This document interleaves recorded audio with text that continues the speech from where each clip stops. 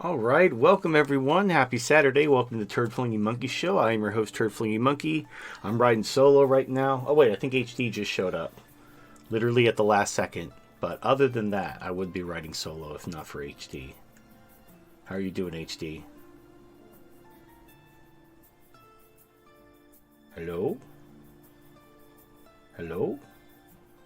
Oh, okay, HD's having trouble. Remember, you can't try a different browser if the browser you're using isn't working. Anyway, all right, we'll see if HD comes back. I hope you're all having a good week. We had a lot of stuff happen just in the last day or two. Before we get into that, let me shout out the sponsors real quick. We got the Dollhouse, purveyor of fine waifu accessories. We got Love Nestle, the purveyor of sex doll torsos and sex doll, like the doggy style butts, aka the Ona hips. In fact, I just published a brand new review of the Rosie, which is a 40-pound, thick ass, like doggy style ass doll. It's 40 pounds. It's heavy as shit, but it feels absolutely real. Like, so if you're into big butts and, like sex dolls aren't doing it for you because they're too skinny and you need like a big old ghetto booty, you're not going to be able to get a whole doll built on that ghetto booty because that would weigh more than 150 pounds. And they don't make dolls over that because of freight shipping. But you can get a butt that's like perfectly lifelike, natural feeling, thick, jiggly, twerkable at Love Nestle. And I just reviewed it, 15% off coupon code. Check it out. I'm still waiting for it to... So here's the thing. When I publish something on YouTube, it automatically mirrors to BitChute, Odyssey, and PeerTube. But it's like there's no telling when that actually happens. So it's up on BitChute. I don't think it's up on PeerTube or Odyssey yet. I think I'm still waiting. Okay, it's still not up on Odyssey, so I assume it's not up on PeerTube either. But it's up on YouTube, Migta.tv, and BitChute as of, me talking at this moment. Anyway, our next sponsor is MetWeb, which is AMR's web hosting platform, as well as VPN service, which is honest. Again, I used it all the time. Can't praise it enough. They did a UI update recently. So the UI is different. It's not worse. It's just different. So I got used to the old UI, which was bad, by the way. So they've improved the UI, but you got to get used to the new UI now, even though you trained yourself to get used to the old one, as bad as it was. So it's kind of good and it's bad. It's good that they've improved the UI. It's bad that you have to relearn it, but it's better, I guess. Anyway, the VPN is less than $5 a month, very fast. I've never had a better VPN, and I've tried several. And obviously, AMR is a member of the community, so if you're going to support somebody, there's a lot of VPN services out there. A lot of them sponsor various, influencers and content creators. But AMR is actually like one of us. So, if we're going to support somebody, we should support someone in the community, assuming they make a good product. And I stand by AMR. He makes good shit. The stuff he does is great. I haven't had any issues. And then finally, we have Lucas the Mucus and the Meaning of Life available on Amazon Kindle and Shadowmere Comics. Oh, and then we have spinningrobotpussy.com, Revy Innovations, partnered with the Dollhouse. You can get the doll insertable spinning robot pussy, the Follow Me Eyes, as well as the new doll hanging system, so you could suspend your waifu and hang her up without having to take her head off. So if that sounds interesting to you, check out spinningrobotpussy.com or go to the Dollhouse where Revy Innovations products are sold. And those are our sponsors. HD, can you talk now? Yes, I'm back. I was just checking the old browser a moment ago, and it still doesn't work. Yeah, it's a browser issue. I don't know if it's because of the I know they've ads. They're basically, there's a cat and mouse game going with advertisers and ad blockers. And so what they figured out, the way to stop the ad blockers is to make the website not work if you have an ad blocker.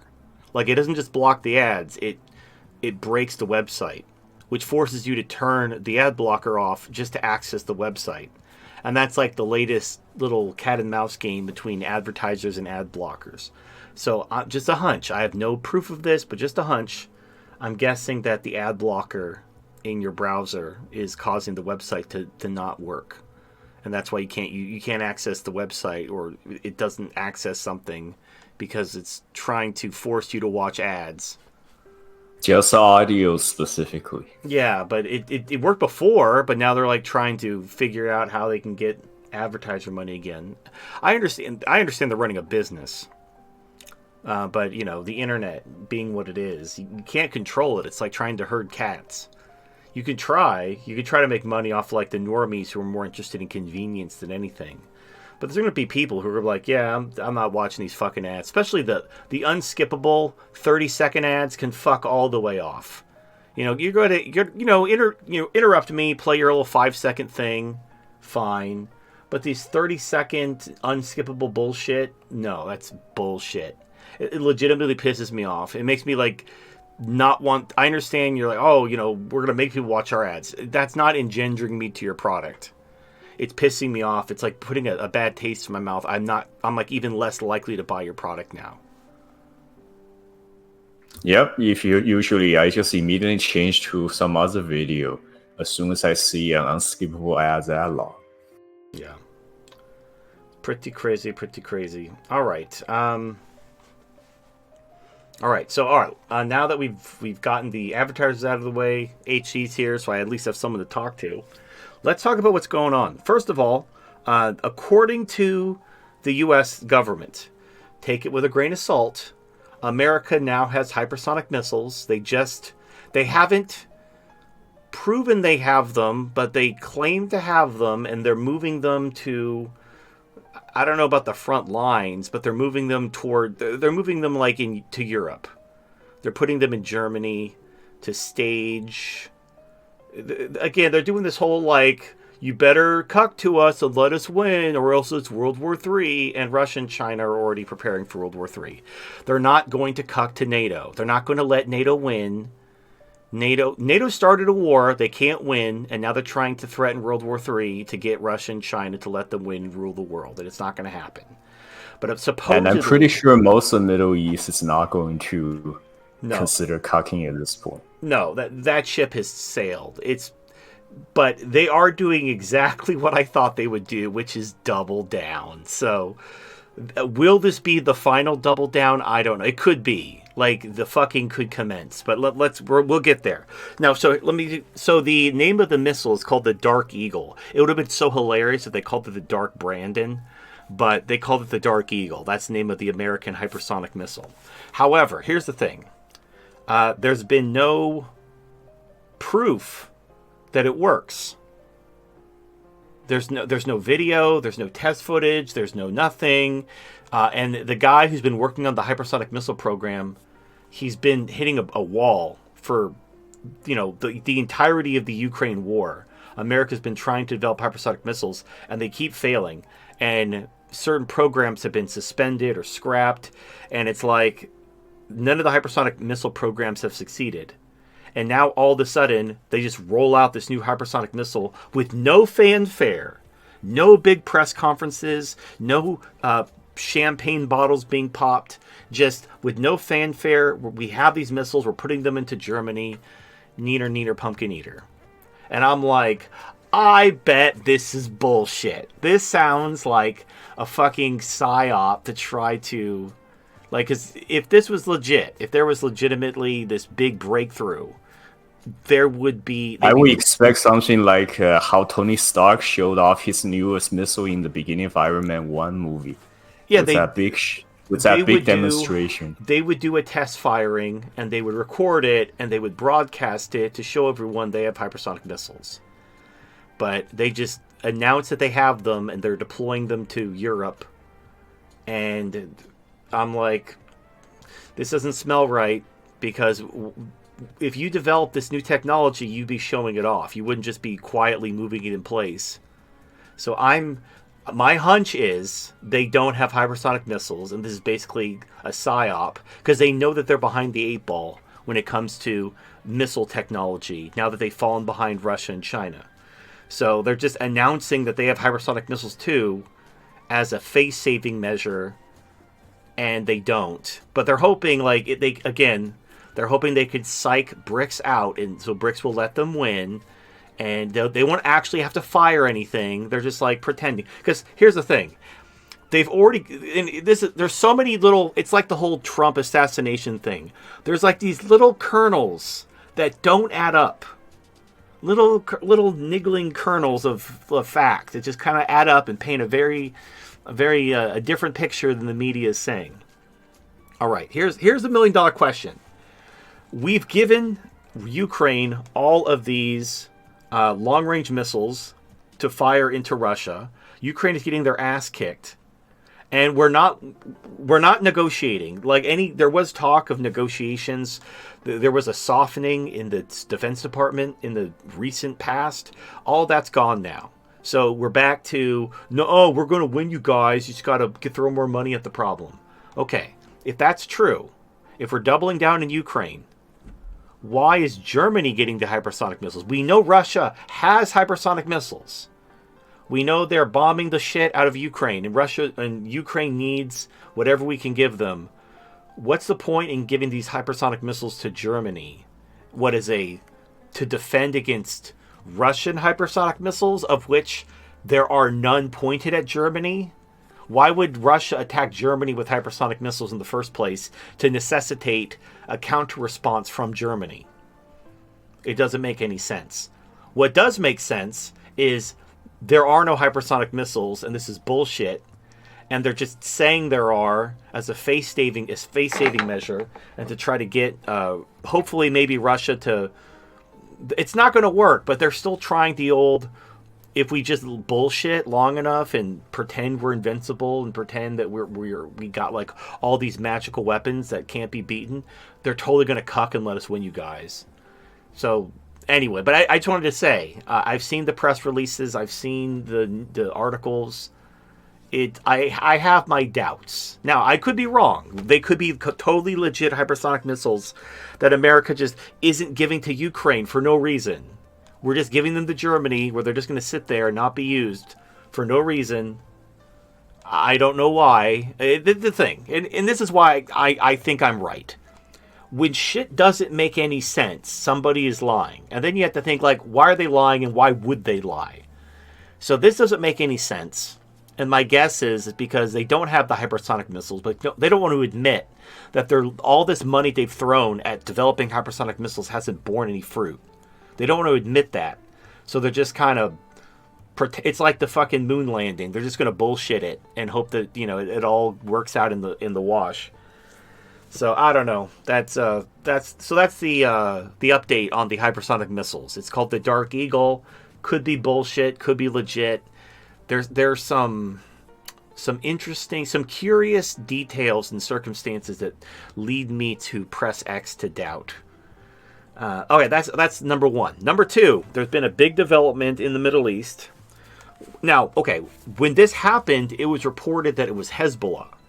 So there was a big drone attack in Tel Aviv. And the news reporting at the time said it was Hezbollah, but the Houthis claimed responsibility. But you look at a map, Lebanon is right next to Israel. Yemen is on the other side of Saudi Arabia. And Saudi Arabia is not a small country.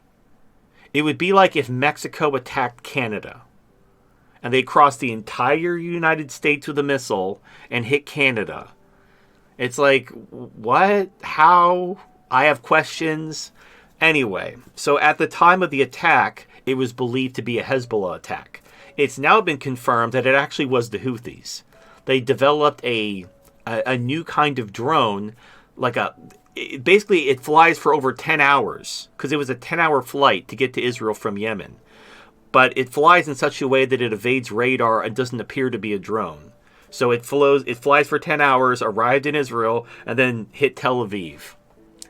So that's number one. But Israel responded to the attack on Tel Aviv by sending their fighter jets to Yemen, crossing. Now, I've heard rumors, I haven't seen this confirmed, I've heard rumors that Saudi Arabia let Israel use their air bases, which is a big no-no.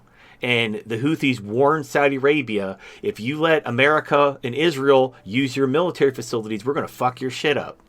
And I've heard a rumor that Saudi Arabia did let Israel used their air bases to attack Yemen, which means the Houthis are going to destroy those facilities with their missiles because Saudi Arabia is providing logistical support to Israel.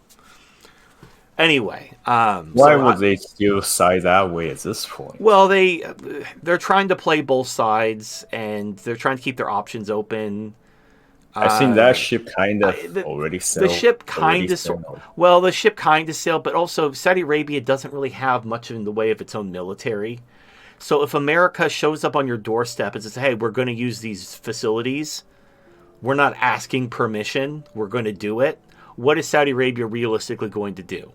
Pull a gun and start like attacking America with their non-existent military? They've been dependent on the U.S. military for decades. They don't really have their own military. So I don't know. Like if I were Putin, I would be like, all right. So I understand Saudi Arabia. I understand your position. I will talk to the Houthis. I will tell them. But you did let them use your facilities without a struggle, without protest. I understand you felt you didn't have a choice, but there's always a choice. So the Houthis are going to counterstrike, and they're going to destroy some facilities. We'll let you know in advance. You can evacuate your people, but they're going to make a point. And ideally, they'll hit facilities that the United States is using. That way, it sends a message more to the United States than to Saudi Arabia. But I don't know. That's going to be a three-way conversation between Saudi Arabia, the Houthis, and Russia, most likely. Now, when Israel responded by attacking Yemen, they broadcasted, and they didn't attack like the Yemeni military sites because they can't hit them. The Americans have been trying to do airstrikes for fucking the better part of 2 years, and they can't defeat the Houthis militarily. So what Israel did is they attacked their trading ports, basically just attacked their civilian infrastructure, since they can't attack their military facilities. So they blew up like this port on the coast of Yemen where they basically trade stuff. And that's their big thing. And they took a bunch of pictures and video, and then Israel's like, this is a message to everyone in the region. We're going to do the same to you. And so everyone is like protesting, death to Israel across the Middle East.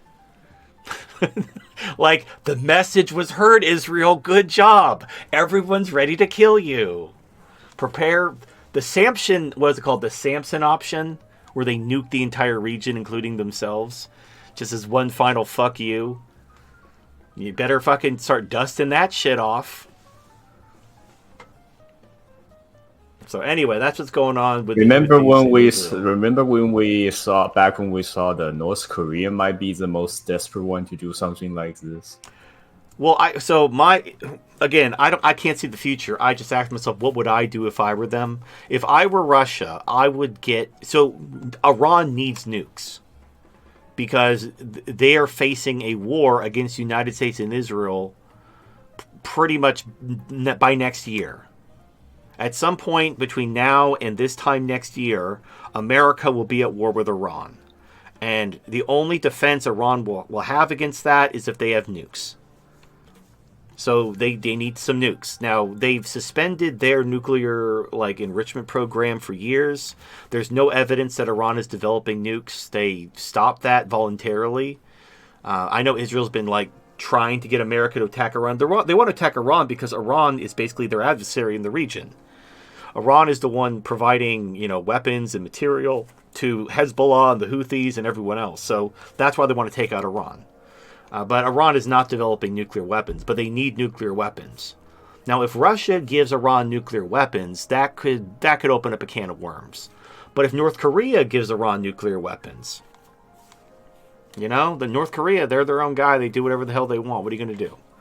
So that's what I would have done if I were Putin. I would facilitate the transfer of some nuclear weapons from North Korea to Iran, so that if Israel, the United States, try to declare war on Iran, Iran can be like, we have nukes, we'll destroy Israel if you attack us. And not fucking around either.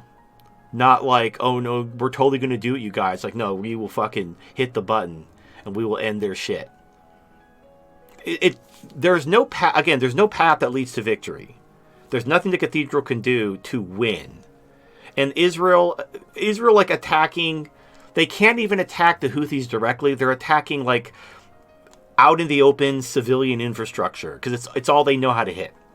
They don't like it's like fucking Hamas. Israel can't hit Hamas because they're all underground in the tunnels. So what do?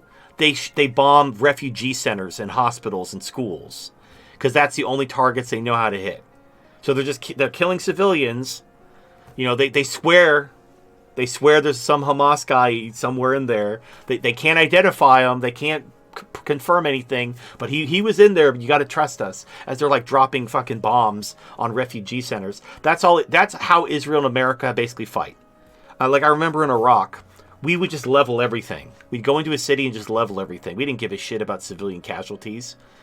That's basically superpower privilege. When you're the superpower and you own the world and you have the biggest, baddest military, things like war crimes and rules of engagement and crimes against humanity, those are all just noises. Those are all just things that apply to everyone else but you. And by extension, Israel, because Israel basically is they're basically, like in Total Recall, you have Quado, which is like that mutant growing out of that guy's stomach. It's like, Quaid, start the reactor. Free Mars.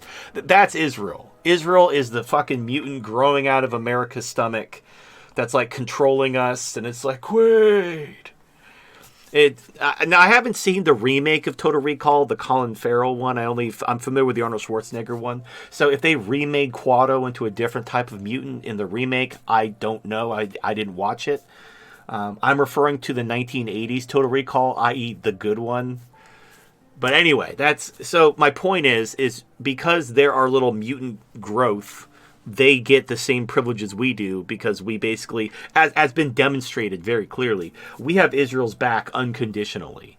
Sometimes when politics dictate, we'll talk some shit. We'll talk a big game like like for example, in May, we told Netanyahu, don't you dare attack Rafah. And then Israel attacked Rafah. And we're like, oh, we're going to suspend ammunition sales after selling you a bunch of ammunition. So we sold a bunch of ammunition to Israel. They're basically good for the next couple of months. And then we wagged our finger at them and said, no more ammo for you, Netanyahu. We told you not to invade Rafah. And then 2 months later, they're like, hey, I need more ammo. Oh, yeah, here you go. Here's more ammo. You need anything else? Yeah, you want more missiles? Here you go. It is all fake and gay, pro wrestling, fake drama. If you ever watch pro wrestling, where it's all, in case you didn't know, pro wrestling is fake. And so, but sometimes they'll have these wrestlers pretend to be fighting. Like, oh, I'm gonna get you at WWE SummerSlam only on pay-per-view. I'm gonna body slam you into this, and I'm gonna beat your ass, and but only on pay-per-view, guys. You gotta tune into pay-per-view if you want to see me beat this guy's ass. And it's all fake. They don't actually hate each other. All the drama is fake and gay. That's what's going on with this whole like, oh, Netanyahu and Biden standing up to him. The thing is these Democratic Muslims are very pissed off at the way the Democrats are just deep-throating, Israel's dick. Now, they shouldn't be, but they are. Like, they assume that the Republicans were the Zionists and the left would stand with the Palestinians, except, and historically they would, but here's the thing. Israel will always get whatever it wants. Always. So if the right were in power, they would have the right give Israel whatever it wants, while the left pretended to protest while just getting out of their way and letting it happen. But they couldn't do that. Like, the right was not in power. So the left just had to give Israel whatever it wanted. And also, Israel was legitimately afraid. Like, they needed America to have their back. So any pretense of this fake drama was dropped for the unconditional support for Israel. But then they started pissing off their Muslim base. So now they're trying to they dropped all that shit too. For a hot minute, they were trying to pretend that they were standing at the Netanyahu, but that didn't last very long. And now they don't care. It doesn't matter. It's all just bullshit. Another thing that happened, lots of things happened recently. All right. Since the assassination attempt on Donald Trump, there have been all these polls, and Trump is crushing Biden. absolutely crushing Biden. Even in like blue states, Biden is crushed. And so, That's not some of the mainstream media would say. oh well, sure, they'll say whatever they're going to say, but Biden's getting crushed. So his party was like, you need to drop out, otherwise you're going to cost us the House and the Senate. You need to get the fuck out. And so on Friday, this leads into this other thing. The markets tanked on Friday because if Biden leaves, if Biden drops out of the race, there's no reason for the Fed and the government to continue to prop the market up. The stock market is massively overbought. There's no fundamental reason for tech stock to be hitting all-time highs during stagflation. No economic reason at all. The only reason why tech keeps hitting all-time highs and all this other shit is because of Wall Street knows that it's an election year and the Fed and the Biden administration are corrupt as shit, and they will not let the market crash while a Democrat is facing re-election. And so people are basically, even though it makes no sense economically, like if you look at all the fundamentals of, we should be in a massive recession right now. But everyone, they're cooking the books, whatever. So people are basically betting on the government. The government won't let us fail. In fact, there was an article a few months ago where a Goldman Sachs trader was like, the Fed has our back. Like, we're not going to lose money. And so people have just been bidding up the price of tech, bidding up the price of crypto, hitting all-time highs based solely on the fact that they fully expect a bailout.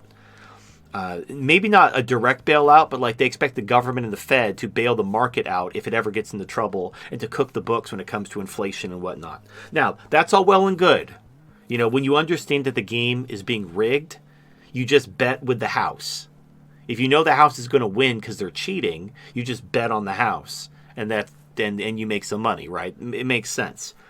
If Biden leaves the race, there's no reason to continue this. There's no reason to let keep the market propped up to make Biden's economic policies look good. If he's out and he's not going to be elected, it looks like Trump is a shoo-in, then you might as well just pull the rug out and just let it all crash. Basically punish America for not doing what the elites wanted them to do. That was Friday. All right. Today, the word is that Biden is not out. There were all kinds of people, there were all kinds of reports, all kinds of rumors that they were going to force Biden out. They were having a big get-together, and they were talking about forcing Biden to leave. Biden suddenly had COVID, and it was a really bad case of COVID, and he may not be able to campaign. And then, a couple days later, now that it's Saturday, all of a sudden Biden's cured of COVID, and he's still in the race, and everything's back to normal. So, one, the COVID never happened. So he never had COVID, for one. I don't know what kind of and that was their pathetic attempt to try to make Biden look better in comparison to Trump surviving an actual shooting, an assassination attempt. I don't know what type of... So the Democrats clearly have some way to gauge or poll or something. One of two things is true. Either some type of polling came out that gave the Democrats hope that they can still win with Biden, or they're going to kill him this time. They're either going to go for a second assassination attempt and actually finish the job, and they're confident that it'll work this time, which is why they're sticking with Biden, or some type of poll, some type of internal poll that only they have access to, is showing that Biden can win, despite being horribly down in the polls last week. Apparently they've all recovered, and the assassination attempt is an old meme, and no one cares anymore, and everyone's back to hating Trump again. I don't know. We'll see. But Biden was out, and now he's not out. This also means on Monday you're going to see a massive rally, because all those Wall Street traders that were panic selling on Friday because they thought Biden was going to drop out of the race and the Fed was going to let the market fail, they're all going to pour back in. Because now, since Biden's still in the race, the government and the Fed are still going to bail out the market, which means as long as they're betting with the government, they're not going to lose money because the government will have their back. Now, for me, I am not advocating you to do that, because here's the thing. You're trusting the government to have your back. That's fine, except it's not a closed system. The United States government is operating in a system where they're competing with BRICS. And there's a lot of shit happening. If there was no BRICS, if America was just running the world, there was no competition, they ran the financial system with an iron fist, CBDC and digital ID were on the way, and there was nothing to oppose them, then yes, you just vote with the government. You're basically, you might as well just surrender to your masters at this point. You can't win. There's no meaningful opposition happening. With BRICS, you can't bet on that. What I'm waiting for personally is for the BRICS commodities exchanges to come online. There's talk of them possibly this year. There was talk of them last year. The rumor was they were going to be organized through SCO, not BRICS. SCO is the Shanghai Cooperation Organization. So that, I don't know what happened with that. I don't know. Like, the problem is BRICS. You have countries like India and Saudi Arabia and the UAE playing both sides, trying to, like, you know, play spoiler and try to profit from the conflict.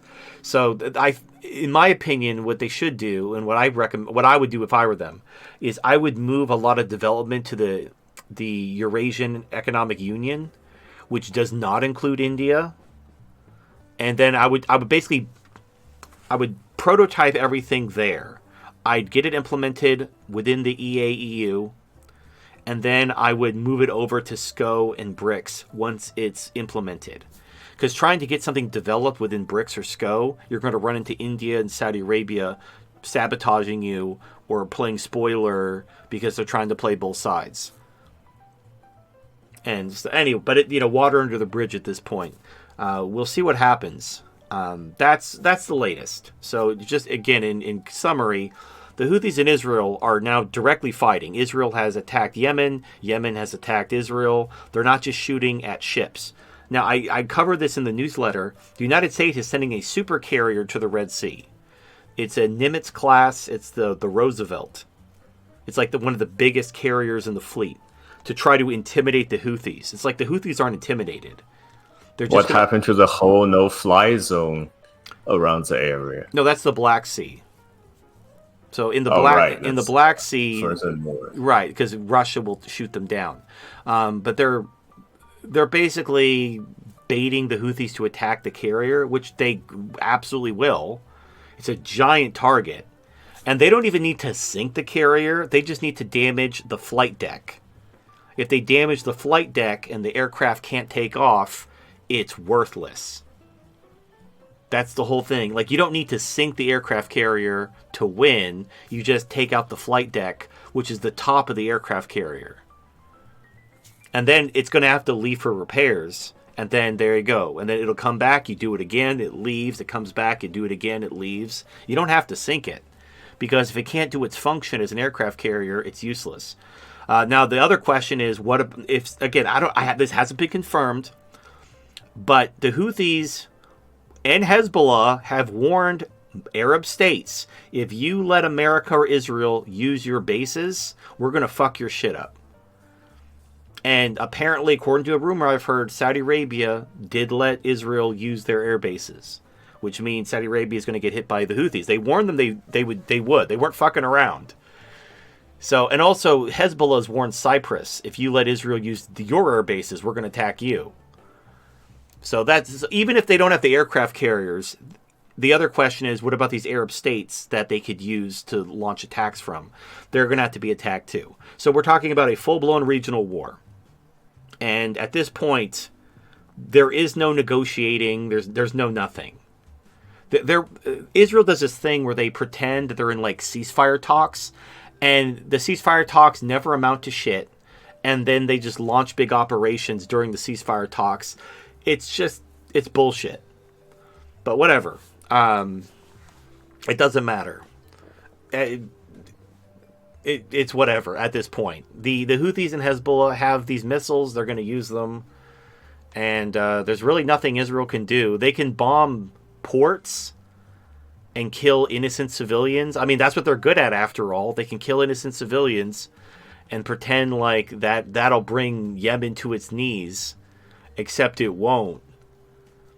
So there's nothing America can do. America's bringing this super carrier into the Red Sea to try to intimidate the Houthis. It's not going to intimidate the Houthis. And if that aircraft carrier gets severely damaged, that's going to be a massive like optics fail for the United States, because the whole point was they're going to bring the supercarrier battle group into the Red Sea, and it's going to basically like intimidate the Houthis and shoot everything down and assert their dominance over Yemen. And if those ships get hit, I don't know. In fact, I saw an article. They're trying to convince Russia not to give the Houthis anti-ship missiles. And it's like, first of all, you're giving Ukraine long-range missiles. This is a quid pro quo. You gave Ukraine long-range missiles and told them to attack Russia, which they did. So now we're giving long-range missiles and anti-ship missiles to your enemies to attack you. And you're, oh, don't do that, Russia. Okay, well, stop supporting Ukraine. Well, but we got to support Ukraine. Just let us win, Russia. Come on. Be a bro. Just please, bro. Just let me win. Let me break you up and take over the world and break up BRICS and assert my dominance over the world and spread feminism and global homo to everywhere. Come on, bro. Please. Just be a bro. It's one time. Just let me rule the world. Come on. Don't be like that, bro. That's America right now. So that's what's going on. The war with Lebanon, which is what I was waiting for, I don't know if that's even going to happen. Israel, as soon as they started to disengage in the Gaza Strip to move their forces north, Hamas started attacking them from the rear. Hamas isn't defeated. All this shit about, oh yeah, Hamas is defeated. No, they're not. They're hitting Israel. Like, apparently Israel's taking significant casualties. They're not reporting it. It's all being swept under the rug, but they're taking significant casualties. And they're apparently running out of reserves or running out of reservists or like something. Now, Hamas isn't going to defeat the IDF. They're too small. But the IDF can't defeat Hamas because the tunnels. All they can do is kill civilians. And so they try to pull out so they can like prepare for war against Hezbollah. And then Hamas just springs up behind them and starts taking pot shots at them.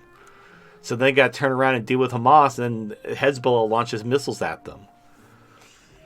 So, yeah, I don't know. We're still waiting. No word on the F-16s. They arrived in Poland and Bulgaria this week.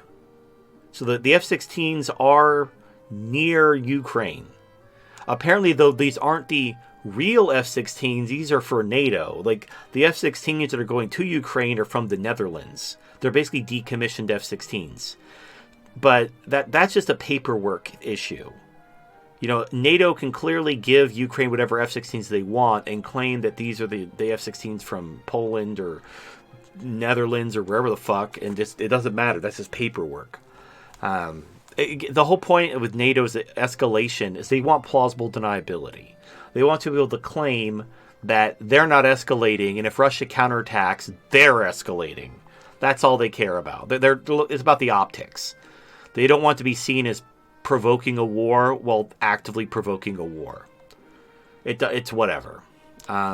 This whole thing about the hypersonic missiles in Germany doesn't make sense. If they have hypersonic missiles, they should be sent to Ukraine in order to take out Russia's hypersonic missiles.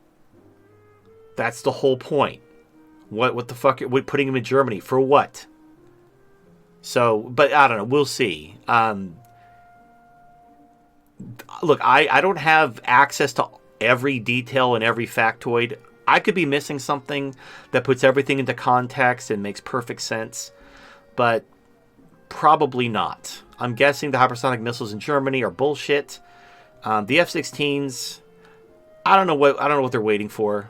They might be hoping they're by the way, there was a big counteroffensive by Ukraine around the time of the NATO summit. It utterly failed.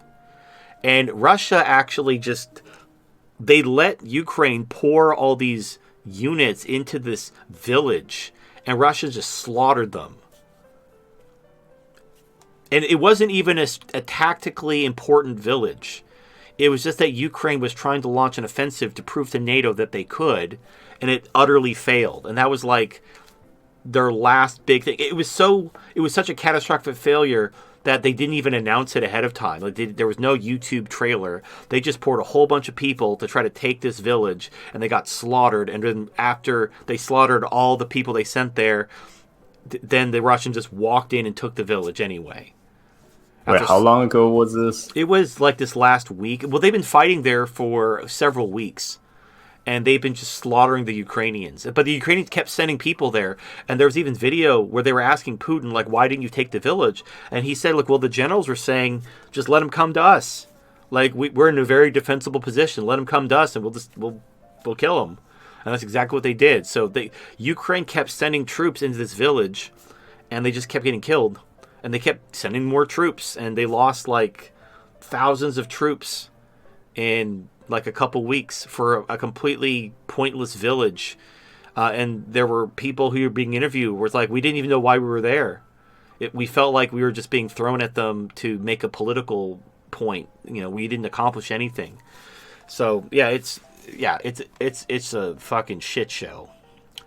And it's not going to get any better. The F6, like Russia supposedly, again, according to Viktor Orban, Russia's going to end the war by September. So, it's not quite late July. It's July 20th. But, July, August, September. So we're talking the next 3 months. Russia's going to, fucking pull the lead out and fuck everything up. According to Viktor Orban. Now, but again, these things change. The plan might be right now to do X, Y, and Z. And this is probably what these hypersonic missiles in Germany are for. America's going to say, oh, if you do this, we're going to do this. And Russia's be like, if you do that, I'm going to hit you with missiles. Like, well, if you do that, we're going to do Article 5. Like, well, if you do that, I'm going to nuke you. Well, if you do that, I'm going to nuke you. Like, oh, yep. Like, okay, we're back to that again. We're back to the let me win or I nuke you thing. So we'll see, like, it's up to America and Israel. All America and Israel have to do is stop. They just stop, but that's the end of their empire. Now, America will survive the empire collapsing. It will be horrible because it will mean the end of America's financial control of money and the financial system, which will cause hyperinflation and the utter collapse of the American standard of living. Now, we're already getting a taste of it. Like, everything's getting expensive and there's no jobs. Like, yes, you're getting a taste of this is like a coming attractions. When the stagflationary depression hits, it's going to get so much worse, and it's probably going to lead to a civil war. Knock on wood, we can hope. But that's coming soon. America will survive, though. Israel, they fucked up because they put all their money on America being this invincible ally that will have their back. And look, for America's point, they had Israel's back. They've had Israel's back 110%. But America isn't the same country it was, 20 years ago. America's broke. We have no weapons. We have no, our military is hollowed out. We're going to send these... The military's DEI industrial complex at this point. Yeah, the diverse... And this is all done, because we didn't have a competent military rival. So we felt like, oh, okay, we don't need competent war generals. Let's fill the military with people who are loyal to the left and people who are ideologically sympathetic with us, which are going to be women, gays, trannies. But basically, we want them in the military because we're not afraid of an actual war. Well, now actual war is upon you. And now you have your military full of women, gays, and trannies, and there's no way you're going to win this war. Like, again... The cathedral could turn this around, but they'd have to abandon everything because their ideology is what's causing the problem. If they did a complete 180 and started reversing everything they've been doing for the last 100 years, they could personally hang on to power, but it would mean abandoning everything they believe in and stand for, which they're not going to do. So all they can do at this point is continually double down, keep trying the same trick of trying to escalate to World War. But the thing is, this is why I say they can't win. There was a moment where America would escalate against Russia, and Russia would say, if you do that, it's going to be World War III. But then when the moment came and it was time for Putin to push the button and end humanity, he didn't push the button. And so America's like, oh, Russia's not going to push the button. I guess we can do whatever we want. We can keep escalating. And that's why all these red lines got crossed. But now Putin's smart. Because now Putin, and thanks to Hamas, now Putin knows he doesn't have to push the button to, provoke a war with the United States. He can use Iran and its proxies as its proxy against the United States. Which is actually much better for Russia, because right now you have a proxy war where America is funding Ukraine to fight the Russians. So no Americans are dying except for the people we're sending there to operate the HIMARS that are getting blown up. But for the most part, Americans aren't dying. Ukrainians are dying. But they're also killing Russians. They're not killing a lot of Russians, but they're killing some Russians. So Russia is suffering direct damage, while America is not suffering direct damage. That's a win. It's a horrible, horrible, insensitive, cruel win to sacrifice an entire nation to avoid taking casualties yourself. But, that's what being a vassal is. However, in a war with Israel and Iran and its proxies, Israel will bring in the United States. Israel cannot fight a multi-front war by itself. It just can't. Even if America sent them all the missiles and all the money, there's no way Israel can fight a multi-front war. So they're going to have to bring the United States into the war. So now Russia can fight a proxy war against the United States, where Iran and its proxies will basically attack Americans and kill Americans, and no Russians will die. It'll be the opposite of Ukraine. And all of this is because basically the Jews run America. If Israel was just if Israel was just some country we were nominally allies with, we would basically tell them to stop doing all this bullshit and killing Palestinians and force a peace, and it would be over. It would all be over, and then it'd actually be better for America. And this also kind of goes into how the Jews run everything, because defending Israel to the death, the way we are, in no way benefits the United States. This is horrible for us, because now we're going to walk into a proxy war where Russia has the advantage, where Americans are dying. Why are we doing this? To defend Israel's ethnic cleansing of the Palestinians? Why are we defending this? Oh, Israel's a right to exist. Did Rhodesia have a right to exist? Apparently it didn't. Why does Israel have a right to exist? Other than they're donating money to everyone and controlling all these governments. If Rhodesia didn't have a right to exist, then fucking Israel doesn't have a right to exist. As a country, I'm not advocating genocide of the Jews. I'm just saying the country of Israel has no more right to exist than Rhodesia, which doesn't exist, by the way, in case you're not up on your history. But obviously, even though this is not in the interest of the United States at all, this is horrible for us. We're going to do it anyway because the Jews told us to. And if you could think of some plausible scenario where that makes sense, that doesn't involve the Jews run the cathedral, I'm all ears. I'm all ears. But I can't think of a reason. If the Jews, if this was the military-industrial complex and the deep state and the neocons and all that shit, cool. All right, so Jews aren't involved. It's all just deep state, neocon, warmongering, military-industrial complex shit. What they would want is they would want the war, and there are factions that do want this. There were factions that wanted to quietly end the war in the Middle East to focus on Ukraine, because that's where they're strong. America is extremely vulnerable in the Middle East defending Israel. And yet that's exactly what we're doing.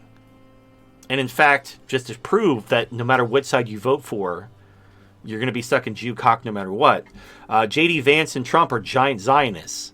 So after the election, if they don't assassinate Trump and Trump is president, he's going to go even harder for Israel and even harder for war with Iran. That's the rumor. The rumor is that after the election, if Trump is president, they're going to prepare for war with Iran. So we can't win. The thing is, had Trump not had the election stolen in 2020, it would be better for the cathedral in every way possible. The war in Ukraine would have never happened. the war, the Israeli conflict would have never happened. The cathedral would still be perceived as invincible. There'd be no de-dollarization, and the Great Reset, the YOLO nothing and be happy. That plan would have been going at full force. We would already have CBDC. We'd already have digital ID. They'd be pushing gun control. Their plan to enslave us would be burning on all cylinders. But because they stole the election from Trump and put a demented child-sniffing pedophile in office, everything's gone to absolute shit. And Trump can't fix this. There's nothing Trump can do to recreate the American military at this point. It would take years, more years than Trump even has as president, just to rebuild our manufacturing base. So, like, Ukraine doesn't have that long. Israel doesn't have that long. It's over, which is a good thing. Unironically, this is the better timeline. It's better that Biden stole the election, or the Democrats stole the election for Biden, and all this shit happened, and now the cathedral is facing an existential defeat, than had they not stolen the election, Trump prevented the wars, the cathedral was still invincible, and they were actively trying to enslave us as they were from 2020 to 2022. During the lockdowns and all that bullshit. The only thing Ukraine was the only thing that stopped that. Like, someone asked me, hey, what happened with CBDC? Ukraine happened. Without Ukraine, we would have CBDC. But because of BRICS in Ukraine, all that shit got thrown on the back burner. It's still there. They still want to do that. They just can't do it right now. If they try to implement CBDC, everyone's going to run to BRICS. And they know that. They have to defeat BRICS before they implement their new digital dollar CBDC. Otherwise, the only ones who are going to use it are going to be their vassals in Europe, who are all broke and are all basically using Fed swap lines to keep their central banks from going bankrupt. So, yeah, it's fucked. It's totally fucked, and it couldn't happen to a nicer bunch of folks. So, but you know what? The fucking hasn't happened yet. We're still waiting on the F-16s. We're still waiting on Israel to invade Lebanon. What's going on with the Houthis in Israel? That's interesting. The Houthis are just going to keep launching missiles and drones. They're not going to stop. And so Israel can send fighter jets over. Now, I'm going to be interested to see if Saudi Arabia did allow Israel to use their bases, if the Houthis take out those bases. They said they would. Let's see if the Houthis keep their word, or if Putin can smooth things over with Saudi Arabia and Yemen. I don't know. This is probably a conversation we're not going to be privy to, but we shall see. That's what's happening right now. Expect a big market rally on Monday. Since Biden is not dropping out, the market's going to recover because the manipulation is still in place as long as Biden is still the nominee. If he drops out, though, that means the Democrats have given up, and then you're going to see panic on Wall Street because no Biden means no bailouts, which means the market. Yeah, I remember earlier this week, my parents were contemplating the idea of Kamala Harris taking charge after Biden. And this, oh God, no! This just by that disgusting laugh of hers alone, it just openly shows she doesn't know anything about government. Here's what I'm gonna look. There's a lot of things you could say about Kamala Harris. She sucked dick and she's a diversity hire. Those are all true. But here's the thing: during the Democratic primary, back in 2016, when they were deciding which Democrat candidate is going to represent the party, and you had all these different politicians running for office and blah blah blah, Kamala Harris came in last. So among Democrats, she was the least popular presidential candidate. She's not even. She was only chosen for VP by I guess diversity hire. For the checkbox. They literally, a group made Biden commit to having a female of color as his vice president. So there were like three options. There were three prominent female Democrats who were not white, who were kind of his VP thing, and they went with Kamala Harris. But yeah, it would have been a shit show no matter what. But yeah, she's nobody likes her. She's not good at here's the thing. What has she done? What has Biden trusted Kamala Harris to do during his administration? What is her big accomplishment as vice president? What initiatives has she led? Nothing. Nothing. Not a goddamn thing. So yeah, if Biden resigns and Kamala Harris is basically the nominee, it means the Democrats are giving up. They're going to just give it to Trump. But that means Wall Street is going to crash. Because that's going to be, again, like the Samson option. They're going to destroy everything on their way out. If they can't have it, no one can. So, you don't want to elect Biden, huh? Well, we're going to crash the economy. Take that, America. That's what you get for not voting the way we want. And that's, that's life in the big city, I guess. Anyway, that's what be happening.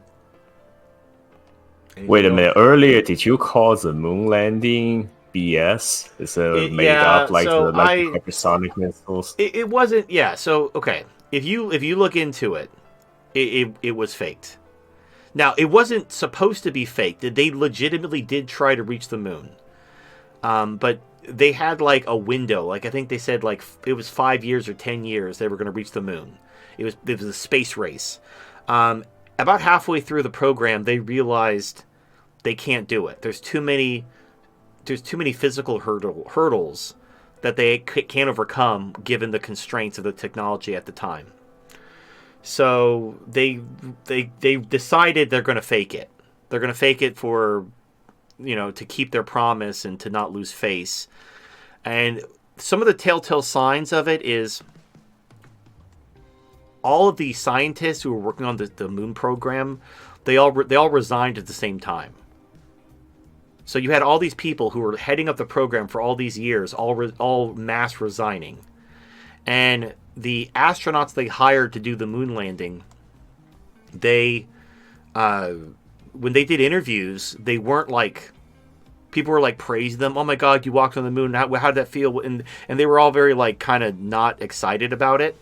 And there was this video of this guy offering these astronauts that he'd donate money in their name if they would just put their hand on the Bible and swear that they walked on the moon, and they wouldn't do it. They wouldn't just put their hand on the Bible and swear that they walked on the moon. Is that so? So all the original conspiracy theories about the moon landing were right after all. It wasn't supposed to be faked. They legitimately did try to do it. They just couldn't do it. So they just decided to fake it in order to say they did it. And and that's also why all the technology's been lost. Because people are like, hey, let's go back to the moon. Why can't we go back to the moon? Like, the technology's been lost. Like, what do you mean the technology's been lost? This was like a massive government program. You didn't keep the blueprints? Nope. They're all gone. So all this technology for all these things that they use to overcome these because they're trying to go back to the moon. They're running into the same technological hurdles that happened before. And they're like, hey, we did this before. How did we solve this last time? Like, we don't have the technology anymore. Like, what? This isn't Warhammer 40K. It was like, what, 80 years ago? We're not talking 1,000 years in the past. Like, technology's been lost. It was 80 years ago. There's not a file somewhere. No, it's all gone. We don't know. It's like, sure. Stupid. Anyway, yeah, so the moon landing was faked. Just so you know. I didn't want to believe it either, but you just look into it like, oh shit. Like, it legitimately was faked. Some movie weaved into this part of the conspiracy over before everything became clear. Yeah, weaved the movie into science fiction background nicely. Like the third Transformers movie from Michael Bay says is that the moon landing was actually to investigate the crashed Autobot ship on the dark side of the moon, and then afterwards, Decepticon hacked into the system and basically corrupted the technology and changed the budget, make sure that made everyone believe it's way too expensive to step on the foot on the moon ever again. I mean, of course. In order to hide the secret behind. It was all the Decepticons. The Decepticons corrupted the mainframe, and they're the reason we can't go back to the moon. And again, okay, it was 80 years ago. This idea that we were more technologically advanced 80 years ago, that's fucking retarded. Think about what technology was in the 1960s compared to what it is today. Our computers are infinitely faster. We have fucking AI. But we can't computers with giant plastic blocks. That takes a truck to load. The kinds of computers that we landed on the moon on are basically pocket calculators compared to the computers we have now.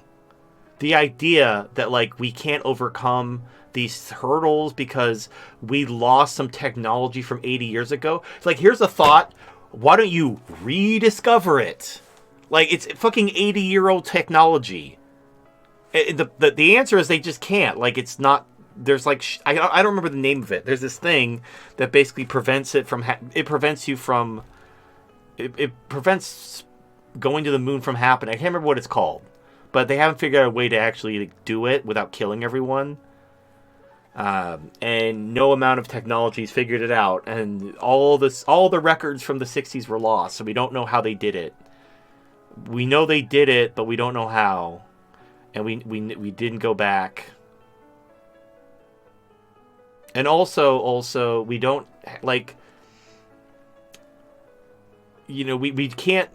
we can't use a satellite to look at the surface of the moon to confirm the site. We can't even use a series of or a rover camera. Yeah, no. Well, no, you can send a rover camera, but did it actually go to the moon, or is it on a soundstage somewhere?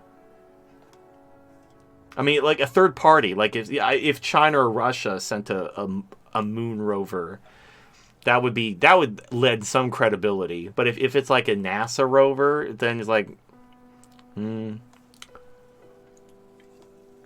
Anyway, yeah, it's fucked up. And here's the thing: it's a stupid lie that doesn't matter. It doesn't change anything. It was basically JFK wrote a check with his mouth that his ass couldn't cash, and we were and also the Russians were beating us in the space race. The first astronauts were Russians. The Russians were basically ahead of us in space technology. So that's when JFK said, "We're going to go to the moon first. We're going to beat the Russians to the moon." And it was this thing to unite America to show that we were better than the Soviet Union. And that's why it was so important that when they realized they couldn't do it, they just faked it, because it was too important to the nation to make sure that we did it. So, yeah. Right. At that time, it was really American patriotism and competition against Soviet Union is really important. The morale is a narrative, the propaganda. It doesn't matter. It's one of those things where there are conspiracy theories from back in the day, that don't matter. And the thing is, some of the stuff that does matter, it's along the same lines of the stuff they did in the past. For example, America supported terrorists during the Cold War all the time. We would use terrorist tactics, and we would give money to fund terrorists as long as they fought the Soviet Union. And people are oh, there's no evidence that we're funding terrorism in Syria. Yeah, we are. No, where's your proof? I don't see any peer-reviewed source. Yeah, it's actively happening. They're not going to admit it. But, I mean, after the Cold War ended, the CIA admitted all the shit they did during the Cold War. It's now a matter of record, because now it's over. But the operations are still ongoing. They're not going to admit what they're doing while they're still doing it. So the conflict has to end one way or the other before the records are made public. Either America wins or America loses, and then everything will come out. But whatever. It doesn't matter. It doesn't matter. It's all stupid. Anyway, so that's what's going on in the world. I'm genuinely surprised that America is going to continue down its doubling down and an intimidation, bluffing. Like, that has not worked at all. And yet they're still playing. That's their one play. Just keep doubling down, keep bluffing. It's going to totally work this time, you guys. So, okay, we're doing this again.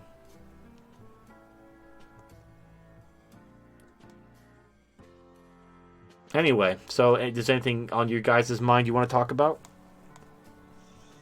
Well, funny thing is, earlier this week, my mother forwarded me another quick little news about a family friend trying to get me to contact their niece. Is it another girl looking for a husband to avoid deportation back to China? Not a deportation, but a similar story. All this. Okay, I actually met her like 7 or 8 years ago, before my second girlfriend, the one that I had almost a year a serious relationship with, right? Together. This was before that. She came to U.S. for a quick visit. Her family and my family set us up to just meet once, and then we added WeChat, chat for a while. But she doesn't. Every time I talk to her, I try to mess her a little bit, since she doesn't seem too enthusiastic or ever. After a while, it just gotten cold, and we just didn't bother talking anymore. Nothing serious whatsoever. And then now, 7 or 8 years later, now she's now her family are considering this again. Also, part of it, I say, due to her father was in the business selling, not to dox anything, he sells expensive imported certain technology equipments. But then, of course, for the longest time in China, it's a simpler practice that, some really big business with a really expensive, you pay a little bit of commission back to some of the buyer to incentivize them to buy your product, choose yours over others. The commission just cash off the book, just a little pocket money. And for the longest time, it wasn't ever an issue or anything. But in the last year or so, the CCP cracking down on their control, and they want more money because the reason the U.S. and the West pulling out all the investment will do a temporary dent to China's economy, right? For a while now, I heard from family or family friends, the regular people standard of living dropping for a while. First, for example, someone had a restaurant business, and they said business went way down. People went to restaurant a lot less. Just there's a lot less money on luxury spending for a while. Now, China and Russia, just like Russia originally, after being sanctioned, will pull through after in the long run, of course. But for temporarily, they'll take a bit of a dent in their economic, and so So now the CCP need more money, and so they crack down on her father's business and try to force him to cough up all the commission money that was paid off book to potential customers, or threaten to throw him in jail. And so her and her family are trying to look for possible avenue to get out of China, and I was, of course, one of the considerations. And my mother, I just chuckled at this and said, "Yeah, no, we're not getting involved in any part of this whatsoever." And even my mother said, besides, 7 or 8 years ago, she didn't give me the time of the day, anything. And then their family's in a worse financial situation, and she's getting older now. She's a couple years younger than me, so at least over 30 now. Oh, now she wants to look at me again. I said, "Yeah." My mother said, "No way." Yeah, well, obviously she's not interested in you. She's just you're a means to an end, which that's literally. I've seen way more than enough of this experience personally. That is the absolute worst reason. Now, I understand. Look, if let's say your crush all of a sudden starts being interested in you because she has an obvious ulterior motive, but you've been thirsting for this bitch for like years, and you just want to hit that pussy one time. I understand. You want to lead her along so you can hit that pussy.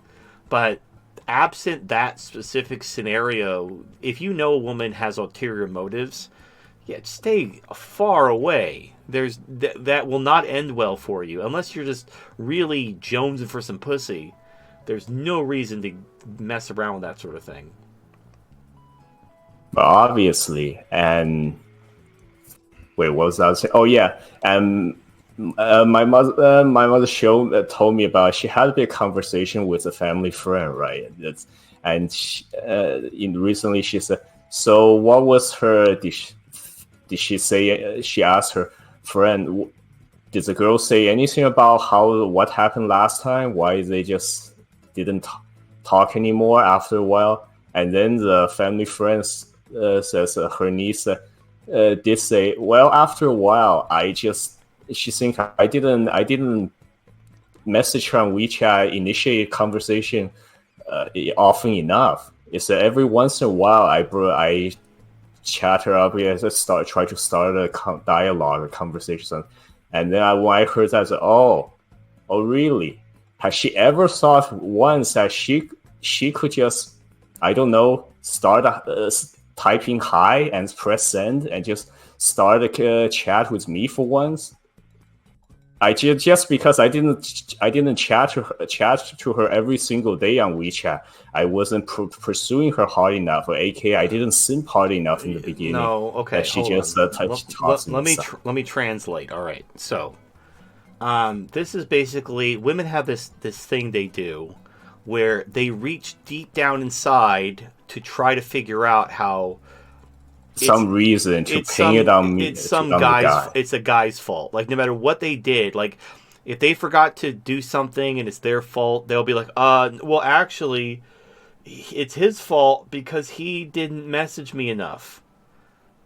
It's women do this shit all the time. They avoid responsibility like they're Neo from the Matrix on bullet time, just like dodging that responsibility, and it's always the guy's fault. It's always some man's fault why they made a bad choice. Of course. Look, back then, I gave it a bit of a try, right? I try to start conversation, start topics to talk about, and most of the time her replies are very simple and clearly very rather disinterested. It seems like just to put up with me to and give some response because our family knew each other. Yeah. And then now all of a sudden you try to turn around and say, oh, I didn't seem too interested. I didn't pursue her hard enough. Get out of there. Yeah, that's ridiculous. That's ridiculous. But whatever. Whatever's, as they say. Especially with me, I don't really care for sex, especially not casual sex. If there's any complications like a citizenship issue in different countries, like from China, or she's not totally into being a good stay-at-home housewife and mother, or I don't know, the law, the system being there, yeah, it's not even going to entice me the slightest. Yeah, well, that's kind of messed up how women will, when they need something from you, there they are. When they're like, ignored you the whole time. It's just, oh well, what are you gonna do? Yeah, also back then, I think I believe she worked in Hong Kong in some insurance company making good money, and now she's been in mainland China for a while working a job with less pay because I think since the conflict in Hong Kong back then a couple years ago, I think they got more restrictive, and she could not live and work there anymore. So her job and earning also take a dip as well. Well, actually, you know what? I just had an aha moment. Notice how, as soon as women fall on hard times and their career is in the tank, and all of a sudden they want to get married. So like, Gee, what a surprise. right, but it just goes to show that like the reason why the marriage rates are shit, the birth rates are shit, society's in the shit, is because women basically get married and have kids because they need to. If you give women, if you empower women to the point where they don't need to get married and have kids in order to make it, they can just get some DEI job and whatever. They won't get married. They won't have kids, and your society will collapse. And here we go, just in HD's personal anecdotal lived experience. You have these Asian women who, something's happening with their career, life isn't going the way they planned, and all of a sudden they want to get married. And they're like looking up HD in their little black book, like, oh, here's this guy. Here's this nerdy incel guy that I ignored. Let me hit him up and see if he wants to marry me because I need somebody reliable and so I don't get deported. And that's how women be. It's all means to an end bullshit. Yep, and also she without a doubt dropped the market value. Let me paint you a picture. 7 to 8 years ago when I saw her, right, she was in very good shape, like Barbie doll anime girl skinny. She showed her she kept a routine workout and everything, and she showed her photos of her midriff. Not not a trace of visible fat there in a very nice figure in her midsection. And now, more recently, my mother showed me a video from her WeChat social media wall, basically a WeChat post that her family friend forwarded over, and she just showed a short montage video of her daily job, and she essentially complained about it get harder, her job harder job now. And she's still working in air conditioned office, work at a bank, and then she shows gets a food delivery, or basically like DoorDash in China or something, a version for lunch, ordering over the phone. And then she specifically, for some reason, showed her now existed double chain, and says as an example of her how she has a harder now in her job and couldn't work out as much or maintain her figure. So I was thinking, why the hell would you specifically emphasize on your new double chain on your social media, on a video sharing on your social media? Yeah. I mean, I guess she's given up on life. I mean, like when you're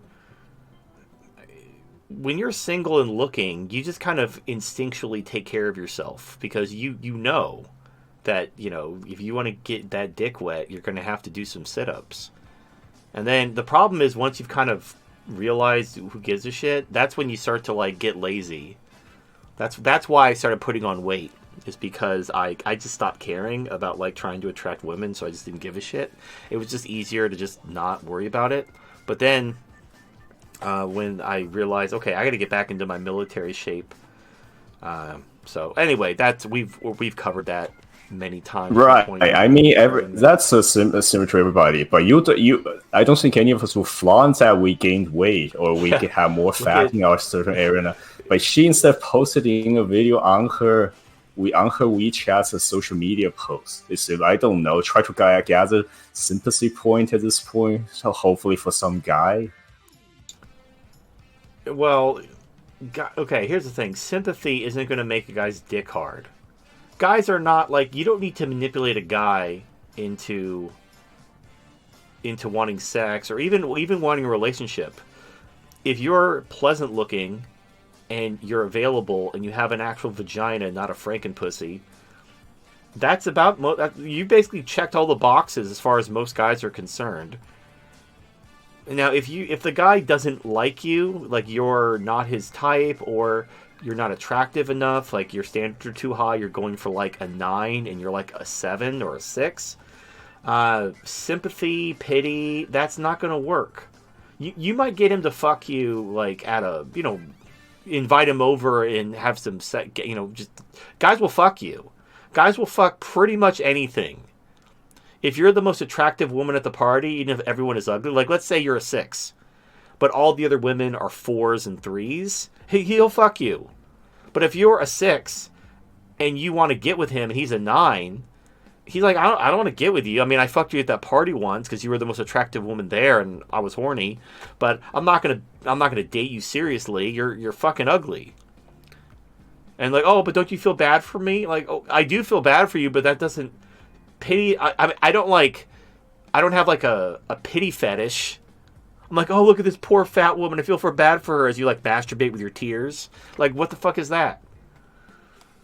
Maybe that works. Yeah, but that's not how a lot of the younger women see that not see guys nowadays. There's a lot of media and fictional work all that, of course, to show a handsome, rich, well-off guy helping a poor girl from a poor family sweep off her feet and all of that. Well, yeah, but the problem here's the thing: in all those movies, and like this may be an aha moment for these women. All these movies where this, because you notice in these romantic comedies, the woman's nothing special. She's just a small town girl coming home, and she's not like super attractive. She doesn't have giant tits or anything. She wasn't the beauty queen. She was just an average girl. And she comes back home, and you know the rich guy sweeps her off her feet, and they fall in love and get married, and she dumps the jock and all that shit. Okay, that basic plot of every romantic comedy ever. Notice the age of the girl, and notice how she's not fat.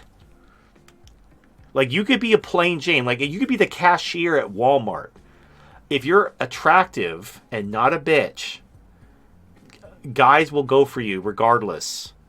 That's, like, the standards are so low. The fact that women fail to meet these low as fuck standards because they don't want to settle down young, it's mostly age.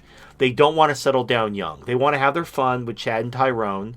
And they think that because Chad and Tyrone are fucking them, that they'll be able to marry Chad and Tyrone someday. And that never works out. They end up like Leonardo DiCaprio's girlfriends. So they turn 25 and he dumps them for a younger woman.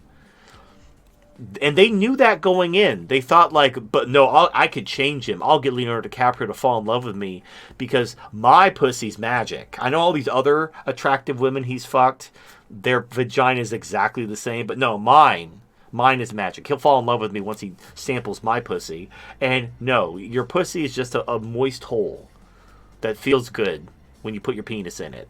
It's not magic. He's not going to fall in love with you. But women believe that. And the worst part is they don't have anything else to offer.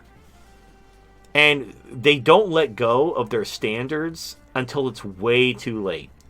Like, in their 20s, they're fucking Chad and Tyrone. When they hit their 30s, Chad and Tyrone don't want to call them anymore. They might still fuck them, but they're kind of low on their list. Like, you know, if everything else falls through, they'll still fuck you. At around 35, Chad and Tyrone aren't even calling anymore. And that's when they're looking for Mr. Right. But they don't want, like, a 6 with a career. They want Chad and Tyrone, but responsible. So you got to be just as good at Chad and Tyrone, but you have to have a job, and you have to do this. And they will hold on to those standards until their 40s. And then their 40s... Oh, yeah. Speaking of which, you go ahead. Well, once they're in their 40s, nobody's calling them. And then that's when they become like man-hating feminists. Like, oh, men just want one thing. Youth? Fertility? Not being a fat bitch? Like, what is the one thing men want? I mean, your pussy works. I mean, you're in your 40s, but I mean, your pussy works. And yet, men are not beating a path to your door. So it's not just the sex. It's the package the sex comes in. But they, again, just like you were saying, you know, it's always the guy's fault. It's not their fault that they wasted decades of their life getting dicked down by Chads and Tyrones and ignoring any potential husband until they were in their 40s. The problem is men. The patriarchy did this. It's like, okay, whatever. Just go buy your cats and fuck off. You know, you did this to yourself. I don't feel bad for you at all. Yep, and I was just gonna say, this girl, she from her recent video, she's still way above fat women in the West. Of course, she's not anywhere near the their weight class. She has a bit of double chin, so definitely let herself go a bit compared to before since I last saw her. But she's still not considered fat by Western standards, and she could still easily land a guy and get married. But of course, her lifestyle, living standards, and finance are fairly fairly above average in China back there. So her standards not coming down anytime soon until she gets maybe so old that she get no attention at all anymore whatsoever. Well, I guess that's a her problem, I suppose. So whatever, who cares? Sometimes you just gotta just walk away and just let nature sort itself out. All right, let us. You got any new gameplay? I'm actually playing Fake Grand Order. If you want to take a day off, I could just put that on. What is it in the gacha mode?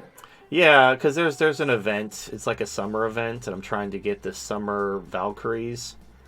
So I'm grinding some FGO. But I'll finish Hollow Knight today. Finish all the ending, and then I can move on to next something different next week. Okay, all right. Let me throw it on. Let's see. I never can find. I had 3 of the 5 ending already last time. I'll finish the last 2, which require me to complete the boss rush endurance mode in 2 different ways. Nice. All right. With that being said, let us begin the autism flow. All right.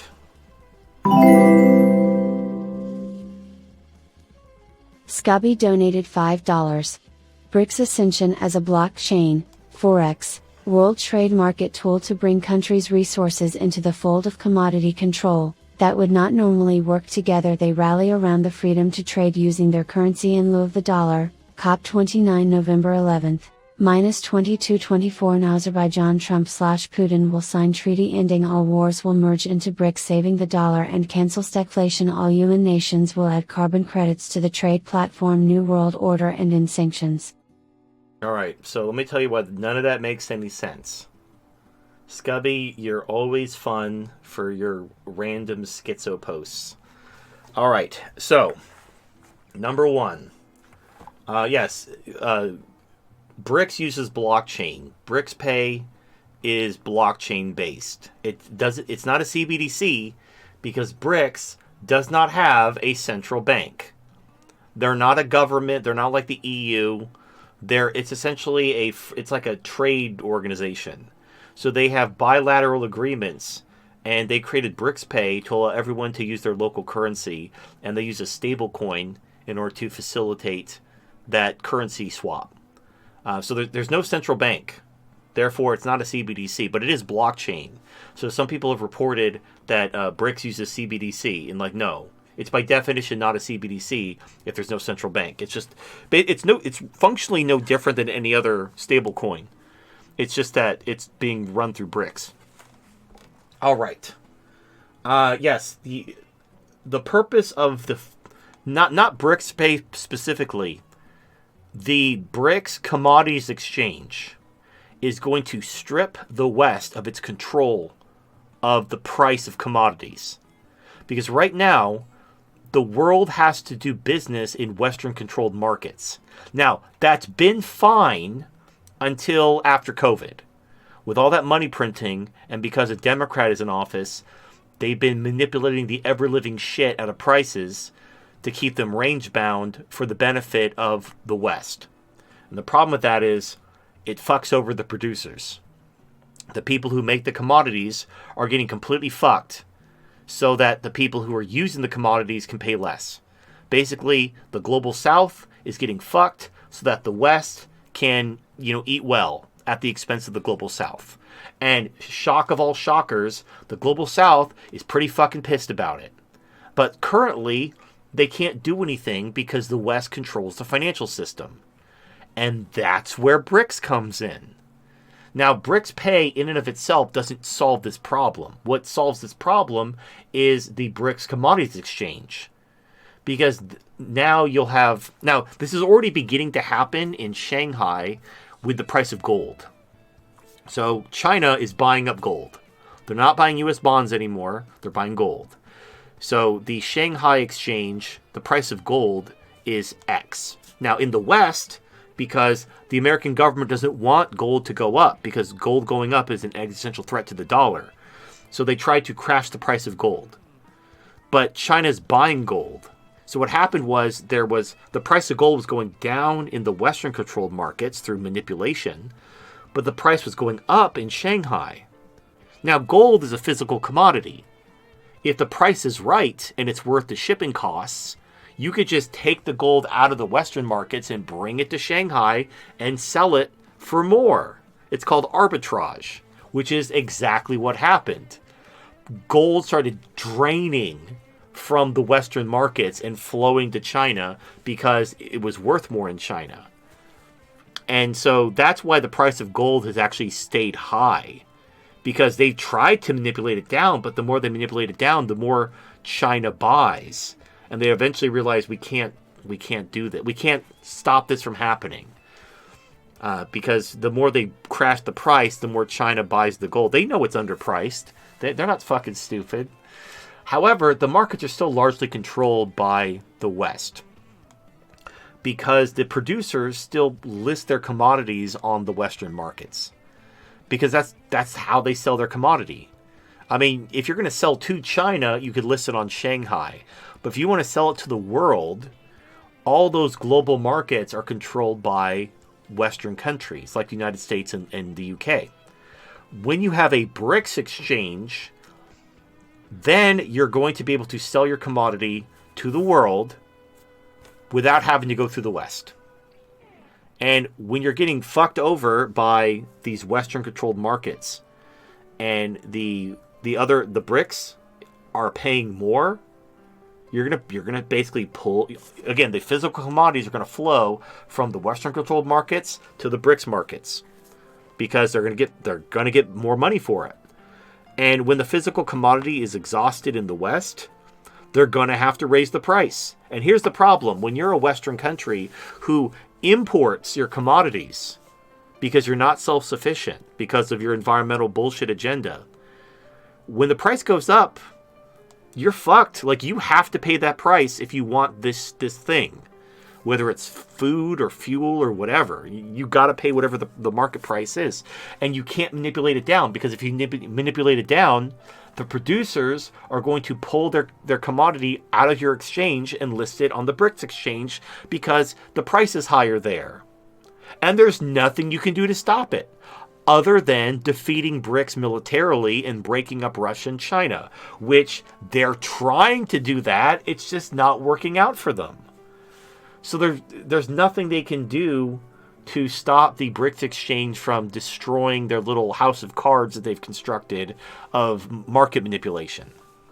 All right, next thing you said was COP29 in Azerbaijan. Trump and Putin are going to sign a treaty to end all the wars and merge into BRICS. No. Now, could Trump and Putin sign a treaty and end the wars? Absolutely. The United States joining BRICS? What? No. How? The BRICS was originally formed specifically to stand against NATO, the EU, and the US. Yeah. Now, here's the thing. If Trump agreed to abide by the BRICS, so one of the BRICS charter things is like no sanctions. Basically, free trade, no sanctions. You know, this is just, we're going to trade with each other. We're not going to use money as a weapon. But that's what America does. So for to sign this treaty and merge into BRICS, America would basically have to hand over the American empire is built on the dollar. The American dollar is the primary weapon of the American empire. Why? What would America gain by giving that up? Especially, look, they still have vassals in Europe. Why would they give all that up? To gain what?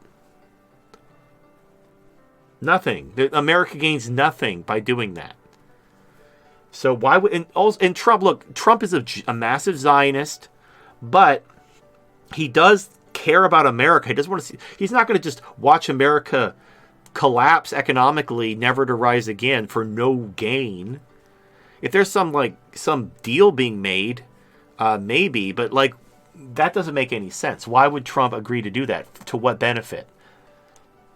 There's nothing there. Okay, the final thing. Okay, well, there's a couple other things. All right, merging into BRICS would not cancel stagflation. What happens? So what are you going to do? Like, not accept dollars for anything? Okay, what are people going to do with their money? So you join BRICS, and by the way, again, there's no exchange. Like, the dollar will still exist as part of BRICS. America can trade with BRICS using dollars, just like any country can use their local currency to trade. Nothing's going to stop the stagflation. And by the way, giving up the control of the commodities market is what will cause hyperinflation. There's nothing Trump can do about it. It's like because we printed so much money. So yeah, that doesn't canceling stagflation by joining BRICS. That doesn't make any sense.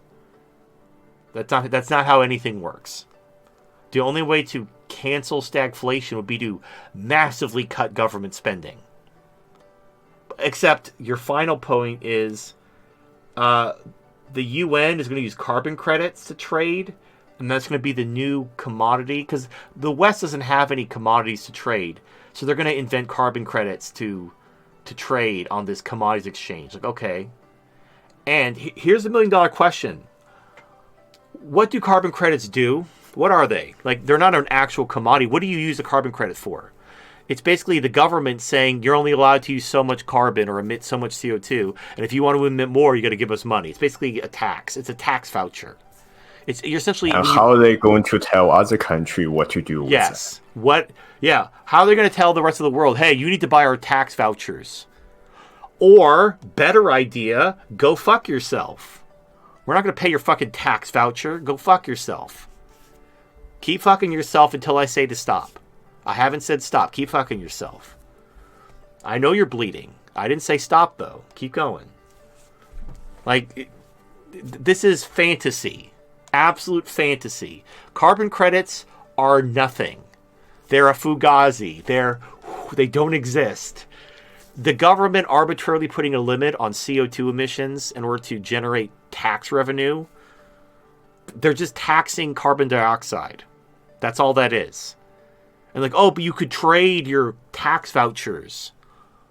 Or you could just tell the government to go fuck itself. Like, you need food. You need energy or you die. You don't need to pay your taxes to the United States if you're not in the United States. Why would other countries buy these vouchers so they could pay taxes to the West when they could just tell the West to go fuck themselves? Which is exactly what they'll do. Now, the UN might be, like, their plan to compete with BRICS, because I've seen their plan. The International Monetary Fund and the Bank of International Settlements, they've come up with their own CBDC, and it's going to have all kinds of spyware in it where they can control everyone, and nobody wants that, other than the vassals in Europe that are already controlled from the top down. But no country will voluntarily go into that system, because all they're doing is giving up their sovereignty, and they're allowing other countries to control them. And the only reason why they would ever agree to do that is because they're being bribed or blackmailed. And not the people, but the politicians running the government. They're being bribed and blackmailed to sell their country into slavery. And that's called treason. And the people in those countries need to drag those politicians in the street and kill them. That's how you deal with that. Have you heard about the refugee centers being set on fire in Ireland? They're just like setting these refugee centers on fire because the people in Ireland are fucking sick of this shit. Like, the people are sick of this shit. You'd be like, oh. One thing I love about the Irish. Sorry, go ahead. It's just funny. People like think, oh, no one will do anything, and then people are doing stuff like, that doesn't count. Like, oh, that doesn't count. That doesn't count as doing something. They're burning down the refugee centers. Yeah, but they haven't overthrown the government yet. Like, oh, it'll happen. Just wait. One thing I love about the Irish is that they love to rebel. There are a lot. They're pretty good at it. Oh yeah. I mean, honestly speaking, sometimes I wish we could just be a little more Irish, aside from all the drinking. Like Yeah, with what this they were could doing to the apply. British, they got really good at smoking the British. Yeah, Go and ahead, this George. could apply to any group, any demographic. It's just like what, a couple years ago in I think it was in Saudi Arabia. A museum had Ronald McDonald's in a Christ in a Christ figure on a cross display on one of their museum, and then Arab Christians in the local areas rioted, threatened to burn down the entire museum, and if they don't take it down, they quickly remove that mockery of artifact on Jesus. Oh yeah, I love that story. I thought that was just epic. Also, another example, I love what the Burmese are doing, like the rebels. They're just 3D printing a bunch of guns that they normally would be illegal to do, but they're just doing it anyway and fighting back. Well, I mean, I haven't right. really seen any updates on the whole thing, If but the only thing stopping you is it's illegal, once you've already committed to overthrowing the government, law means nothing. It's like you can't 3D print guns, that's illegal. Like, well, we're going to war with the government, so I guess we could just tack that on to all the other crimes we're committing. Like, who gives us that? That's going to be the least of our worries. right, freedom or death. Yeah. Sloboda ili smrt. Yeah, they're going to hang you if you lose anyway. So yeah, you just fucking 3D print away. Anyway, yeah, it's you're silly, Scubby. You're a silly boy. You're not. Trump is not going to just give up all American sovereignty to gain nothing. And the plan of the EU, look, the plan of the EU has been to create the CBDC. No one wants it. Like the whole. Okay, let me take a step back. Before BRICS, before Ukraine happened, when BRICS was 5 countries that no one gave a shit about, the whole idea was to replace the dollar with this global CBDC. And this is part of the whole great reset, you'll own nothing and be happy bullshit. All that is gone now. It's all gone. Notice how CBDC, you haven't heard shit about it since Ukraine. I mean, maybe like the first year because America was very confident they were going to easily win. Once it was clear that they're not winning in Ukraine, all those other plans got thrown by the wayside. So, you know, this conspiracy theory where Trump joins BRICS, America loses its sovereignty, and we all start trading carbon credits, that doesn't even make sense on paper. What would realistically happen is Trump would try to rebuild American manufacturing capacity and make America self-sufficient again. We'd have to start drilling, mining, farming. We'd have plenty of jobs, but a lot of them would be very dirty jobs. We probably have to rely very heavily on automation and robotics because a lot of these jobs, like, we don't have the skilled labor to do because we won't take women's rights away. But that could work. But we basically have to produce commodities again. We produce oil and natural gas, but we'd have to basically be as self-sufficient as possible. Because basically, when the price of commodities skyrockets, the best defense for that is to not import commodities. If the price of commodities is going up and you're self-sufficient at home, then you're golden. If you have to import, you're fucked. So that's how you deal with, like, but carbon credits, that doesn't do anything. That's just a government revenue stream. But the problem is the government spends too much money. The problem isn't that taxes are too low and the government to come up with a new scheme to steal even more people's money. The problem is the government's spending way more money, and it's all welfare. Basically, the welfare needs to be cut. The boomers need to be smothered with a pillow and sent to hell where they belong. And we need to cut all these welfare programs and shoot any rioters.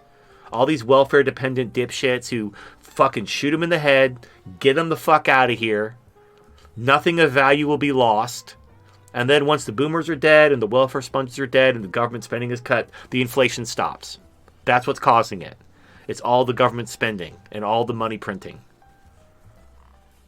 We don't need more taxes. We need less government. Is Trump going to do that? No. Trump's probably going to take us to war with Iran because the fucking Jews told him to. It is what it is. You know, it's fine. You know, it is what it is. We'll get there. Baby steps. All right. Let's see what Splatty B has to say. Splattenburgers donated $5.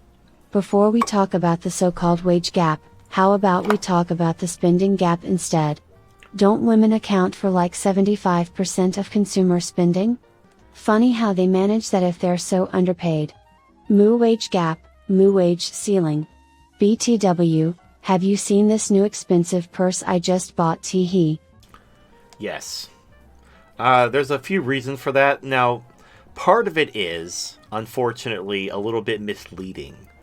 Part of the reason why women account for 75% of consumer spending is because when it comes to family spending, usually the husband trusts the wife to, like, when it comes to what food the family buys, usually the wife is the one going grocery shopping. It's just, that's not because, women run the world. It's because, he trusts his wife's judgment because she's probably the one cooking. Even in a traditional marriage in a patriarchy, women would be controlling most of the spending because they'd be going to the store. And if, also when it comes to like the size of the house or the size of the car, the woman probably is like, it's more for like a guy, if he needs a car for work, it just needs to be like, he could drive a subcompact. But usually when it comes to the family car, again, the mom is going to have a lot of say on what family car they get because she's going to be the one driving it while he's at work. She's going to be the one shuffling the kids around and whatnot. Now, you could argue, well, that's women controlling spending. I would argue that's division of labor within a family. Right. Back then, they were reasonable, as a requirement, demands were reasonable enough that most husbands don't bat an eye. Yeah, so it's not like women are just stealing men's money and buying Gucci bags. It's that in healthy relationships, even when the man is in charge, he delegates to the woman who goes shopping and buys food, or the woman has a lot of input when it comes to what car or what brand and that sort of thing. So it's a bit misleading to just say, oh, women control spending, therefore there's gynocentrism. It could just be division of labor within a family. Like in a lot of families, the woman is in charge of decorating the house. Like the woman will decide, what color scheme to go with because the guy just doesn't give a shit. And it's like, oh, women control the house. Look, they decorate everything because the guy doesn't care and she does. So if you're in a relationship and your significant other is very passionate about this thing that you couldn't give less of a shit about, you're just gonna be like, sure, do whatever you want. I don't give a fuck. Not because you're gynocentric, but because you just don't care. Like, do you really care about the decor of your house? Like, that's why people make fun of, like, bachelors, their little bachelor pad, where they're sleeping on, like, an inflatable mattress with, like, plastic tote furniture, because they don't give a shit. They're trying to just get whatever does what they need for as cheap as possible, and they don't care about the aesthetic. But then when they have a family, the wife wants, good furniture and nice stuff, and she wants like a home that she could show off to people. And so she's going to want like certain brands and decor, and she's going to want to tie it all together with like a theme or something. And that's her thing. And guys mostly don't give a shit. They're like, yeah, that's fine. As long as it doesn't cost too much, do whatever you want. So just be aware, some of these like women control the spending. Some of that, and I don't know what it actually breaks down to. Some of it's just women, even in a healthy patriarchal relationship, doing a lot of the shopping, just as a consequence of division of labor. So right, because the guy's busy making a living, and what about the big picture is more important matter than the day-to-day homemaking. And he trusts her judgment. Like now, if you come home and your wife bought a bunch of like lobster and prime rib and Wagyu beef, and like she blew through you a month's worth of food budget to buy like 2 days worth of food, and you don't trust her anymore, then you're going to do the shopping. But if she's buying good food and she's preparing meals and she's under budget, you're going to let her do the shopping. Like she's basically reliable. It's not because you're being gynocentric, it's because that's one less thing you have to worry about. And women right, and back then in a balanced and controlled society, they know women in general would know to make a decent balance of budget on the household spending and needs.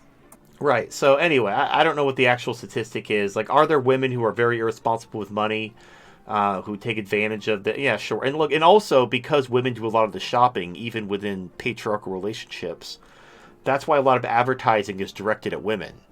Because it's the women who are going to go to the store and decide on brand A or brand B. So you want to direct your marketing towards the woman, not the man. Now, what's interesting is in marketing, if it's a product that appeals to the man, it's going to be mostly like they're going to list benefits. Like, you want this product because it's this, this, this, and this. It's better. It's cheaper, higher quality. It's going to do this, this, and this. And that's a commercial for a guy's product. When it's a woman's product, it's all about how you feel. That's how you know they're marketing to women. When they're not telling you what the product does or how it works or how it's going to benefit you, but how you feel when you buy the product and when you own the product. Like, if you see, like, it's it just is women dancing and smiling, and it has nothing to do with the product itself, and it just shows you a brand name, that's marketed to women 100%. If it's just people emoting, and there's no actual product being advertised, and it just flashes a logo, that is a commercial marketed to women. They just want you to associate this product with this emotion, and that's how women operate. They're emotive creatures. Yep, and back to the donation. I think a better example of the blatant double standards nowadays. Women love to feminists love to complain about all the different special needs or additional needs and troubles that women have biologically, from their period to their giving birth and all that, while completely disregarding men do all the hard and dangerous and dirty jobs to maintain society and keep them comfy in a modern infrastructure. The worst example out of all this is, of course, they're able to don't have to work, be a stay-at-home housewife, just take care of light housework, and feminism have completely rebranded that as doing unpaid labor specific to serve the man, from physical to emotional labor, and then taking away their earning potential in their career. So that's why alimony should be that high no matter what, when a divorce happens, no matter what reason. Well, what they call unpaid labor is literally cleaning up after yourself. Like, imagine you get up, you cook breakfast for yourself, and you're like, where did all these dirty dishes come from? Well, I'm not going to clean these dirty dishes that just magically appeared in the sink. I guess I'll clean them, but this is unpaid labor. Who's going to pay me to clean the dishes that I fucking dirtied myself? You got to pay me. This is I don't know. labor. What about the house you live in rent free? The food you didn't have to spend money by, the car you're driving without paying for. Who's going to wipe my butt? Your clothes or everything you use every day. Listen, I pooped and my butthole has poop on it, and this is unpaid labor. I have to wipe my own ass. We need like a professional poop wiper who comes to your house and wipes your butt, paid for by the government, because I should not have to wipe my own ass for free. Someone else should have to come into my house and wipe my butt at least 2 or 3 times a day. Just give me a good scrubbing. Like a car wash. Just come, I sit, you clean my butthole, and then you leave, and the government pays for it all. Otherwise, I'm performing unpaid labor, and that's not fair. I spend so much time cleaning up after myself as an adult that I'm being oppressed by the fact that I produce poop and make things dirty and have to clean up after myself. That's not fair. Look, bitch is bitch. What do you want? Bitches be bitchin'. That's what they do. All right. Let us move on.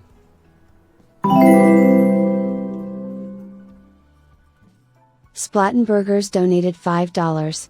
Let's roast women even more. I find it funny how they are twice as likely to use antidepressants for being unhappy, despite the entire world being on their side. I admit that I'm also using them, but notice how in my personal case, it took the insane anxiety produced by a literal end of the world scenario, in addition to all my other regular male problems, for it to actually happen. And I still somehow cope, albeit barely. Most voids, if they were me, would have already roped by now. So, okay, and I've talked about this before. The problem isn't that women are... they are inferior. That's obviously true. The issue is, it's because of cortisol and testosterone. I'm not. You can look this up. I'm not making this up. So, for whatever reason, nature has decreed that cortisol and testosterone effectively cancel each other out, for lack of a better word. Cortisol will actually lower your testosterone, but your testosterone neutralizes the cortisol, which means the higher your testosterone, the more stress you can handle. You can just naturally handle stress better, but it does negatively affect your testosterone. So you don't want to put yourself in, even if you can neutralize your stress, it's going to lower your testosterone, and you're going to have negative consequences for that. But you'll be able to kind of tie one off and get through it. You'll be able to kind of stoically soldier on. And that's just a function of testosterone. Testosterone has this magical ability to neutralize cortisol, which helps you manage stress. And unfortunately for women, they don't have that. They don't have the hormone of the gods. So they can't do that. So what happens with them, there's a small amount of, they've done this with combat. When women are in a stressful situation, their body can produce a small amount of testosterone. It's produced in their adrenal gland. And once they burn through that small amount of testosterone, they just start producing adrenaline, and they go into panic attacks. Women cannot handle stress the way men can handle stress. They just can't. It's not their fault. It's hormones. They don't have the testosterone to deal with the cortisol. So they just have panic attacks. And that's why they need drugs. So I'm not going to shame women for not having testosterone. You know, it is what it is. That's what makes women women. They're not supposed to be able to stand on the front lines of a war stoically prepared to die. There are evolutionary reasons for this. This idea where we're trying to pretend women and men are the same, or it's all nonsense. And we're hurting everyone. Like, obviously, men are miserable because they can't find wives and they can't have families. Women are miserable because they're having panic attacks and they can't cope with life. Nobody's happy with this situation. But it's become this sacred cow in Western civilization that we just believe that men and women are equal based on nothing. Based on less than nothing, because there's so much evidence that it's not true, but we choose to ignore all the evidence that it's not true just to believe it anyway, because it's something that we got to believe. Just, you know, it's like, for example, we talked about the moon landing being fake a couple minutes ago. Some of you, like, look, I was there too. Like, I didn't look into it. It just sounded ridiculous. Like, why would they fake it? If you look into it, just look into it with an open mind. It's fucking, it didn't happen. It's bullshit. There's too many red flags. It's ridiculously obvious if you just look at the evidence soberly. But you've been kind of conditioned to be like, oh my god, you think the moon landing was fake? What a crazy, schizophrenic, crazy person you are. And it's like, you question female equality. Like, oh my god, you're one of those incels. You hate women. You're a misogynist. And it's just a knee-jerk reaction, a dismissal, without ever considering reality. Like, look, ask somebody, hey, you think men and women are equal? They'll be like, of course I do. Based on what? And watch how angry they get at you. They can't answer the question because there's literally nothing they can point to that men and women are equal, other than they're both human. But men and women aren't equal in any way. But they believe it because it's the right thing to believe. But if you tell them just to provide any evidence of it, they shut down and get angry at you. That's how you know it's not a... It's like a sacred cow. It's just something that... It's a dogma. It's not something they were reasoned into. It's something they were beaten over the head with until they believed it under threat of ostracization. So, it's whatever. Fuck it. Anyway, but I don't think women are, weak. I mean, women are weak, but I don't think they're weak for not having testosterone. Like, you can find a woman who's super macho, goes to the gym, You know, like that bunny girl from My Hero Academia that everybody likes, the like muscle mommy bunny girl. You could have a woman like that. You throw enough cortisol at her, she'll have a panic attack. That's just, it's not her fault. She's a female. She doesn't have the testosterone. That's just how it is. It's not her fault. She's not weak. She just doesn't have the hormones to deal with. For whatever reason, they just bequeathed this superpower exclusively onto men through the male sex hormone.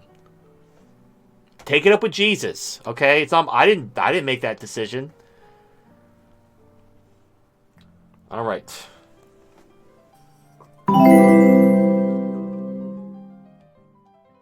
Splattenburgers donated $5.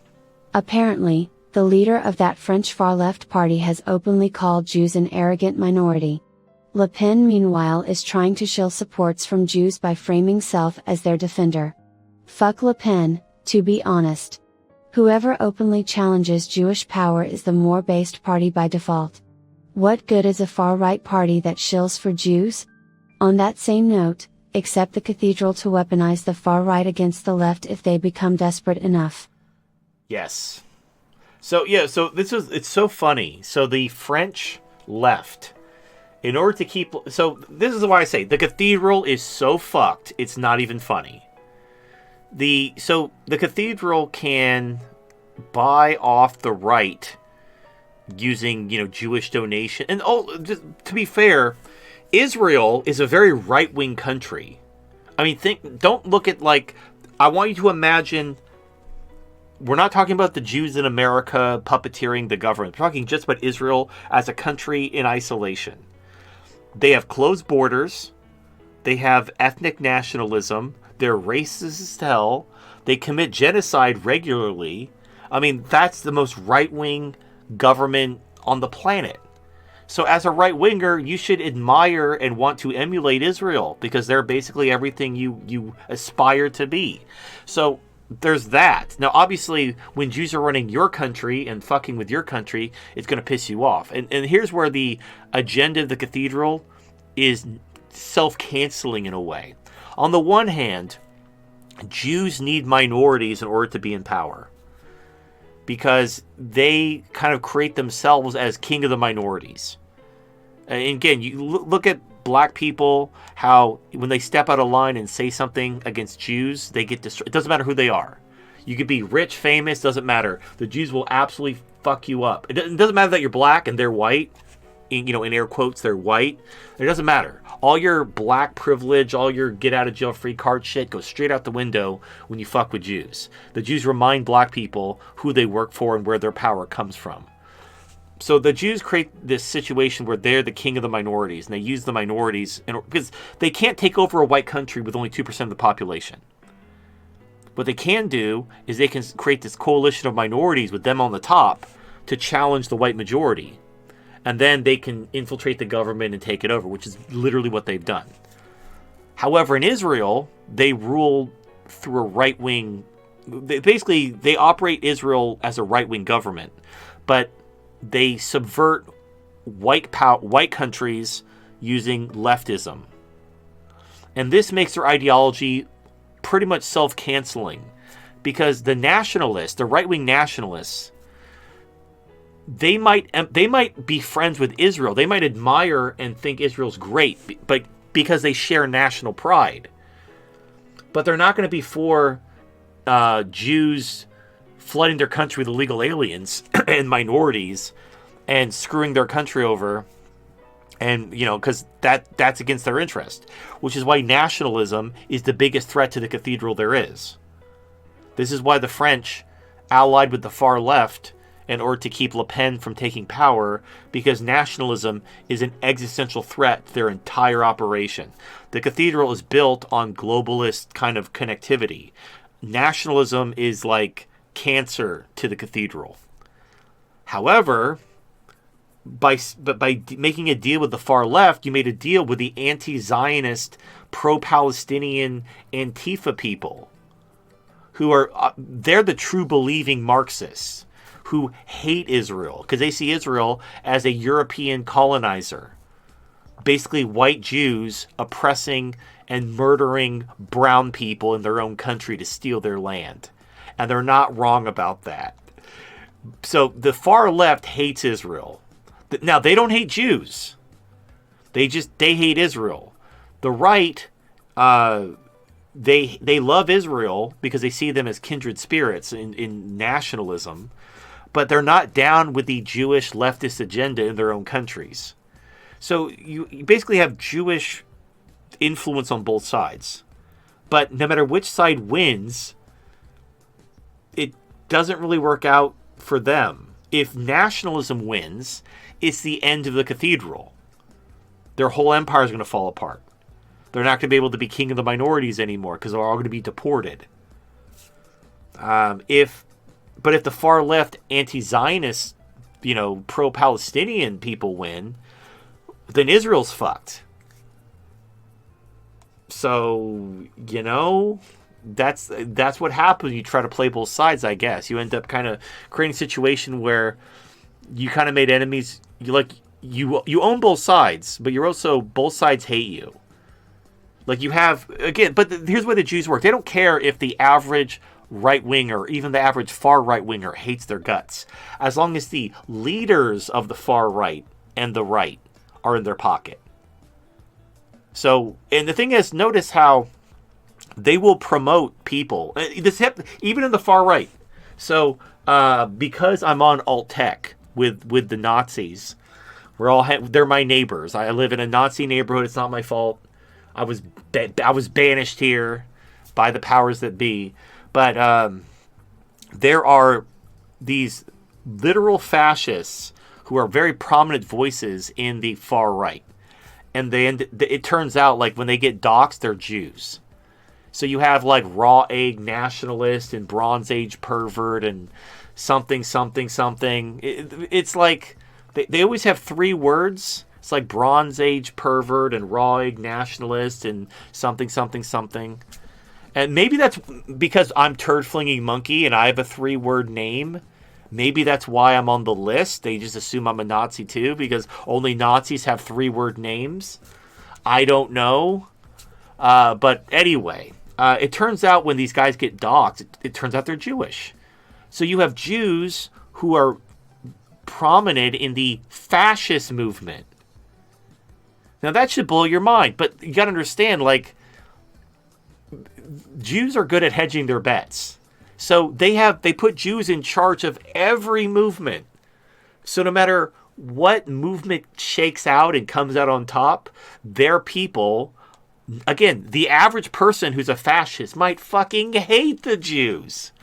But if the leaders of the fascist movements are all Jews, that means the fascist movement is, at the end of the day, going to do what's in the interests of Jews.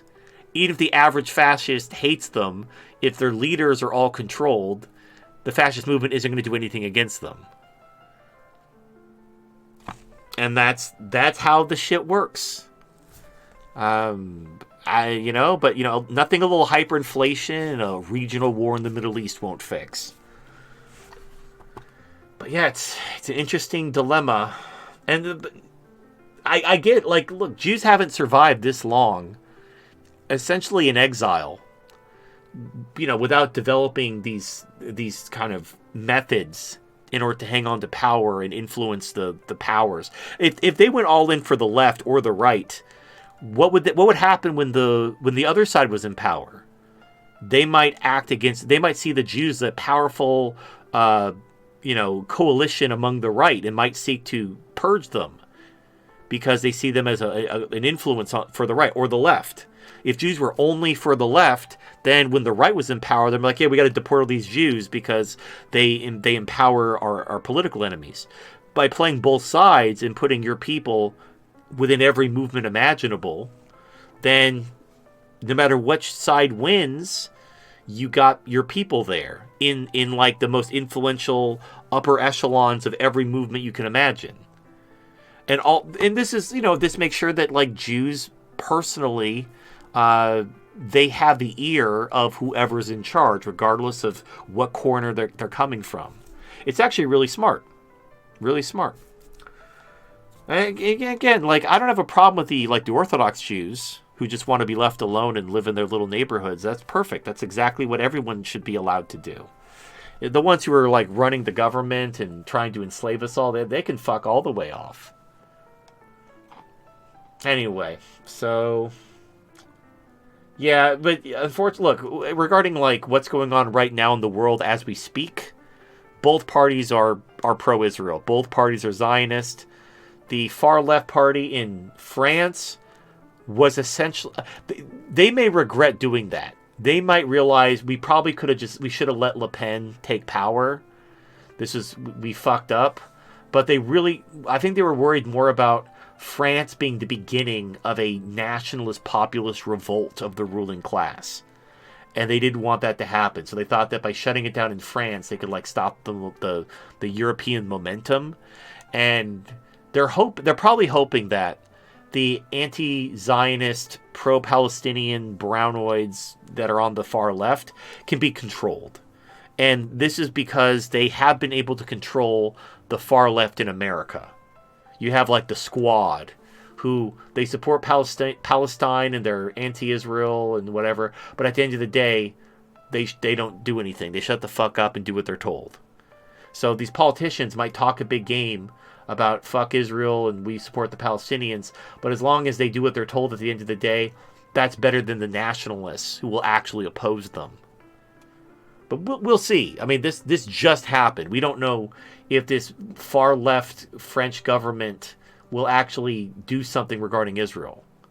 Like maybe they put their guy in the UN to vote with the rest of the people against Israel. Like maybe the UN starts like the French delegation starts like breaking for Palestine. I don't know. We'll find out together. Ultimately, it doesn't really matter. Europe, especially France, they're not really relevant anymore. Like, a new era is beginning. We had, like, before World War I, we had, like, that era, the era of kings and czars and all that shit. And then after World War I into World War II, that world was destroyed.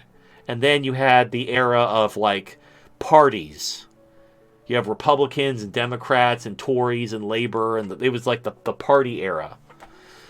And now that era is kind of coming to an end. And now we're entering a more, like the globalist experiment is failing. And we're going to go back to nationalism. And it's going to be the end of these super governments. Like the EU is going to stop existing. I don't know when, but it's going to fall apart. Because people are only in the EU because they're getting welfare. What happens when the welfare stops? And people aren't getting a monetary benefit by being part of the EU. They're going to leave the EU, and that's going to be the end of the EU. So anyway, yeah, I don't know. Whatever happens. That's why I'm trying to keep up with what's going on in real time. Now, having to keep up with things in real time means that just because I see something could happen doesn't mean it's going to happen.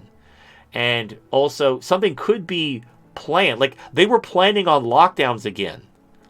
But then the COVID variants weren't cooperating. And monkeypox didn't work. And the bird flu shit isn't working either. They really want to do it, though. They just haven't figured out how to make it work. So I let you know, hey, they're planning on doing this. And they're like, oh, I told you COVID was bullshit and bird flu wasn't going to happen and blah, blah. I told you, TFM. Like, okay, congratulations. I'm still going to warn you. This is what they're planning. Maybe it works, maybe it doesn't. But they're planning on doing this. I'm not saying this will definitely happen because the government is not omnipotent. If they were omnipotent, I'd already be in a dark cell right now. Anyway, let's move on.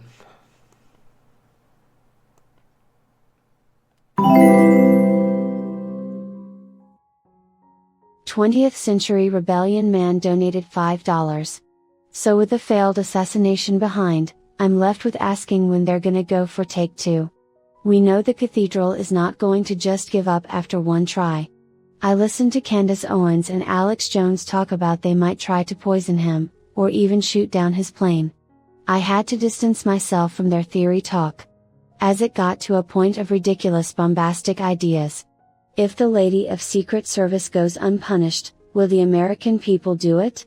No, nobody even remembers her name. She's just a bureaucrat. Honestly, like, all you gotta do is, you're gonna have to fire everyone who honestly, you need to clear out DC. Clear out DC, fire everyone. Like, here's what Trump realistically has to do. He has to fire everyone who lives in DC and invite the people who live in red states who are loyal to the idea of MAGA and who are pro-America, and basically bring them into DC to become the new crop of government employees. Like, just clear out all the departments in DC. I mean, maybe shutter some of them permanently. But there's obviously some things that have to be done by the government, or at least in the short term. But you need to get rid of all these Democrats who work in DC. They all need to be fired. They all need to be replaced with, like, basically conservatives. And you basically need to change DC from, like, the deepest blue imaginable to the deepest red. You need to fire, like, all the rednecks and hillbillies to come work for, like, the FBI and the CIA.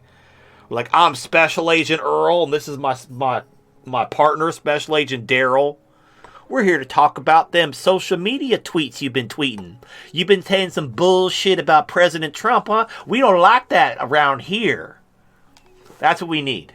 We need the most fucking redneckiest CIA and FBI you can imagine. But yeah, that's you don't need to arrest or prosecute. And these are bureaucrats. They're not pulling the trigger. They're just signing paperwork.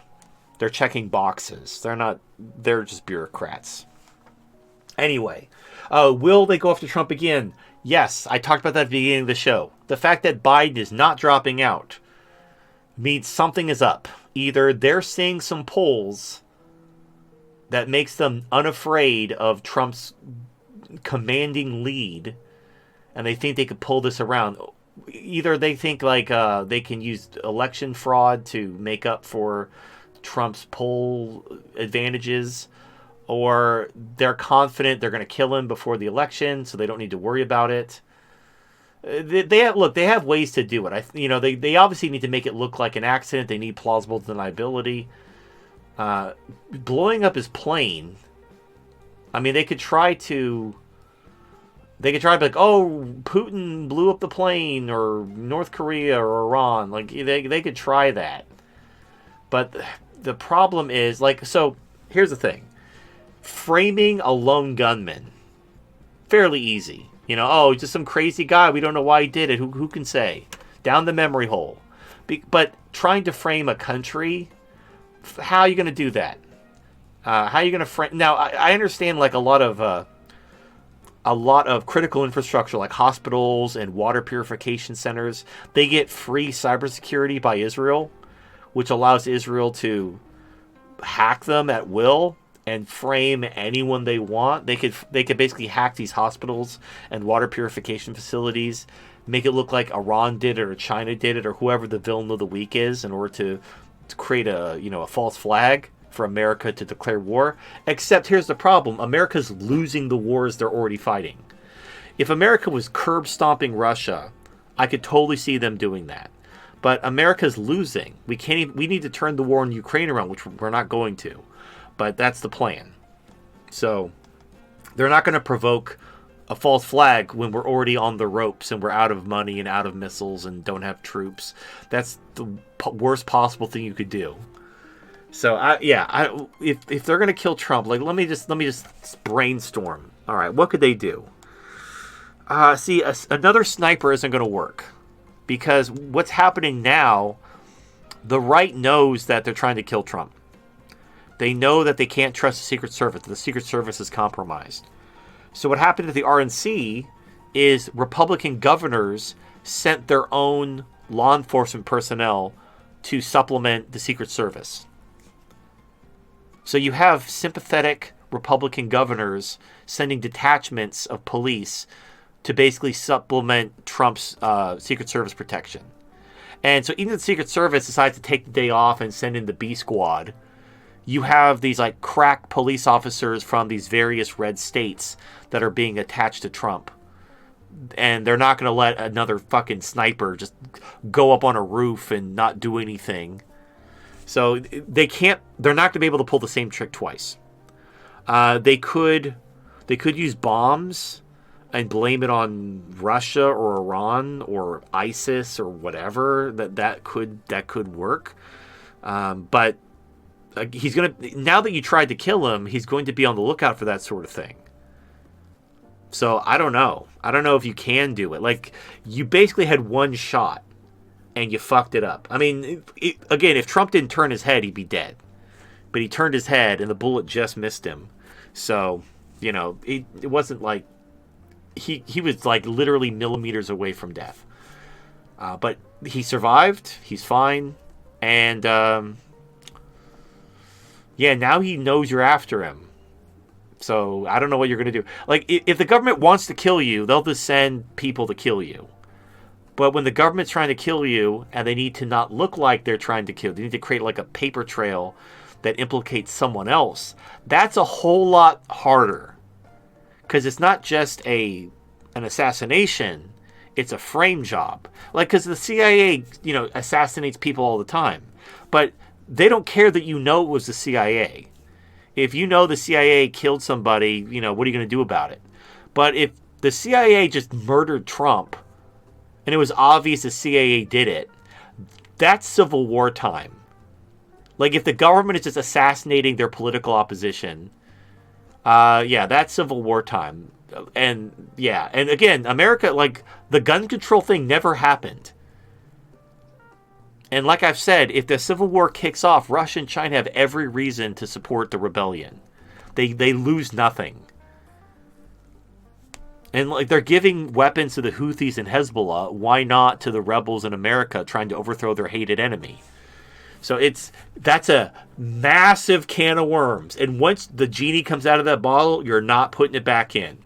If you assassinate Trump and it's obvious the CIA did it because you didn't cover your track good enough, it's Civil War time. There's no other way about it. There's no other way this ends.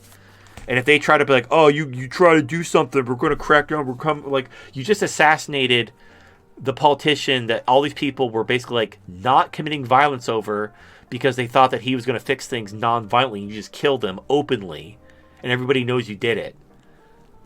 And now everyone realized, oh, we can't solve this problem non-violently.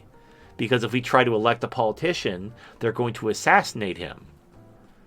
We know what must be done. There's only one thing to do now. And that's 100% your fault. You brought that evil upon yourself. Anyway, so, yeah. I don't know what they'll do. I don't know if they can do... I don't know if they can do anything... Maybe, I guess ISIS. ISIS would have to kill Trump. Why would ISIS kill Trump? That's the $1 million question. Why would... Now, I don't know. We'll see. I don't think it'll work. But they're certainly likely to try. I don't think they have a plan B. And the fact that Biden isn't stepping down means that they have a plan. If they didn't have a plan and they were just giving up, Biden would be resigning. So they clearly have a plan. I don't know what that plan is. Maybe they're going to do something... I don't know. They're confident, and that confidence is concerning. And we'll just have to see what happens next. All right. They have that Indian man level of confidence. Splattenburgers donated $5. Yes, sorry. A question for that Chinese gamer bro you've got on your show. Are there any Asian versions of white liberal traitors? I'm not talking about so-called bobo liberals or boba conservatives that live in white countries, but rather actual Asians in Asian nations, repeating traditional white leftist talking points about how traditional national values and culture sucks, that they need more immigration and diversity, etc. I guess he's talking about like people who hate their countries and they want to make them more Western. I mean, there are pro-Western groups in There are plenty Asia. of, especially women. Yeah, basically, it's the usual suspects. It's the, women, weak men. Basically, because look, we live in a world of scarce resources, whether it's money, women, power. They're scarce resources. The people who don't win that competition for resources, they want to change the rules. It's like remember when you were a kid and you got beaten in a board game, so you get angry and flip the table, and you're like, "You cheated! This game sucks. I want to play something else." It's that mentality of you didn't win the game, therefore the game is rigged, and therefore you want to play a different game. So they look at their traditional system where they didn't win, and they want a new system. So they look at the West like, oh, in the West, people like me are in power. You have women, you have weak men, you have gay people. So you want that system because that's what you are.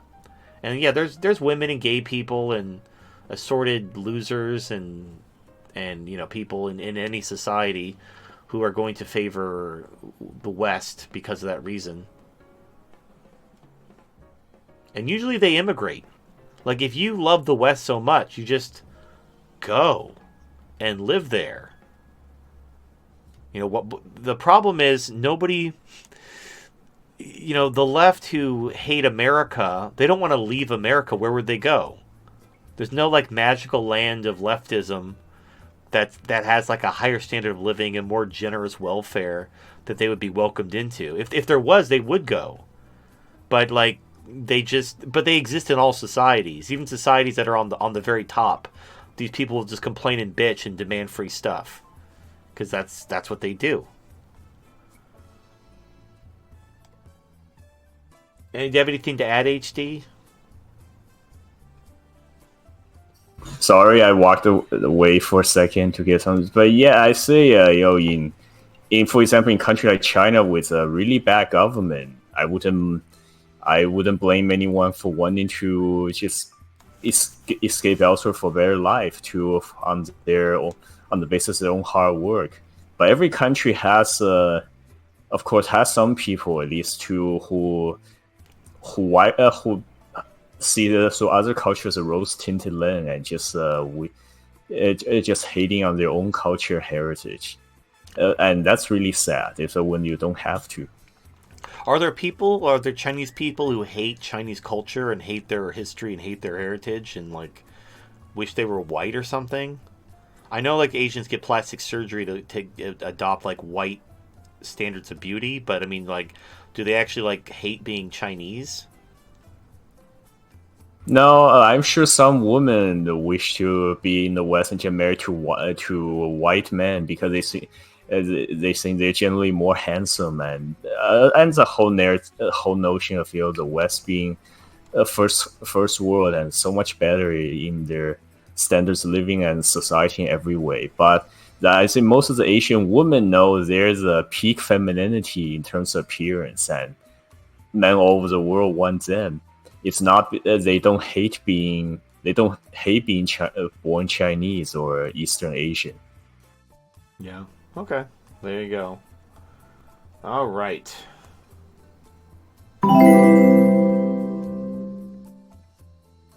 "20th Century Rebellion Man donated $5. Also TFM, the tech outage as you predicted is coming true. Multiple states have had outages to 911 and even bank accounts. I'm fortunate that it hasn't affected my city. Yet. Should I take the majority of my money out now before it spreads?" Really quick, sorry, one more point to add for the previous explanation. I think most Asians, Eastern Asians, there's not any notable big group who inherently hates their culture or history or race. I think Asians have throughout history has good moments, strong periods of prosperity, and where they're really leading and inventions, all that to be proud of. But there may be some Asian men who think they wish they could be a bit more masculine in their physical feature compared to other races of men. But usually, a lot of them, the Asians usually try to compensate more on the achievement side for their with their brain and their IQ and their work ethics. What I personally noticed, this might be anecdotal, is when you see somebody who's clearly not an immigrant. Like they're white, they're American, but they just really hate America. It's usually because they're gay, and that's why. It's yeah, sure they're white, but you got to understand like it's like the whole white straight Christian male thing.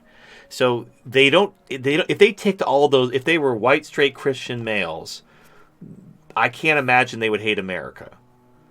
But when they don't check all those boxes, because a lot of people like they perceive that, oh, it's the straight people, it's the men, like they hate those groups, therefore they hate America.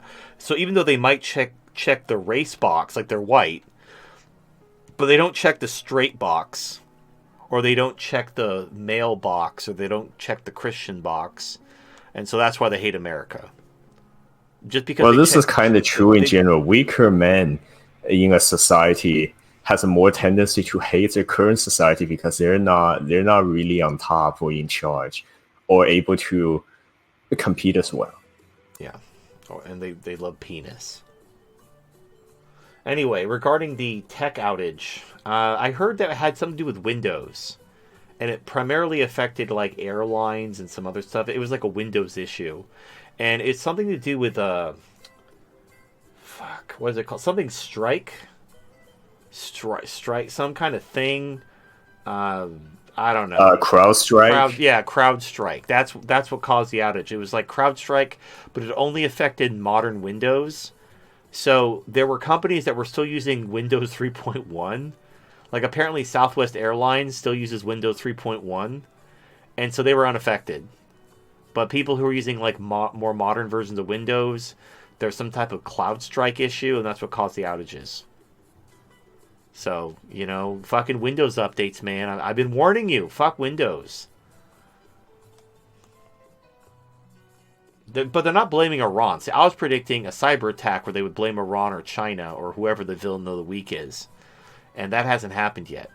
And they were supposed to like really push this digital ID and move that whole enslavement agenda forward. And I think all that's taken a back seat because of Ukraine. Which honestly, even if you don't like what's happening in Ukraine, the fact that our government is more preoccupied with that than enslaving us means you should keep Putin in your prayers, assuming you're a believer. Because that guy, your life is being made better simply by lieu of the government being more focused on Putin than enslaving you. All right. Slowly nibbling our way through the super chats. Splattenburgers donated $5. Carbs are our preferred fuel source is one of the most insidious lies we've ever been spoon-fed. I recently decided to cut all carbs from my diet with the exception of certain veggies, broccoli, onions, mushrooms, etc. Basically, I'm only eating meat and low-calorie veggies. Not only do I feel a million times better, I also have much more energy. Carbs are our fuel source, my ass. So much bullshit. Yes. So keto diet, essentially, you're doing no a keto carbs. diet. So here, and I could explain the science of keto and why it works. All right. So what is ketosis? Why is this a thing? So back in the long ago, in the before time, before refrigerators, before grocery stores, people ate when food was available, and in the winter, your food is very scarce because it's snowing. Whatever, there's no fruit, there's nothing to eat other than meat. You have to basically hunt in the winter for whatever meat you can find. So humans developed an evolutionary kind of an adaptation, an epigenetic adaptation, where when you don't eat carbs, your body goes into ketosis. And what it does is it burns the fat in your body for energy. And it also allows you to have more, because hunting is a very energy intensive exercise, because humans are persistence hunters. You have to have that energy. If you don't have the energy, you can't be a persistence hunter. So ketosis played a very important role in humans surviving winters. So the way it works is fat has 9 calories per gram. Carbs have 4 calories per gram. So the whole point is your body was evolutionary designed to when it's harvest time, you eat and you put on weight. And the reason why humans, like especially, if you're a certain body type like me, you get most of your weight around your midsection. That's because it's easier for you to carry. That's why backpacks exist. You're trying to put your additional weight on your back, along your torso. Carrying all that weight along your torso allows you to be active and mobile while still carrying that weight. That weight wasn't a bad thing. That weight was your fuel source so you don't starve to death. So you put on weight during the spring and the fall, during the harvest, you're eating and putting on weight. And then when winter happens, you no longer have access to carbs. You only have access to the meat that you hunt. And so now your fat that you've been storing is being burned for energy, and you're full, you have high energy, you're crushing it, all that stuff. And that's the purpose of ketosis. So when you do a low carb diet, you're basically activating that epigenetic evolutionary process to put you into burning fat for energy, which actually gives you more energy and makes you feel fuller. It was originally developed for diabetics. And then it just turned out that people were noticing like weight loss. And also like Ozempic and Wegovy and these like shots people are taking, those are developed for diabetics too. Like a lot of these hormones for weight loss and energy, they were discovered during diabetes research because it's all related to insulin. Anyway, so you don't need carbs, but the thing is, if you're on a ketogenic diet, you aren't getting the nutrients your body needs. Now, I know you can't eat certain organs which contain nutrients. So you can now, if you're going to mix organ meat into your food, you don't only want to do like 25% organs. But you could just take vitamins. But back in the day, before vitamins existed, there were certain organs you could mix into your meat to get some nutrients from the organs. So yeah, that's what ancient humans did. They got their nutrients from meat and organs, and they hunted, and they were totally fine. There's nothing in like vegetables that's like unique. That if you don't eat this vegetable, you're like missing out on this really important nutrient. You can get those same nutrients from animal byproducts, mostly organs. So you can do that. It's fine. It's hard to find some, but the problem is it's like they don't taste very good. And they're expensive because they're hard to get. Like most of the organ meats, they're like liver is fine. You can get liver, but if you want to look for like weird organ meat, you got to know a butcher. Like back in the day, when you hunted, eating the organs was just like something you did. You didn't even realize why you were doing it. You just did it, and it made you healthy. But now you got to be more like, because the food pyramid. By the way, the food pyramid is because of the corn lobby. So America produces a lot of corn. Corn farmers are an influential voting bloc. So the whole, the FDA and everything, all the shit they recommend, it's mostly political. They want to push corn on you because it makes the corn lobby happy, not because it's actually good for you. I know this might be a fucking breaking news. The government lies all the time. Especially if there's lobbyists, if there's something in it for them from the lobbyists, and they don't think it's gonna, they don't think it'll hurt you, they'll lie to your face. They don't care if it makes the lobbyists happy, and you're none the wiser. Even better. So yeah, keto's great. Now you can do again. I know I said I wasn't gonna talk about this anymore, but if you want to do something more extreme than keto, like you want to do like a paleo diet or a carnivore diet. Now, one guy was like, you do carnivore diet with rice. It's like, with rice? What? But yeah, I don't know. Do what works for you. Try keto. If you want to try being more strict or whatever, do whatever works for you. And if things stop working or your body changes or your physiology changes, go ahead and just change your shit up. Check in on yourself. Make sure you're feeling good and healthy and you're getting good results. That's what it's all about, man. You gotta listen to your body. Splattenburgers donated $5. The invasion of Iraq is often cited as an example of American military superiority because of how smoothly it went, with the Iraqi army being defeated quickly. The problem with this argument is that it completely ignores how Iraq had already been exhausted previously by years of war with Iran. What if the USA had faced full-strength Iraq instead of the weakened version? America created the full strength of... Okay, this hypothetical is weird.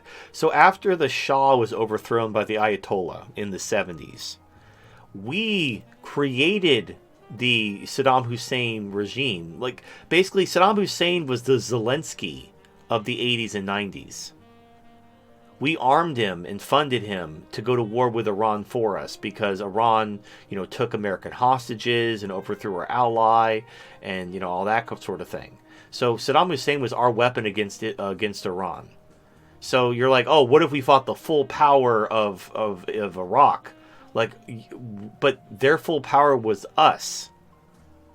We were their full power. We were the one giving them their weapons and shit. So why would we go to war with Iraq at their full power while also arming and equipping them to go to war with ourselves? You see how that doesn't work? That doesn't make any fucking sense. So yeah, that's the issue. Anyway. Alright. Like, on paper, like, if some other country was arming and equipping Iraq, that hypothetical could make sense, but literally, because we were the one arming and, supporting Iraq, that hypothetical makes no sense. Alright.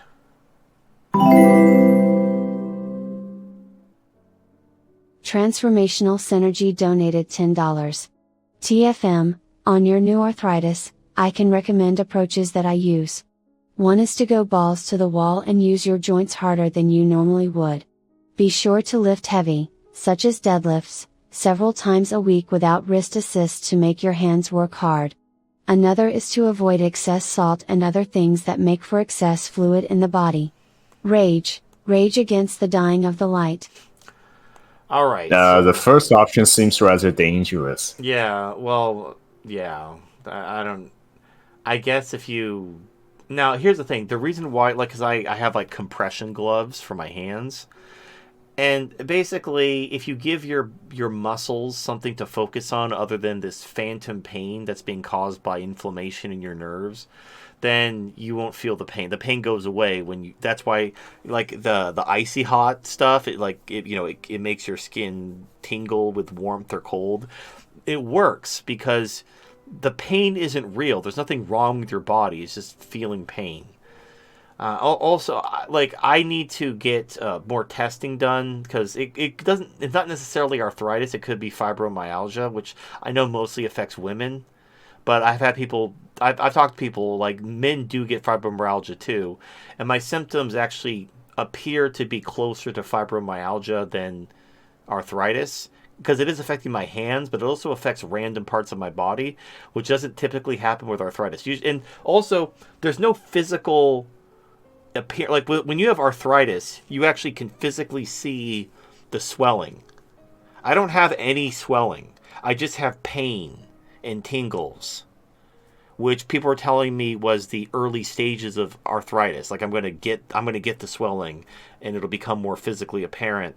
But then it could also be fibromyalgia, which is it's a condition which causes pain all over your body at different places, which is exactly what happens. I just wake up in different parts of my body in pain.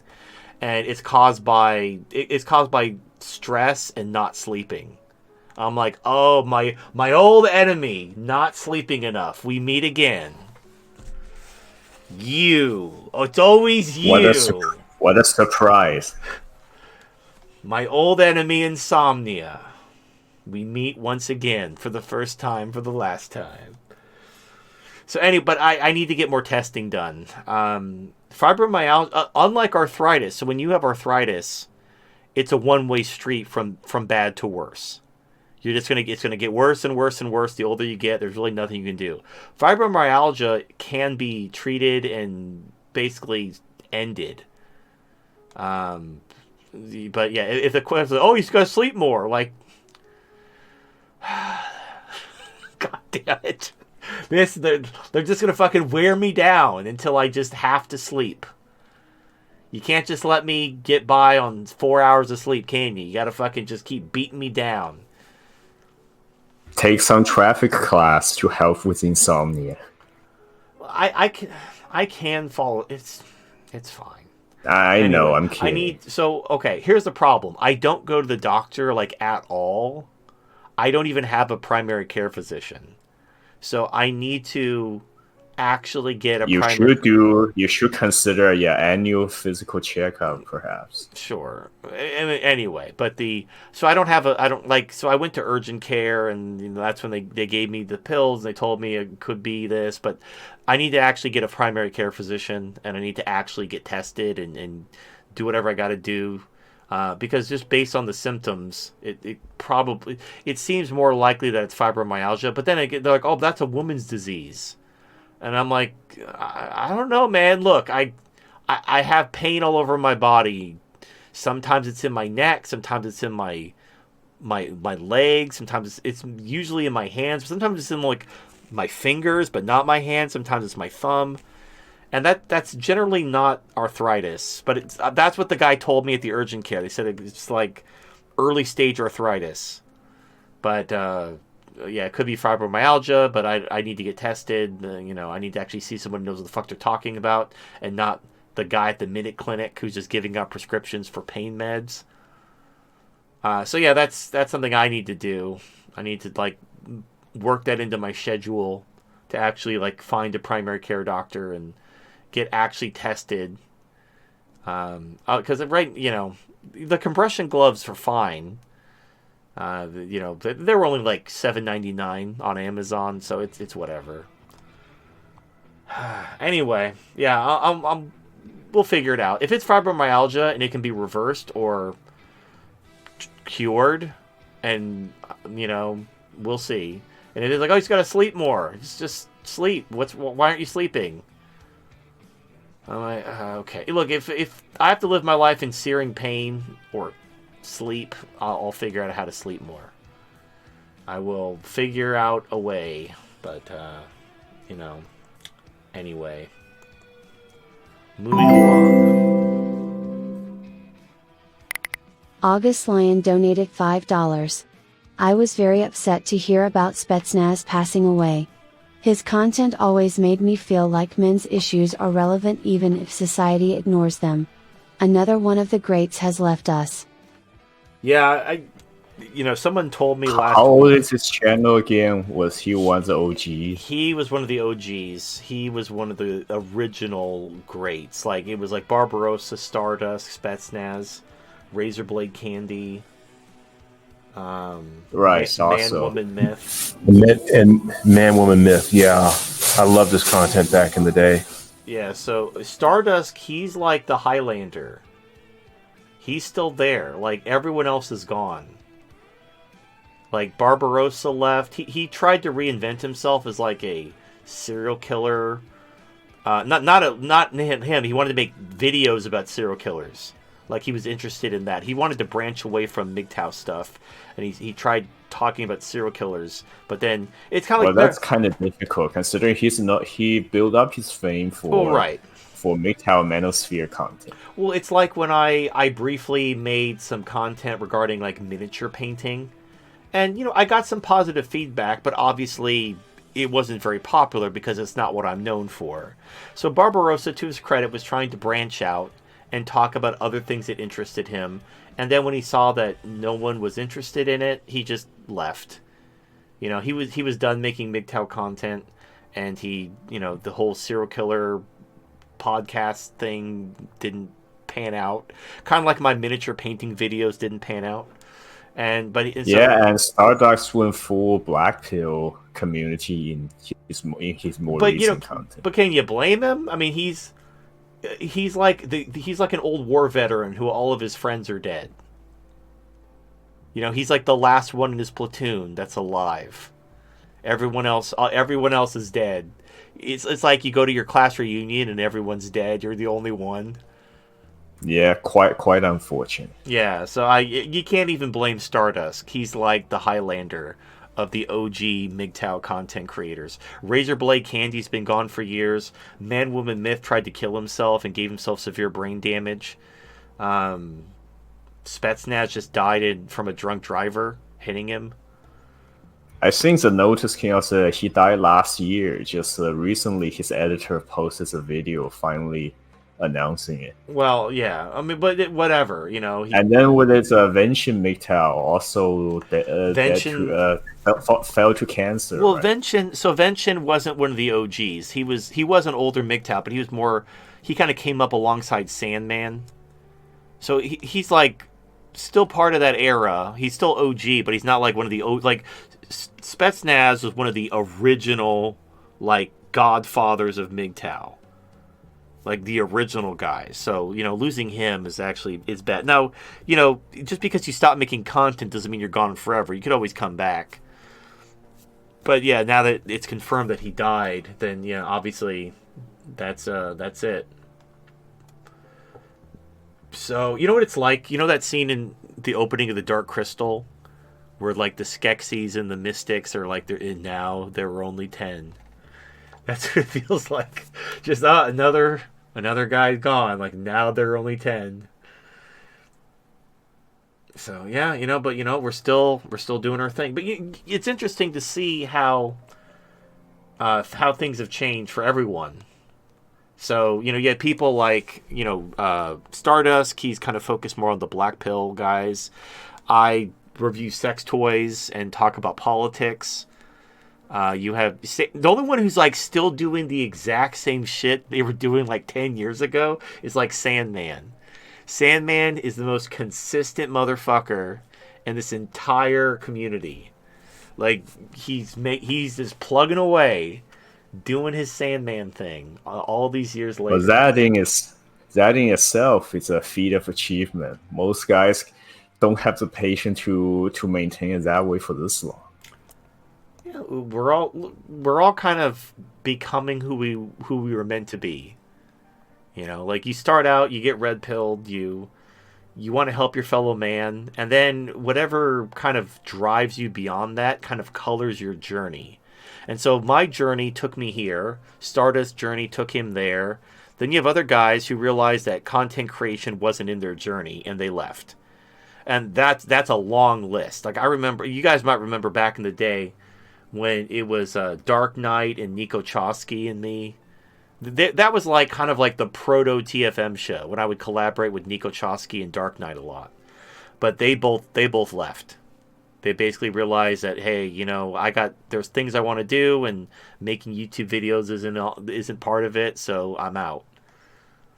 So that, you know, but I mean, it's kind of interesting just to kind of think about how everything that's happened over the years. You know, people come, people go.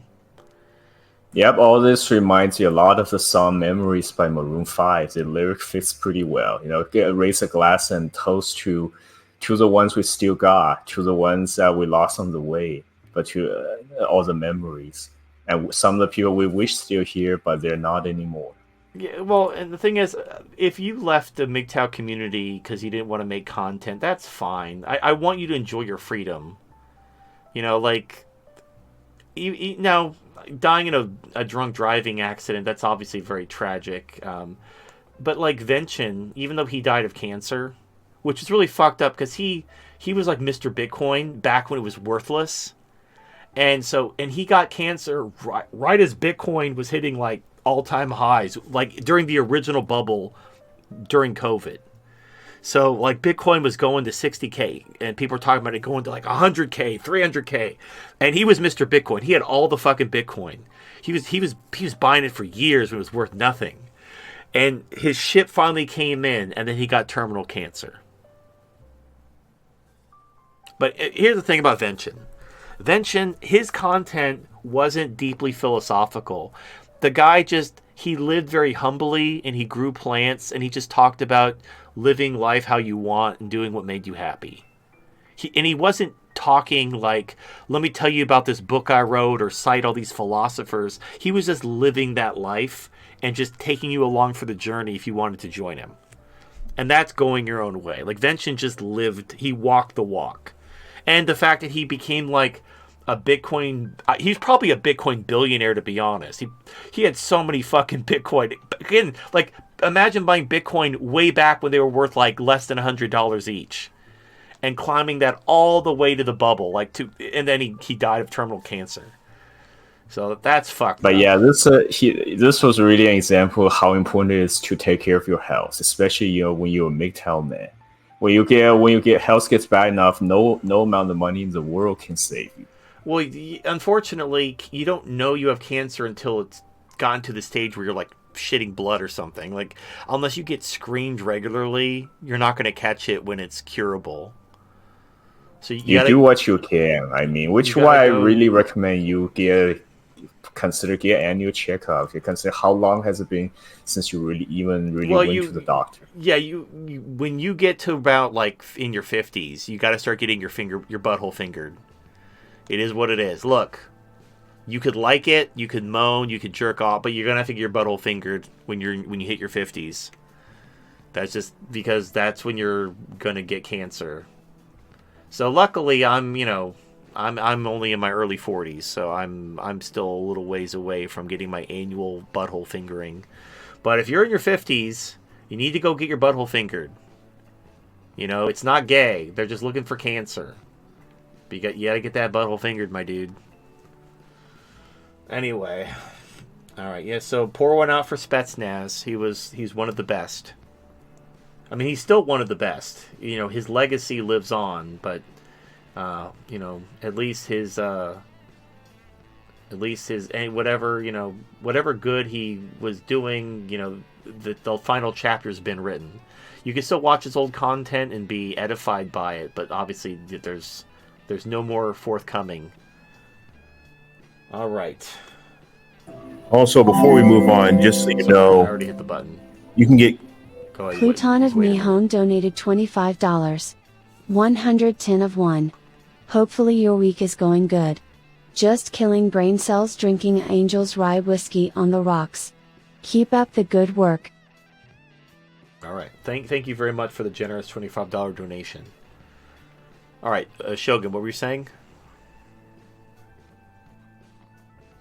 I was saying that it's not always a guarantee that you're just going to get cancer in your 50s. Now, all three, my dad and my uncles on my dad's side, they all had cancer.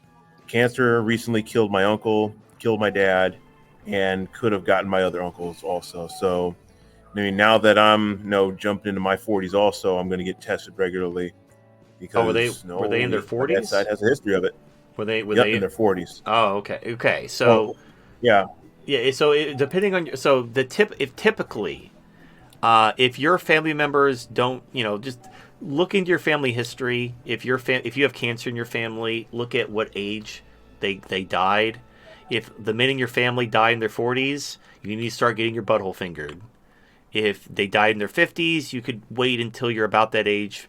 But you got to go get your butthole fingered when you get to around the age that the men in your family are getting cancer, if you have cancer in your family.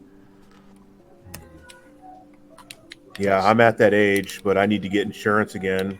Oh, yeah. I've just been so busy that I just never really have time to take care of myself, which is actually kind of showing now because I have tendonitis in both of my Achilles tendons, and it makes it really difficult to do my job. And I need to get health insurance again. I know the state was providing it before, but I don't know if I can get it again because now that I am technically employed, even though all of my money goes to catching up on rent, catching up on expenses and whatnot, like the loans, because I narrowly avoided getting sued the other day because I was going to be taken to court for not paying because I didn't have money to actually make payments because things were that bad. Thanks a lot, Joe Biden. But yeah, things are rough. Yep. It's important to take care of yourself, even if it means foregoing a few things, because I'd rather be homeless and in good health than be housed and dying of cancer, to be frank. Yeah. So I've been homeless before. I can handle it again. Now, I don't know. Like, it's just we're talking about a basic screening and physical. I don't think those are that expensive. And if they catch something and it's like operable, getting that cured when it's like small is going to be a lot cheaper than invasive surgery where they're trying to cut the tissue out, and keep you alive. So yeah, it sucks. Look, I know. Like, I'm in the same boat. I mean, I'm not worried about cancer, but I need to get a primary care physician and get some testing done to figure out what's going on if I have fibromyalgia or arthritis. Now, arthritis does run in my Right. family, but only on my mother's side, and usually in the women. So I don't know. So we'll see. We'll see what's going on. But I need a doctor because I'm not worried about cancer. I'm just like, my fucking body hurts, and I need to figure out what's going on with it.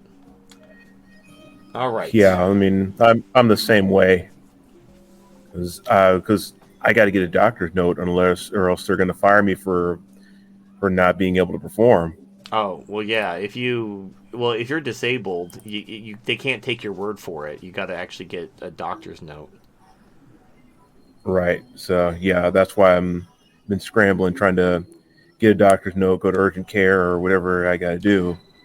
Yeah, yeah, it is what it is. Yeah, the healthcare system is dog shit. Oh well, what are you gonna do? All right, let's move on. Maybe All right.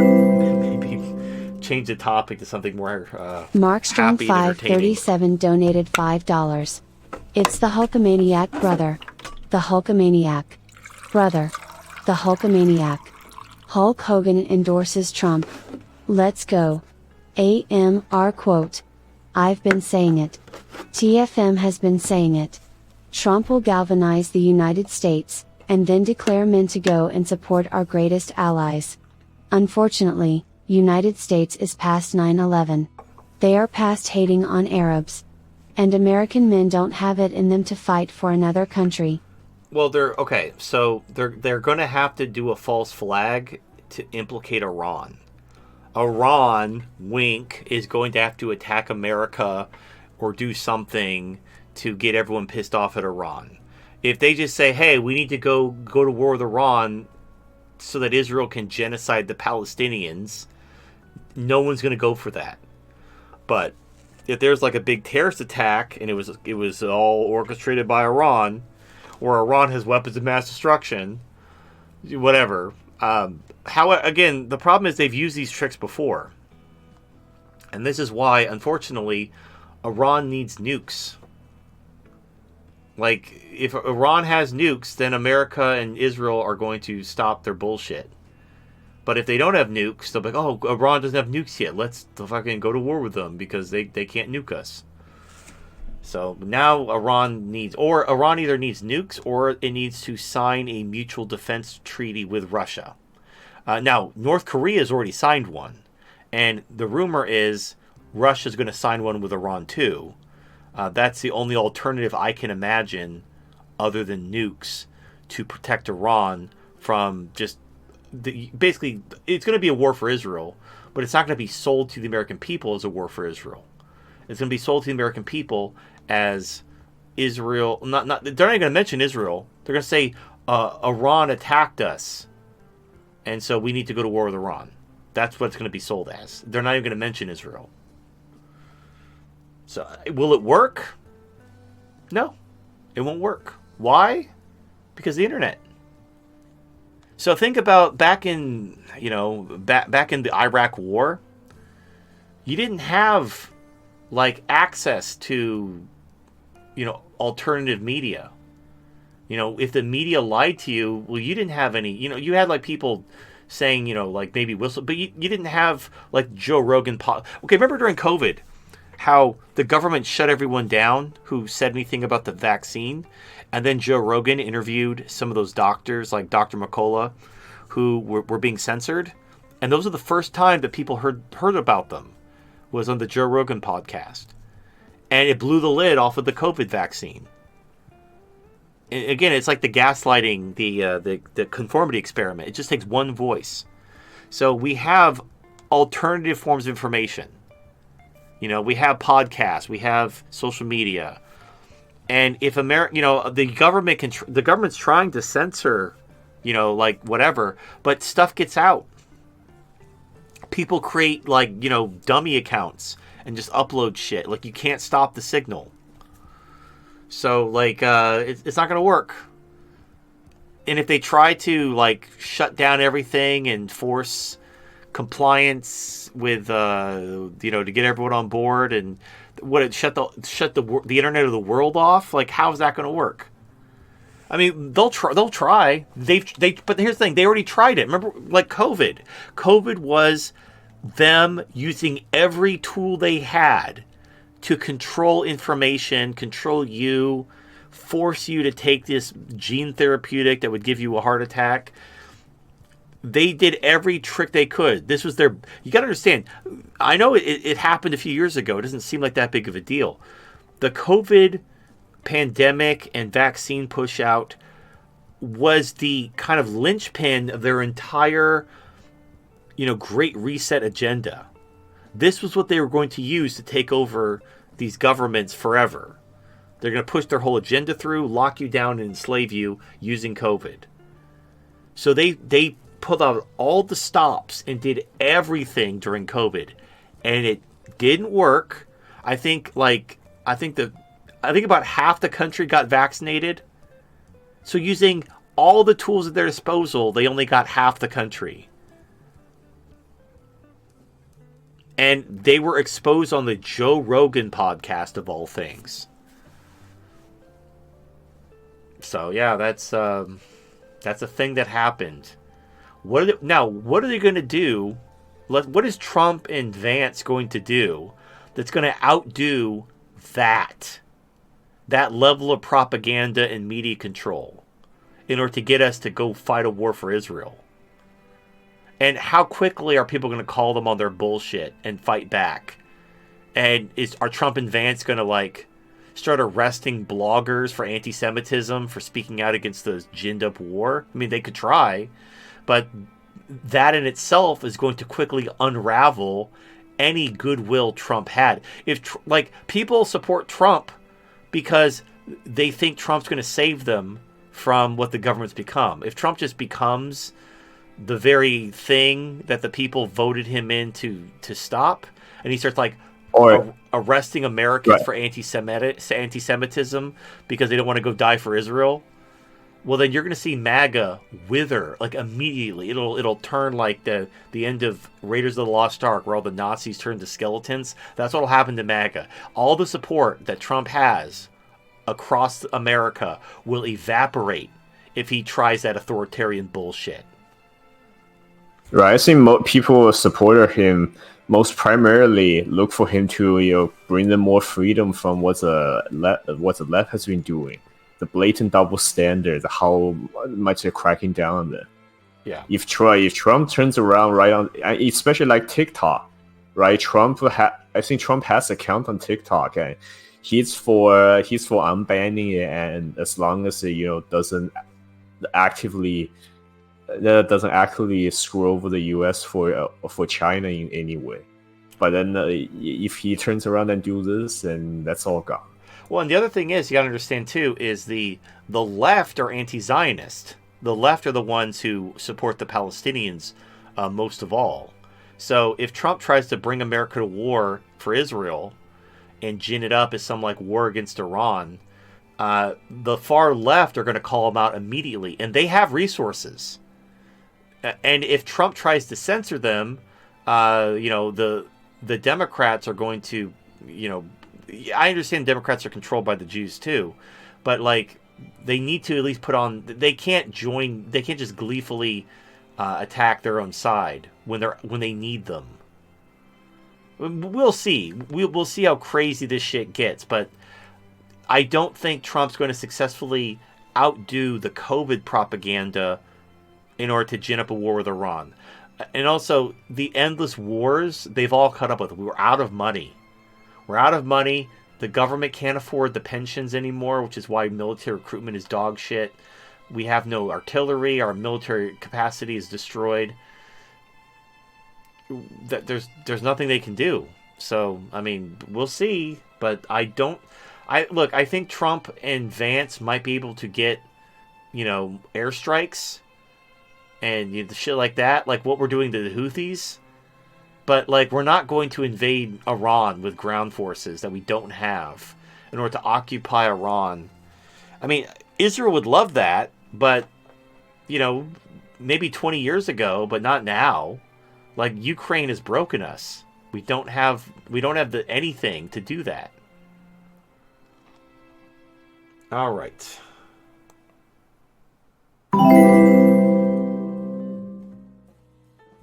Pluton of Nihon donated $25. 111 of 1. The Republicans are enjoying the Yentl zinc suppository. Yentl zinc suppository? What is that referring to again? I have no... Okay, I don't get the reference. I don't know if that's a reference to something, or a joke, or a play on words, or a pun. Yentl zinc suppository. I don't know what that is. So I just looked up the name and didn't find anything. Whatever that's a reference to, it was too clever, and I did not get the reference at all. So I guess you win. You did it. You've confused me with your joke. Anyway, thank you. The closest I found right was a product on Amazon. Yentl is a brand name for long life zinc carbon high watt volt battery. I'm guessing it's just a joke about Republicans cucking and they're getting like a zinc battery up their ass. But what is the battery up? I mean, you could put a battery up your ass right now. What does that do? What is the significance? I don't know this. Okay. I don't know if there's any deeper context to this or not. Okay, I'm interested. I need the deep lore on shoving batteries up your ass. What is the political connection? Where does Russia and China fit in? What's the connection to Israel? It's like that meme, like, what does it mean? It's like, you know that meme where the guy's like looking at a comic strip. He's like, "Where do I get it? Where's the political angle?" And he's all confused. And it's just like a frog. Maybe it's just putting batteries up your ass, and there's no greater meaning, and that's the joke. Is Republicans put batteries up their ass for no reason? I don't know. You tell me. I got nothing. That's the best I can come up with. Probably nothing deeper. It's just putting batteries up your ass just for the hell of it. Mark Strong 537 donated $5. Democrat shill. Pete Buttigieg. Quote, "When I got to Harvard, I found a lot of people like J.D. Vance, like him, who'd say whatever they needed to get ahead. And 5 years ago, J.D. Vance was an anti-Trump Republican who said Trump was unfit and a cynical. Now he's sucking up to Trump to get ahead. He'll end up like Mike Pence." I mean, sure, but, whatever. J.D. Vance didn't like Trump, and now he's going to be Trump's vice president. So, I mean, I don't know. Like, whatever. That doesn't matter. Like, you're pointing out shit that he said 5 years ago. Like, people might change their opinion. Maybe he didn't like Trump back then, but now things, the country's gotten worse, and he's like, holy shit, like, we need someone like Trump. He's the only one who can fix this. Like, oh, you're being a hypocrite because 5 years ago you said you didn't like Trump, and now you like Trump. You're a hypocrite. Like, okay, thanks. I guess. Anyway, yeah, there's nothing more to say. He's just being a retard, but... I mean, I'm sure he got beaten up as a kid with that name, so I don't want to pick on him too hard. Mark Strong 537 donated $5. Reports coming in, if women's production is down because men won't collaborate with them, but men's production isn't down because men collaborate with each other. But women don't collaborate with each other to make up for it like men. Then it sound like to me that when men were collaborating with women, the men were just carrying them. If I am wrong, then why can't women collaborate with each other? The answer is the men were carrying the women. Yes. I mean, that should be very obvious. Remember the Survivor Island comparison? Well, yeah, it's when the men work together, they achieve so much and turn their place into almost like a little vacation resort, while the women's can't even maintain a fire. Yeah, so when people collaborate, the guys do all the work.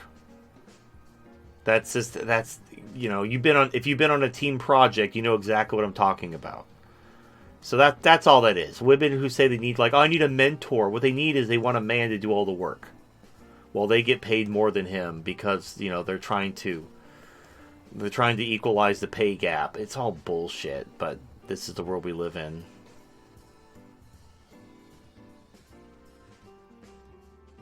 Anyway, yeah, women don't do anything. Their job is to turn sperm into babies and bread into sandwiches. You go further than that, it all goes wrong. So it's all bullshit. Again, it's like the Special Olympics, except we forgot that it was supposed to be ironic. Like, we've been treating these retards like they were real athletes for so long, we forgot that we just created Special Olympics to make them feel better. They were never actually athletes. We just told them that because we felt bad for them. That's feminism. It's the Special Olympics but like unironic. Like, we actually are treating these people like they're athletes. Like, oh, you're so good. Oh my God, our company just wouldn't be the same without you. Now, if you had to hire like a retard that just stood around, you know, his name was Robbie. Because, you know, retards, they always, like, convert their name into, like, a little kid name. So, Robbie the retard gets a job at your company. And he doesn't do anything. He just kind of sits around, and he's retarded. But he's, like, a lovable, likable kind of retarded. He's, like, the kind of retard that, you know, when he walks around with his zipper open, you're, like, polite about, like, hey, Robbie, you didn't zip your pants up. But you're not, like, mean about it, because Robbie's very sensitive. That's women. That's women in the workplace. Women in the workplace are Robbie the retard. Except you don't like. No, Robbie would be a lot more likable. He wouldn't be actively trying to get you fired or take your position. Right, but you know why Robbie's there. You don't resent Robbie. You know why he's there. Yeah, he's wasting money, but, you know, whatever. He's a nice guy. Let's let him just hang out in the, you know, he tries hard and he's likable, whatever. Women in the workforce don't do shit, and we treat them like they're actually good workers when they're not. And we make excuses for them and blame men for them because we're trying to keep up this facade that these women aren't fucking retarded children when that's all they are. So it's like the Special Olympics but like, we're treating it like it's real. Like, these are actually great athletes who are totally earning these medals. And these aren't like retards we feel bad for. Like, I made this. And also, like, if you point this out, you're an asshole. Like, if you went to the Special Olympics and you're like, hey, everyone, these aren't real athletes. They're just retards. Everyone's going to be like, shut the fuck up, you asshole. You're making them cry. Like, they know. But what if they forgot? What if, for whatever reason, people got into their head that retards are like amazing athletes, and they started treating the Special Olympics like a real sporting event, and you basically like shifted through like a Rick and Morty portal gun into this strange new dimension where the Special Olympics is real, like it's an actual sport that people watch, and they have like their favorite retard, and they put on like headgear and they walk around with crutches and wheelchairs just to dress like you know people wear like sneakers and basketball jerseys. Imagine people wearing crutches and headgear to look like their favorite athlete. And you're in this strange world where everybody worships retards as amazing athletes. And you just like, they aren't athletes. Like, they're just retards. And everyone's like, oh my God, who hurt you? How could you say such a thing? Why do you hate retards? Who hurt you? You're an asshole. That's feminism. I just described feminism to you. We live in that parallel universe, except it's women, not literal retards. Although women are honorary retards. All right. That was fun. That was cathartic. I always love calling women Well, retards. I would argue as a whole, retards are a lot less burdensome to the average regular man than empower feminist women. Well, and people know not to Because take you them can mostly just seriously. leave them alone and just don't just leave them be and don't Yeah. agitate them, and they'll be harmless on the side. If we could just distract women by putting on cartoons and they would leave us alone, the world would be a lot better. We're like, you need to give me rights, and I don't want to have kids. I want a career, and I want Chad and Tyrone to fill my holes while a dog licks my pussy. Like, look, SpongeBob! SpongeBob! And she just, like, goes and watches TV. Like, wouldn't that be a great world? We can just distract women with SpongeBob. Hey, don't insult SpongeBob like that. Well, It's no, true, I'm just it's saying, true like, liquid. if a retard is used, SpongeBob makes everybody happy. So you put SpongeBob on, and like Robbie, he's chilling. He's not. Sure, if whatever they watch can keep them happy and out of the way. Yeah, whatever keeps the fork out of the light socket,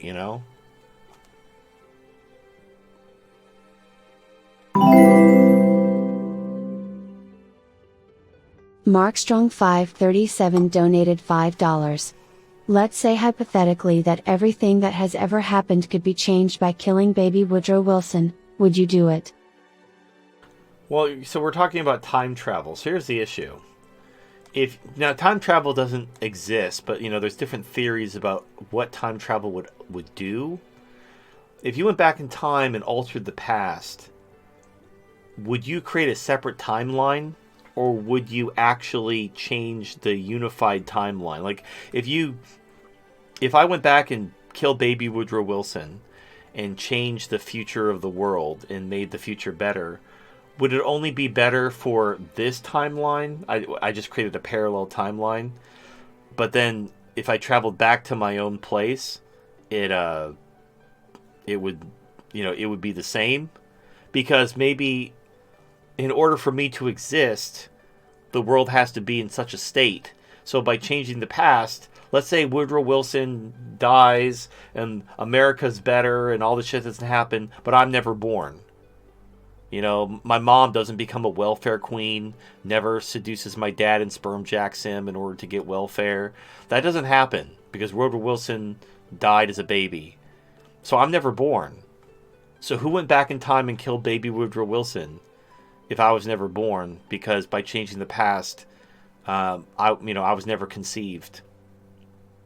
Right. Usually, when a lot of fictional media depict time travel, usually the one's a three-way.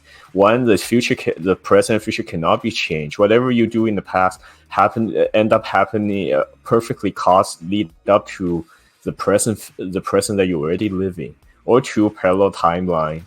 Every time you change a little thing, a new branch happens, and nothing changed at all for yours. Or three, you get stuck in some kind of paradox. If you did something and then it caused you to not born, then did you change it or not? And just endless loop confusion. Right. So the problem is with a paradox is you basically like cancel yourself. If it's a parallel timeline, then it's pointless, because you're not helping your loved ones in any way. You're just creating a parallel timeline But the thing is, if you could create parallel timelines, that means there's infinite timelines anyway, which means there's a parallel universe where everything's fine and those people are happy. And okay, so what? So that doesn't help you, doesn't help the people you care about live a better life, that in some parallel universe everything's great. So yeah, that's the issue. The issue is time travel would have to work for that question to be. But at the end of the day, the question is, like, I guess this is like the trolley problem question. Do you kill an innocent baby in order to save the lives of, all these people and all this stuff? Like, would you kill an innocent baby who hasn't done anything because they might do something in the future? But you can't be sure that they'll do it. I mean, they did it in your timeline. What if you could just influence them? Or maybe they didn't do anything wrong. They were just a product of their circumstances, and you could affect those circumstances to prevent what was going to happen. Or what if it's like, oh, you kill baby Hitler, but the Nazi Party still exists, just has a different leader now. Which is basically like, so it didn't stop anything from happening. It's just Hitler didn't exist. So now everybody talks about Goebbels or Mengele or any of the other prominent Nazis that isn't Hitler. But nothing actually changed. It's not like Germany doesn't do anything because isn't there. They just find a different leader and then go on their merry Well, way. the situation with World War II Germany probably most likely won't change that much because with the state of Weimar Republic, German people would go for anyone who put Germany first. And if Hitler didn't was killed or didn't get into powers, someone else with very similar ideology will probably take charge. Yeah. So, yeah. Anyway, so that's the paradox of time travel.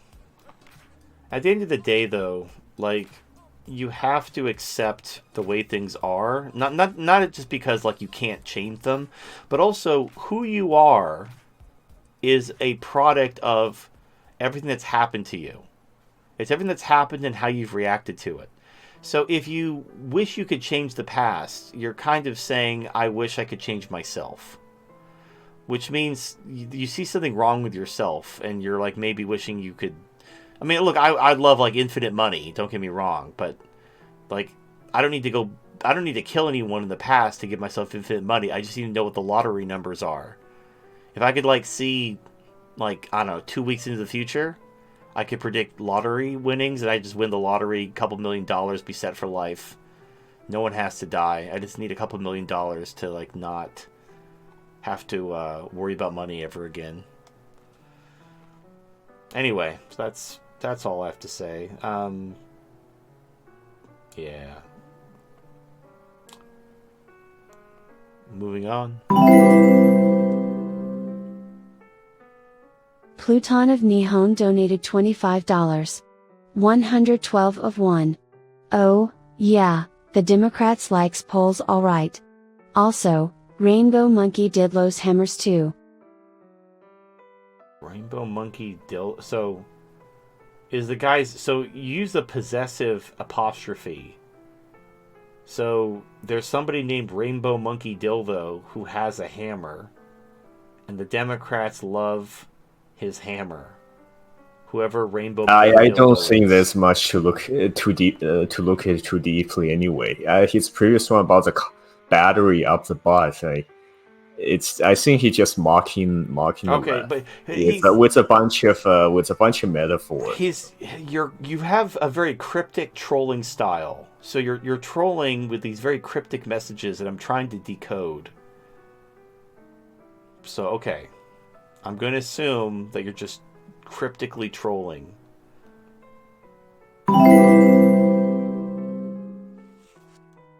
Xanderdog donated $5. TFM, what if instead of changing my gender on a job application I changed my race to Latino? I could pass as a white Latino and I speak pretty good Spanish. It's my understanding that thanks to all of this DEI crap, non-whites get preferential treatment in the hiring process.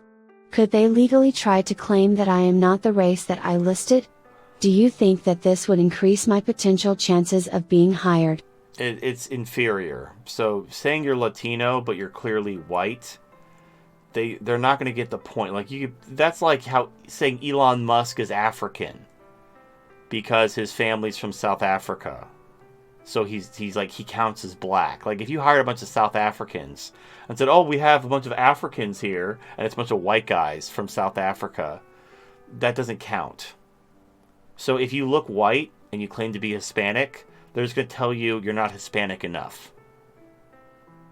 You're just a white guy. It doesn't matter that you might be vaguely Hispanic if you're not Hispanic enough to be Hispanic because you look white. So the only way to actually get the credit is to be a trainee. Also, there are several laws that benefit women that now apply to you. Now, actually, this reminds me, a court, I want to say in Europe, determined that that they can discriminate against trans women and say, like, you can have female only doesn't include trans women, basically saying trans women aren't real women. Making them Which country was that? I don't recent? remember. I expect it to be overturned. I expect there to be like a big thing. The problem is you have basically women are inferior to men. So if you have trans women, they're gonna be better than women. There's nothing women can do about it because they're genetically inferior. So, they need to maintain the facade of equality, but like men pretending to be women that's the end goal of equality. You want interchangeability. Men becoming women, women becoming men, that's the goal of equality. So like you can't be like, "Oh, we need to continue to let women who aren't men pretend to be equal, but not let the trans women embarrass them." And the thing is, these are women who are like on, estrogen, and they're like, "Yeah, it doesn't matter because you're better." But if it's not the hormones, why are men better? Because you got bigger brains and muscles. But it's not the testosterone. Where the big brains and muscles come from? I don't know. I'm a woman. I can't think. Like, I know. It hurts. Go make some babies and some sandwiches. We'll talk later. Hurting is hard, or thinking is hard. I know. All right, but yeah, you want to go the trainee route if you're having trouble getting hired, not the I'm a white Hispanic. That's not gonna do anything for you. Just so you know. All right, let's see what cryptic shit Pluton of Nihon is gonna say this time. Pluton of Nihon donated $25. 113 of 1. They want to give the Houthis tranny story hour. Deep voice. Hey little Ackroyd, you want to cut off your meat? Trust me, I am here for your safety. The funny thing, Yemen is a fucking WHO country that no one gave a shit about until now. Yemen is like, they're a joke. They're like a war-torn shithole that no one gave a shit about.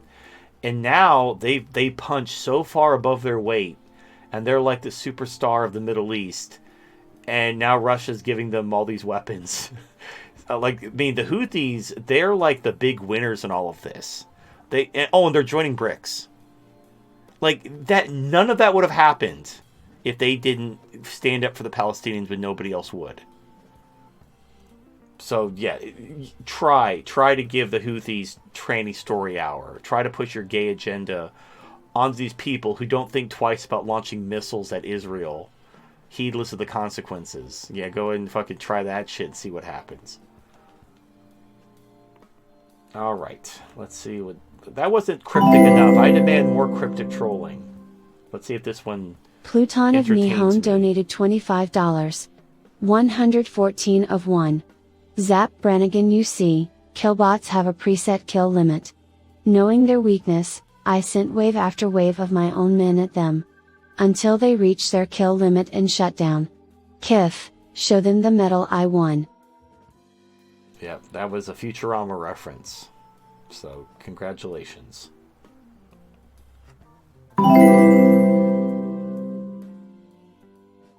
Splattenburgers donated $5. I know you said you hated the original Quake for its bland look and nonsense level design, but what about the OG Doom and Doom 2? Those games also had nonsense level design, but the cartoonish 2D look has aged much better compared to the crude 3D of Quake. Not to mention the gameplay is much more fun since it's less dependent on bullet sponge enemies. It's telling that it still has an active modding scene 30 years after its release. Doom is the Super Mario of FPS games. Okay, all that is true, except I don't like Doom and Doom 2. So I played them. I don't even, I'll play a couple levels until I get bored. Because, yeah, the layout of the levels is nonsensical. It's basically find the keys, watch out for monster closets and teleporting bullshit. And, there's a level early on, I can't remember the name of it, where you have to jump gaps, but there's no jump button. So you have to run really fast and basically have your momentum carry you over the gaps.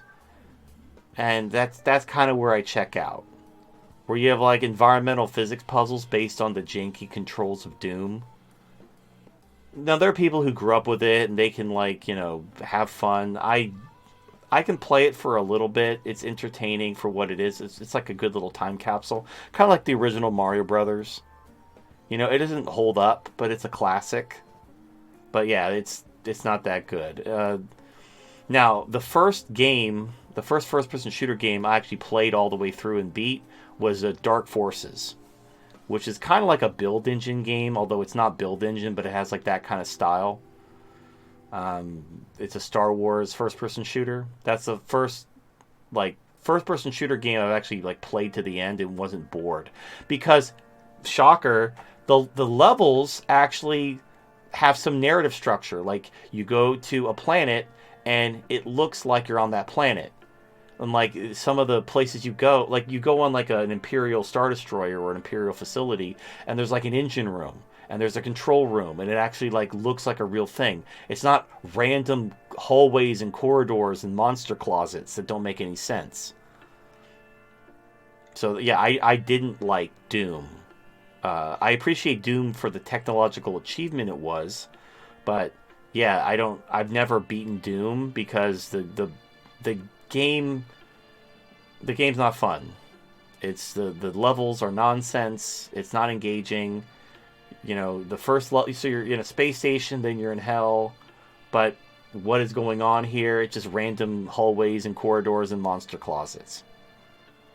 So yeah, build engine game like the Duke Nukem 3D, that's where it's at. Those build engine games with the environmental, environments that look like you go somewhere and you're in a place and it looks like the place it's supposed to look like. You can kind of get your bearings on what the fuck is going on and where you are and where you're going. But yeah. Anyway, moving on.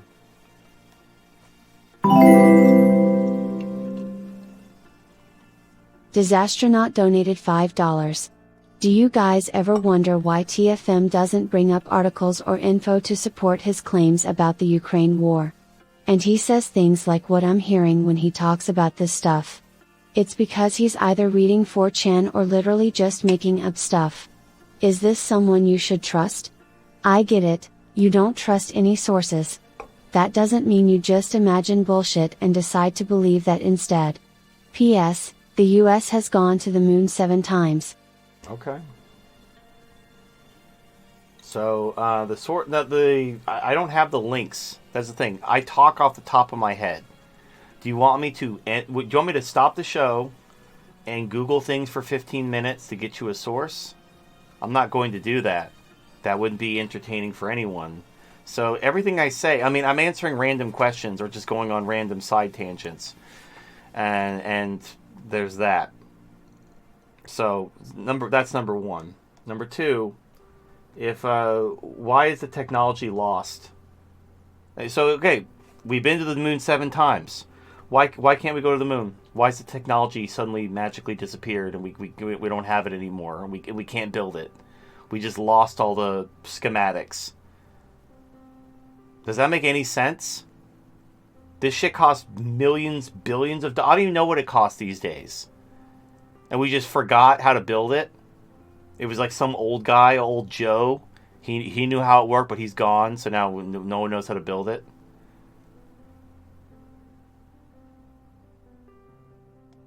So anyway, yeah, it's just I've seen the it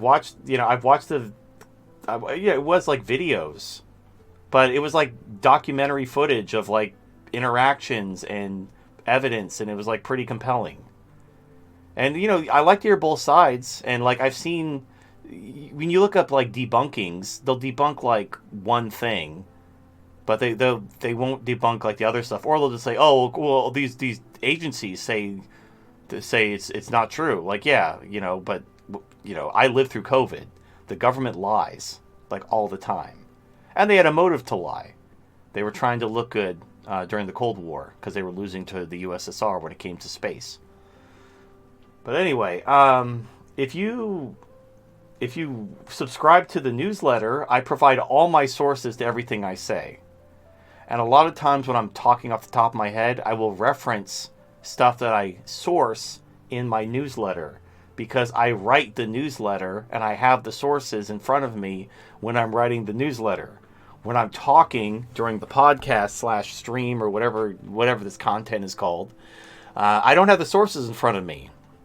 And also, like, I talk about a bunch of different shit. I don't have it in front of me. But anyway, so which makes more sense? Well, we've been to the moon 7 times, we lost all the technology and can't go back, or it didn't happen. And which makes more sense? It doesn't make sense that we just forgot the technology. But it's okay. You believe what you want. Don't even look into it. Just trust the government. Make sure you're make sure you get your booster. I heard there's a new bird flu vaccine. Make sure you get the bird flu vaccine before the bird flu gets you. Super dangerous. It's good for you. It's full of vitamin C. All right. Markstrong 537 donated $5. Come my lady. Come my lady. You're my butterfly, sugar, baby. Come my lady, you're my pretty baby. I'll make your legs shake. You make me go crazy. Come my lady. Come my lady. You're my butterfly, sugar, baby. Rest in peace. Shifty Shell Shock. Okay. Who is that? That's a song. I remember that song. I think it was called Butterfly. I don't remember who sang it. I want to say Bloodhound Gang. And I guess the guy died. So now Celestine has read some of the lyrics from it. That was an interesting song. Yes. Anyway, moving on. Sebastian De La O donated $5. It's the USA did not get to the moon, then why didn't the Russians continue their space program and get there first? Also boycott Mexican beer. Well, yeah, they addressed that. So because there was basically Russia, no one would believe Russia if Russia said they faked it. And Russia's probably having the same problems, overcoming the same hurdles that America was, which is why they just, it didn't matter. And the thing is, Russia, they still have, if you look at the first human in space, they're all Russian. So it's like, Russia already made its point. The fact that, they had to fake the moon landing to prove America's number one. I mean, the Soviet Union fell apart because of their shitty economic policy. America didn't even really defeat the Soviet Union. They did exactly what Russia's doing to America. They just made they made the Soviet Union spend itself into bankruptcy trying to keep up with America. And because of their shitty economics and lack of production, they bankrupted themselves and fell apart. Does that sound familiar? Who's the one? Which is really ironic, because it's not even it's only a couple decades, and the cathedral establishment West already seem to have forgotten about that. Yeah. And look, China, they're the last manufacturing superpower. So, this is a economic war. And America is, we can't fight economically. We can manipulate the financial system, but we actually don't have economic tools. We have financial weapons. And BRICS is about to take our financial weapons away, and then we have literally nothing to replace them with. But it is what it is. All right.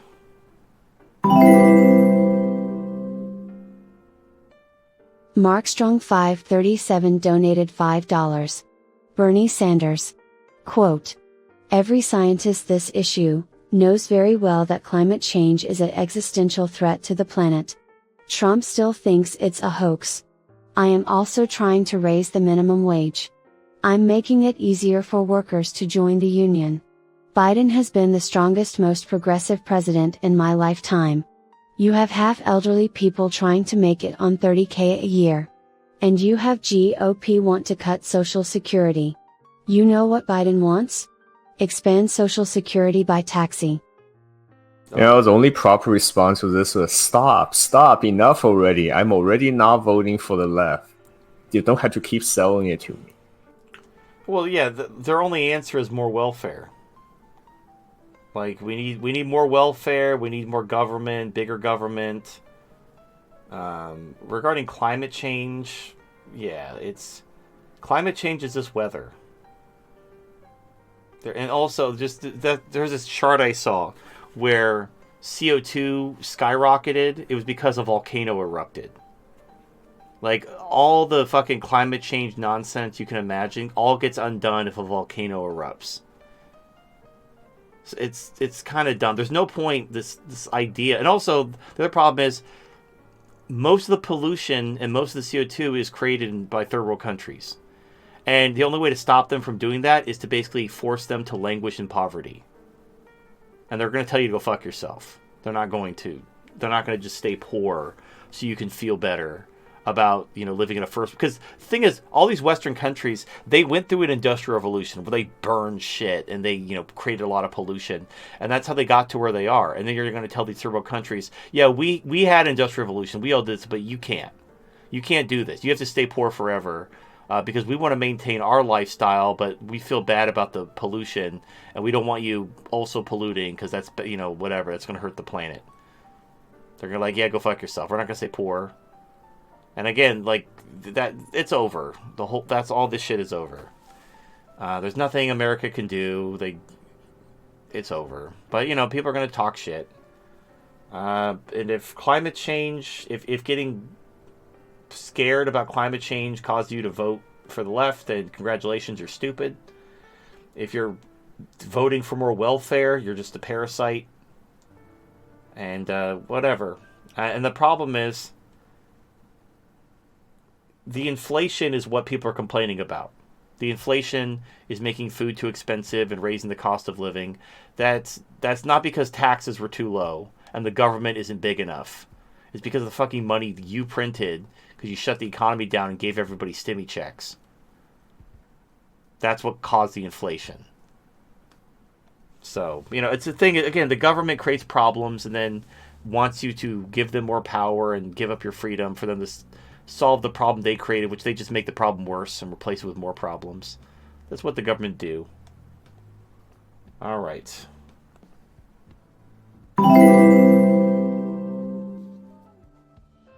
Markstrong 537 donated $5. P1. The Egg, by American writer, Andy Weir. You die then meet God, who then explains that you are, in fact, constantly reincarnated across time, and that all human beings who have ever lived and will ever live are incarnations of you. You remark about being Adolf H. God adds that you were also once John Wilkes Booth, every victim and every person who followed Jesus. Okay. All right. I think I've seen an animated version of this thought experiment. But let's continue. Markstrong 537 donated $5. P2. God explains that in fact there are other godlike beings elsewhere, and that you too will one day become a god. The entire universe was created as an egg for the main character, all of humanity, and once you have lived every human life ever, you will be born as a god. The reason God created the universe was for the main character, you, to understand this point. Every time you victimize someone, you were victimizing yourself. Wait, what is the overall context of this? What ideology is the author trying to This is more push? this is like a new age kind of it's basically a thought experiment to get you to empathize with everyone and see them as you. So it's also extremely egocentric, because the idea is, you're everyone. You're the main character. You're basically a god embryo. And the only thing stopping you from becoming God is you don't have enough empathy for your fellow man. You need to see that everyone is you and you're everyone. And therefore, you're all collectively God. Which is somewhat okay, that's sure in a way. Everything's connected and it's all one. You can go with different analogies, like we're all connected in the dream, or we're all part of the same body. There's different ways to think about it. There's kernels of truth to that, but the idea there's a god egg and there's other cosmic beings, no, that's bullshit. So this is a weird type of I've seen this before. It's basically a thought experiment trying to fuse Eastern and Western religion. So in Eastern religion, there are no gods. There's just the universe, and everything is connected. Everything is one. which is kind of what they were going for. But this one throws in this other wrinkle where no, there are gods, and everyone being one is preparing the main character to become one of these great, powerful god beings by seeing that they're all connected. It's like, well, then why aren't all the god beings connected? Why are there many god beings? Why isn't there just one being? And the answer is, because I'm trying to fuse Eastern and Western religion, which are inherently completely different. Because Western religion is very human. It elevates humanity above everything else. God created humans as his special creation. Like, humans are God's children. Whereas all the other animals and everything else in the world, that God created those to be useful to humans. But humans are God's special little guys. And so what does that cause? It causes humans to basically not care about anything because it was all created for them to use. So they don't give a shit about animals or whatever, because we're all humans are the only life that matters. All the other lives, things, and don't matter. Whereas in Eastern philosophy, everything is connected. Humans, birds, bugs. It's all like the same life force. So elevating humans above anything else is kind of silly. Because it's all... Yeah, that's what I saw. The two-parter quote didn't make much sense, even by some kind of religious content. It's trying to merge some Eastern concepts through a West... It's kind of like what Alan Watts did. Alan Watts would take Eastern concepts and try to explain it to a Western audience using Western concepts. And it's fine if you get... it's kind of like Sandman. Sandman knows his job is to kind of reach people outside of the manosphere, kind of like he's the carnival barker trying to get them into the tent. So, you have to have a certain way of speaking and a certain way of communicating in order to accomplish that. And so the purpose of this thought experiment is to get people from a Western tradition who think in terms of gods and everything to think in somewhat of an Eastern traditional way. But notice he's only restricting it to you're all the humans that have ever lived. You're not all life, you're not, you're Adolf Hitler and you're the Jews and you're these people and you're the people who are the victims of those people. You're all these people, but you're not the cow you ate. You're not the plant that you cut, you're only the humans.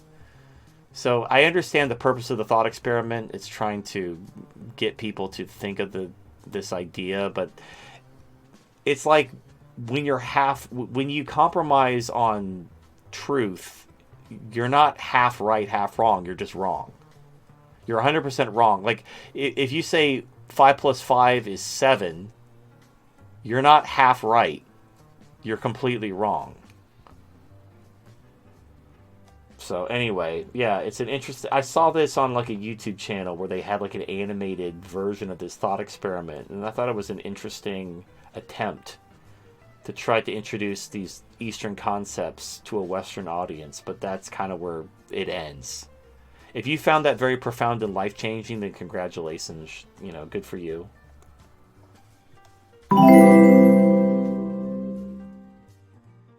Schwartz Kaiser donated $5. The software that caused the issue was CloudStrike.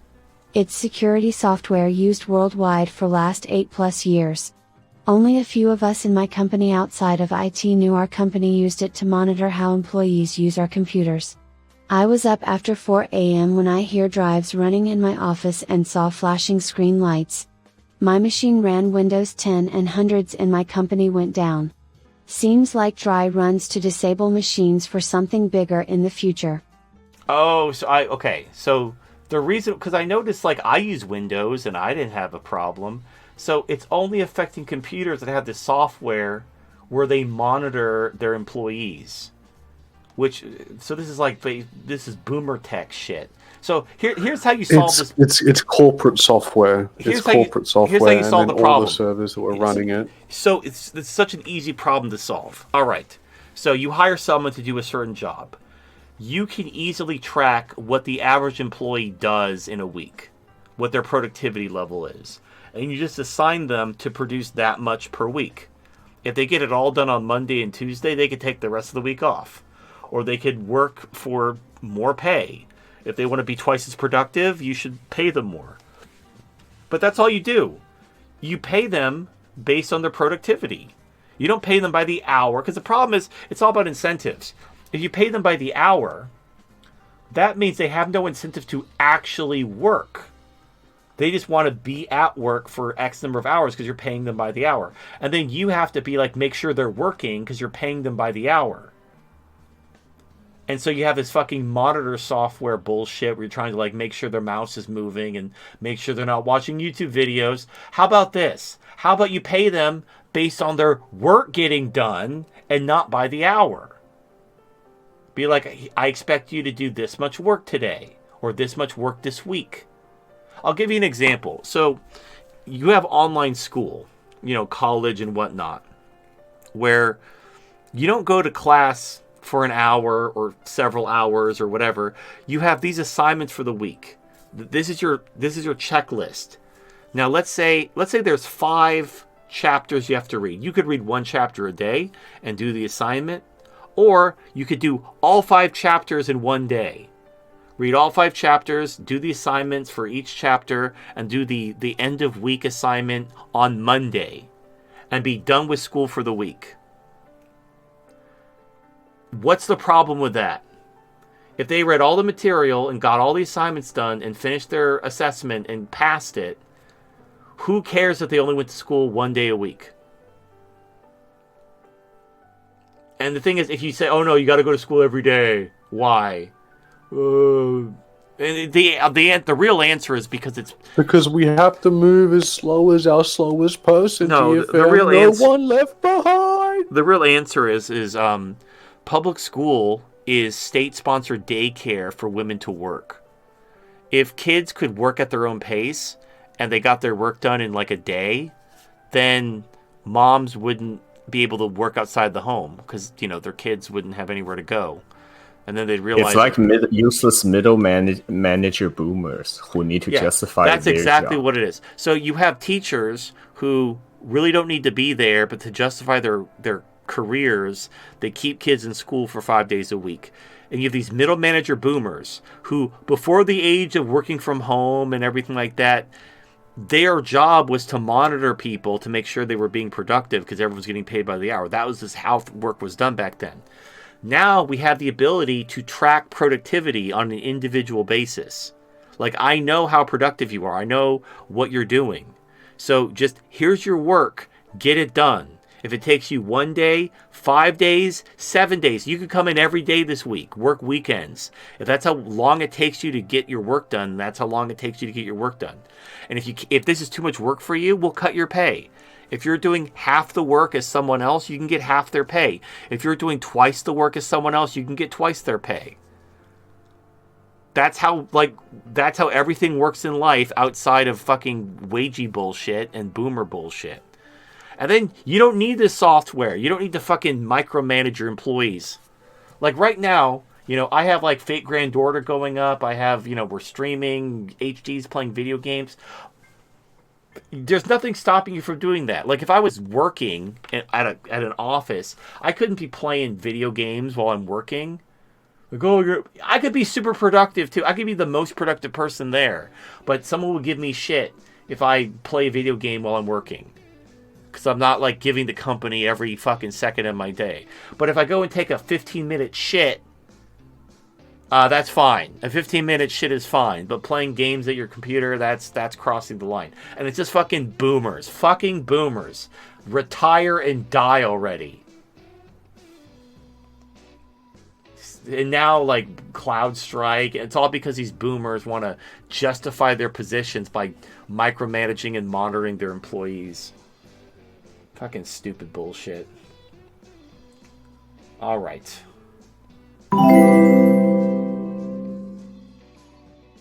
Dixon Cider donated $5. I made comment over 2 years ago. You said it was dumb and made no sense and you called me a fucking idiot for saying it. Well, according to Jim Mars, who is a respected journalist who's also into ufology, Jim's sources claim both sides, the Soviets and Americans, were mostly faking the space race. Yuri Gagarin, the first man in space. GEM's sources claimed that NORAD was tracking his flight and Yuri never reached space.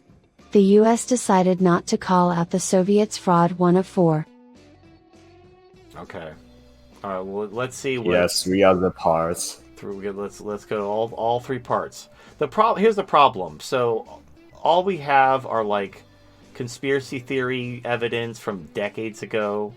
And it's largely one of those issues that doesn't really matter anymore. And the thing is, COVID should be all the proof you need the government lies. I mean, I didn't live through the 60s and the man on the moon and all that shit. But we all lived through COVID. So it doesn't matter. It's kind of a minor issue. And if it's going to be a big fucking deal and everyone's going to lose their shit over it, it's just not even worth bringing up. Because it doesn't mean anything. Whether, oh my god, it's even deeper than you realize, TFM. The Soviets were lying. Okay, but that was like the 60s. Like, COVID happened a couple years ago. Like, the government hasn't stopped lying, so it doesn't honestly matter. But anyway, let's see what, let's see. Dixon Cider donated $5. Also, do not forget the fact that the Van Allen belts were not discovered until after the Apollo missions. This presents quite the conundrum. I'm not a physicist, but if I'm not mistaken, when highly charged microwave particles contact metal, they become X-ray particles, and in high enough exposure they are deadly to life. Just put metal in your cooking microwave and you'll see for yourself. Our spacecraft are made of metal and outer space has a lot of microwave particles. 3 of 4. I think I skipped. You play part 3 first before part 2. Alright, sorry. It's, I'm working hard. Dixon Cider donated $5. Hindsight is 2020 after all. I'm guessing why the US did not call out the Soviets on their fraud is because there were things NASA discovered they couldn't do and were going to have to commit fraud themselves. Both sides know it was faked, but if one side calls the other out, they will get called out in return. In the end, the Soviets had more first records, but it was the Americans who reached the moon first, and both sides decided to leave it. Both sides get something out of it. 2 of 4. Yeah, the Van Allen belts is the thing. That's the thing that's preventing them from going back to the moon, is because it basically kills people. They can't get through it. They can't figure out how to get through the Van Allen belts. And the problem is, like, people are like, well, how did we do this in the 60s? And they're like, I don't know. We lost the technology. Like, what technology? I don't know.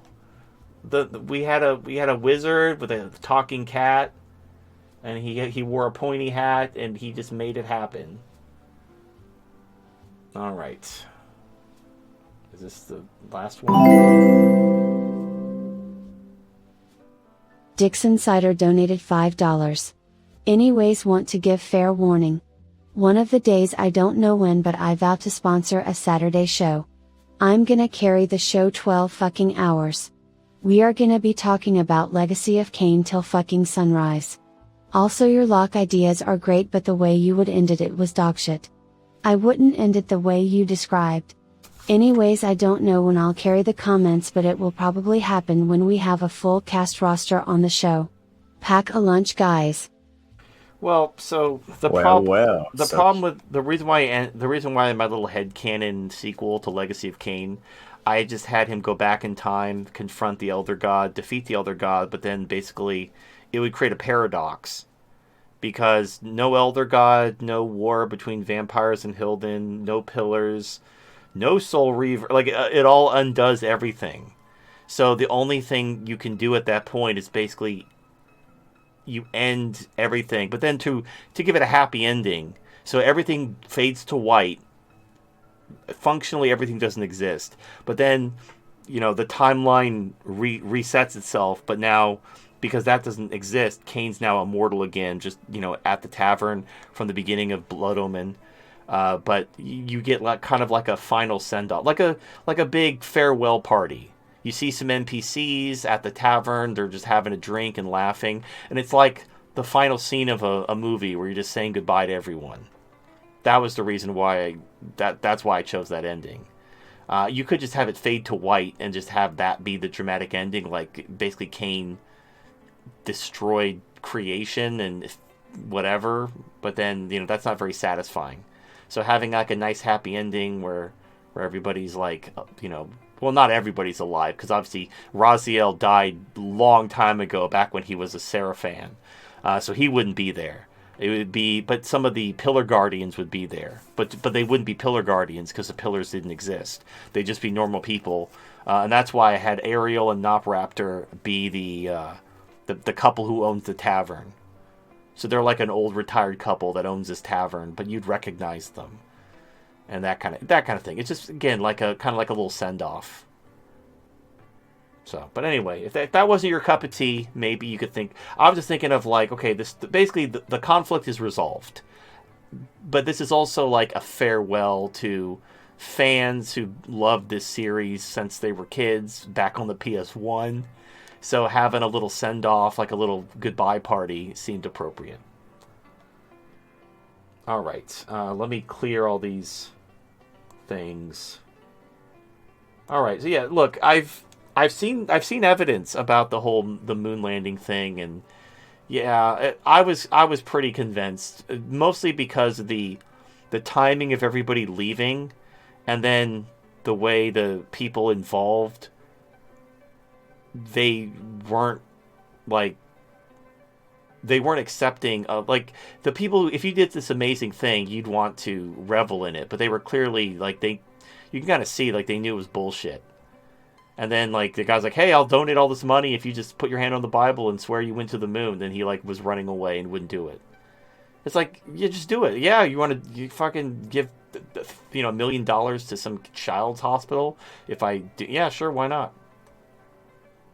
He's like running away, like, no, don't donate to the children. Not that.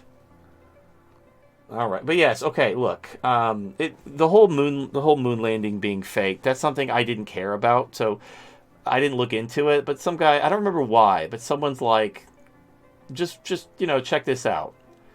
And so I checked it out, and I'm like, okay, that's pretty convincing. And then I looked into it, and I'm like, okay, yeah, that's real. So, now, if there's a counterexample, then that's fine. But if the only counterexamples is, oh no, because we went to the moon 7 times. Okay, well then, how did we solve the Van Allen belt 7 times when it wasn't discovered until after all those programs were closed? After we supposedly went to the moon 7 times. Now we can't go to the moon because of the Van Allen belt. But we went 7 times before using lost technology that no one knows about. Or, again, that doesn't make any sense. So more likely, we didn't know what the Van Allen belt was. We faked it, and now we're realizing, oh shit, we can't actually go to the moon because this thing cooks us and kills everyone, and we don't know how to overcome that. Whoops. Womp womp. Anyway, you know what though? I had to eat humble pie about the Jews too. I was telling everyone, you're all a bunch of crazy anti-Semites. It's not the Jews, and I'm like, oh shit, it was the Jews. So I'm not batting very high when it comes to my debunking of conspiracy theories. I'm not conspiracy theory enough. Whenever I like, hey, you're full of shit, I'm like, oh, okay, actually, no. It was the Jews, and the moon landing actually didn't happen. So, okay. I'll take the L on those. I'm right most of the time, but, obviously... Space isn't real. The what? Space isn't real. No, space is clearly real. I mean, you could see it. When you go outside at night, what do you think you're looking at? Are we going to have the Timon and holograms. Are we going to have the Timon and Pumbaa conversation where, like, they're fireflies up in the big inky black thing? Fireflies, they got stuck up there. Yeah. All right.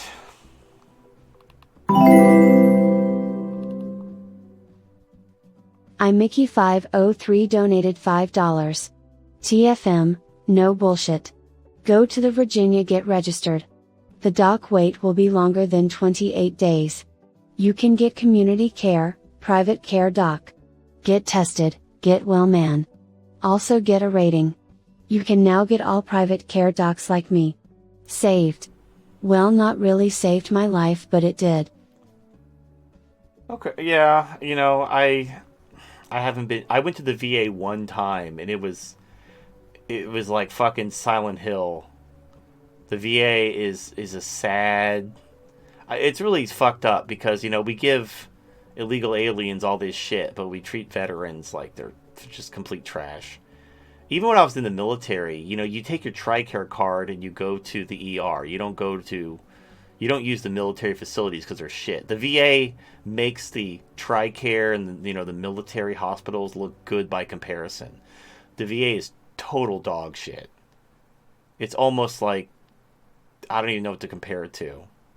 But it is free. So I probably should just use the VA as my whatever. And it's not like I go there all the time. I just need a primary care physician that I can see to get tested for whether I have fibromyalgia or not. And I could do that at the VA. And yeah, that's something I probably should do. It's not laziness. It's just like, I don't know. I just, I don't know. You shouldn't dilly-dally on this. I shouldn't. I should, and it's free. Like, it's not even a money thing. It's just I don't like the VA, and I don't want to deal with the VA. But I should use... I mean, I do have access to it. I should take advantage of it. Yeah. Anyway, all right. Yeah, don't be like the little kid who's afraid of going to the doctor. It's not fear. It's like what... Okay, the last time I went to the VA, it smelled like urine and like old people ointment. And they're just a bunch of like 90-year-old men waiting for their appointment. Like, you can tell these guys are basically like, they're veterans, so they have access to the VA, but they're just basically, you go to the VA when you're have no money and you're homeless, and this is it. It's this or nothing.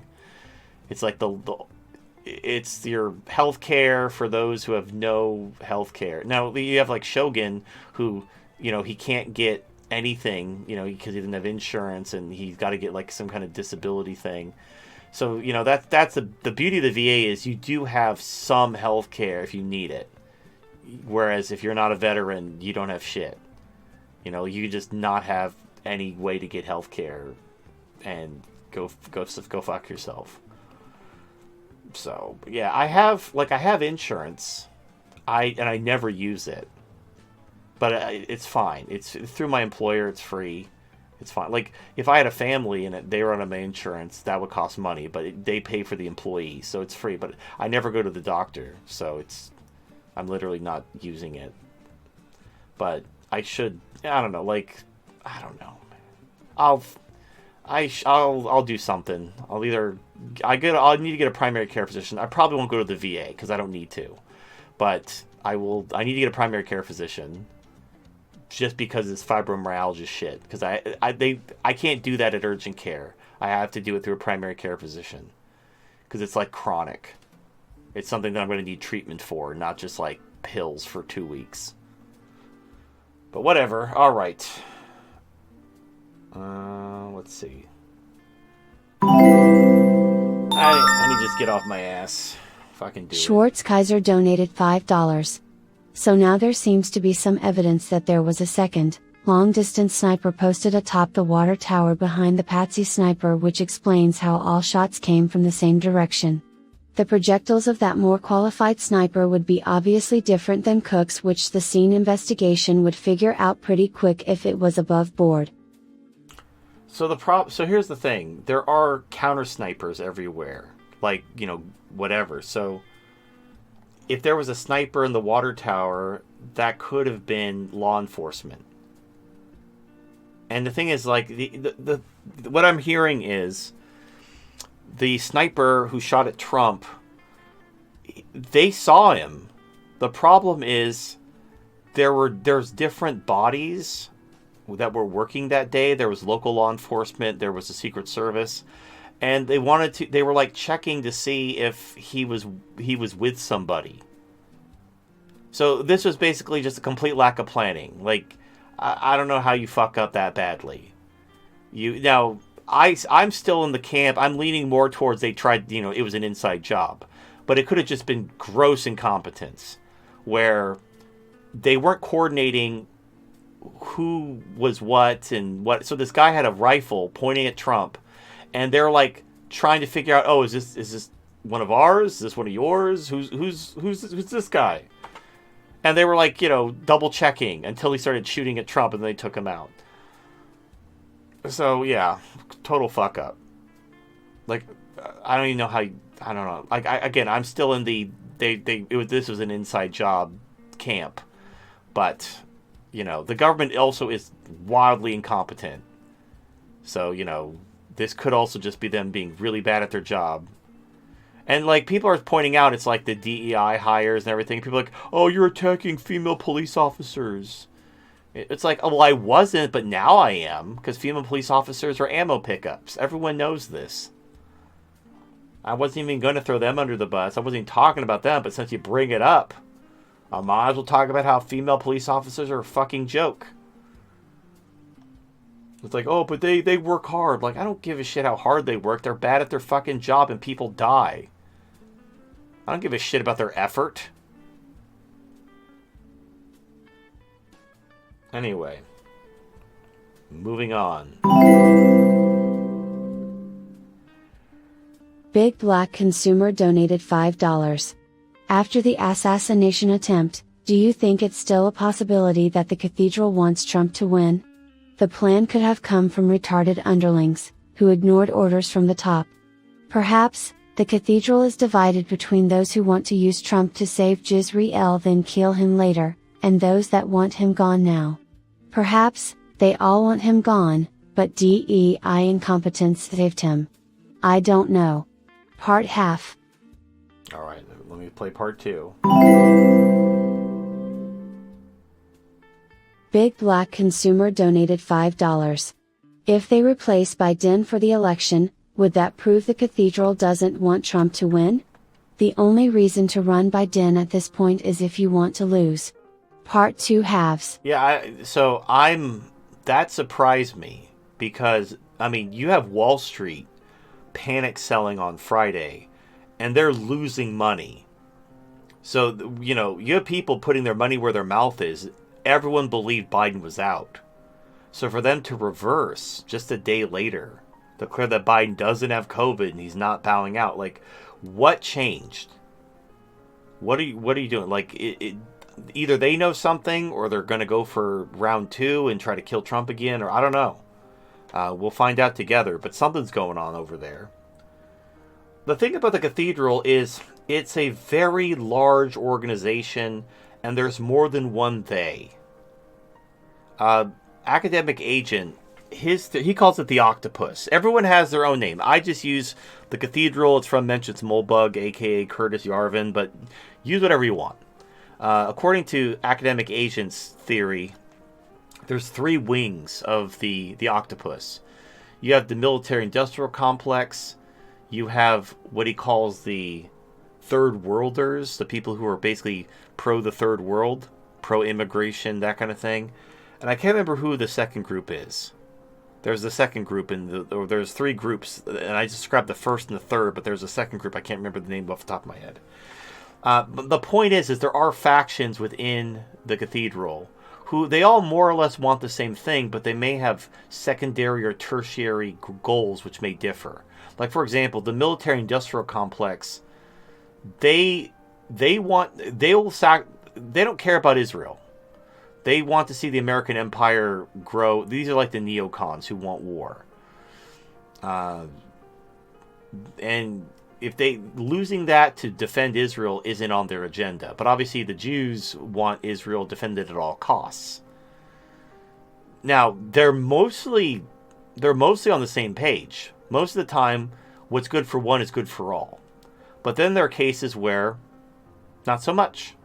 Where one agenda may differ from another. Now, this is where I think France comes in. Nationalism is bad for the cathedral across the board.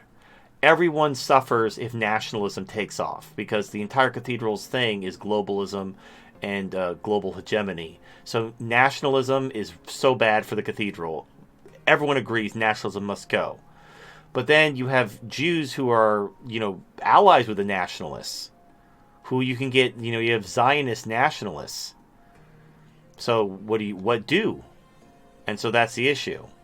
Is, but the thing is, I understand it's human nature to try to oversimplify and assume like, well, since there are Jewish Zionists, directing the cathedral in this instance, then the Jewish Zionists must be directing everything. They must be totally in charge of everything. And if the cathedral does something which isn't in the interest of Jewish Zionists, then something's wrong, or the Jews aren't in charge, and it's some other thing. Like, no, there's different factions in the cathedral who have their own little projects. Oh, I think the second group was the internationalists. Also, so the three groups are, you have the military-industrial complex. These are the neocons, the people who want the American empire to grow. Then you have the internationalists. These are like the Davos people. And then you have the third worlders, who are the anti-white, pro-immigrant people. And they're generally all working together. They're generally on the same page. What benefits one benefits all. But sometimes they're not. Sometimes something might benefit one group at the expense of the other, and then you have kind of an inter-cathedral rivalry going, and it depends on which one. You see this, and if you're like, oh, that's crazy talk, you see it in the Democrat Party all the time. The Democrat Party is like a microcosm of the cathedral. You have like the Squad, but the techno-globalist is the word you're looking for. So you have the neocons, the techno-globalists, and the third world list, or the third worlders, which is like Soros. Yeah, so that's how Academic Agent kind of understands the cathedral. It's whatever you want. The cathedral isn't necessarily completely down for Zionism to the death, but obviously Jews have a lot of pull in the cathedral. They pretty much control the ruling classes of most countries in the West, so they're going to obviously pull for Israel and bring the West along for the ride. And everyone seems okay with that. And you could argue, well, that's just because of the donors and the lobbyists. And okay, even if that's true, the politicians themselves admit that the lobbyists control the politicians. So you're like, oh, no, the Jews aren't running the cathedral; they're just using the lobbies to control the government. Like, how is that different? Like, how do you think the cathedral operates? It doesn't operate like, they don't have a meeting where like the fucking Jews show up and like Zordon from Power Rangers and like gives orders to the rest of the world leaders from Israel. It's like a very broad coalition of fellow travelers who generally are on the same page, except when they're not, who all support, like this project of progressivism and power for them. And this is the world we live in. Do you have anything to add? I was just going to add that basically you have like different sort of levels of that according to Academic Agent, and he's got like basically like the different parts of the Hydra. So you have like the chest, which is like the investment banks, the central banks, and the investment management, like BlackRock and stuff like that. You've got like the network, the corporations, the foundations, the world orgs, the different chambers, the civil service, local government, like all the different stuff. And you've got like the brain, which is like funding bodies and think tanks and stuff like that. Yeah, that's really deep in the weeds at that point. Anyway, okay, so let's talk about Trump. Where does Trump fit in? All right, so Trump is obviously pro-America, wants to make America great again. This obviously rubs the internet, the military-industrial complex people, the neocons. They're fine with Trump, as long as he doesn't make peace with Russia. They want war. They want to keep the American empire in place. But they could work with Trump, assuming, and because like he had John Bolton in his cabinet his first term, and John Bolton's a massive neocon shill. So like they're fine with Trump. The Eurocrats and the techno globalists and the third worlders, they hate Trump. So Trump's divisive to 2 out of 3 of the kind of wings of the cathedral. He benefits Israel. He's Zionist. His vice president is Zionist, so he'd be good for Israel, but he'd be bad for the people who are, trying to brownify the world. And also, he's a nationalist, which again, nationalism hurts the entire cathedral. So even if the neocons might be able to, they might not consider Trump an absolute, we got to kill this guy because he's going to bring everything down. They might think, okay, we can control Trump. We can, start a couple wars. Trump will go along with it. A little false flag, a little terrorism. We'll get Trump on board with attacking Iran. Easy peasy. But the rest of them, they see Trump as an existential threat. And where the Jews come in is obviously like, the funny thing about everyone, really, everybody's a conservative about the things that affect them, the things that they love, and everyone's an actual conservative in those things. It's only when you're an outsider that you support leftist ideologies. Like, the reason why leftists are leftists is because they're not in charge. But if you think about like things they are in charge of, like for example, you'll have giant leftists who vote for welfare and they hate white men and the patriarchy and so forth because they're like women. But then if they started like a women's, some kind of organization where they were in charge, they would operate via right-wing principles because they're in charge. But they're leftists because they're not in charge. They're not in charge of America. But whenever they are in charge, look at women's only spaces. It's a very good example of like how they act when they're in charge. Women only spaces are very like rigid. They don't change. They don't fucking do anything like that. And they fight tooth and nail to prevent change to that area of their life. It's literally everything. So it's not just women. It's everything. People again, leftism is the ideology of losers. So if you're a loser, you're a leftist.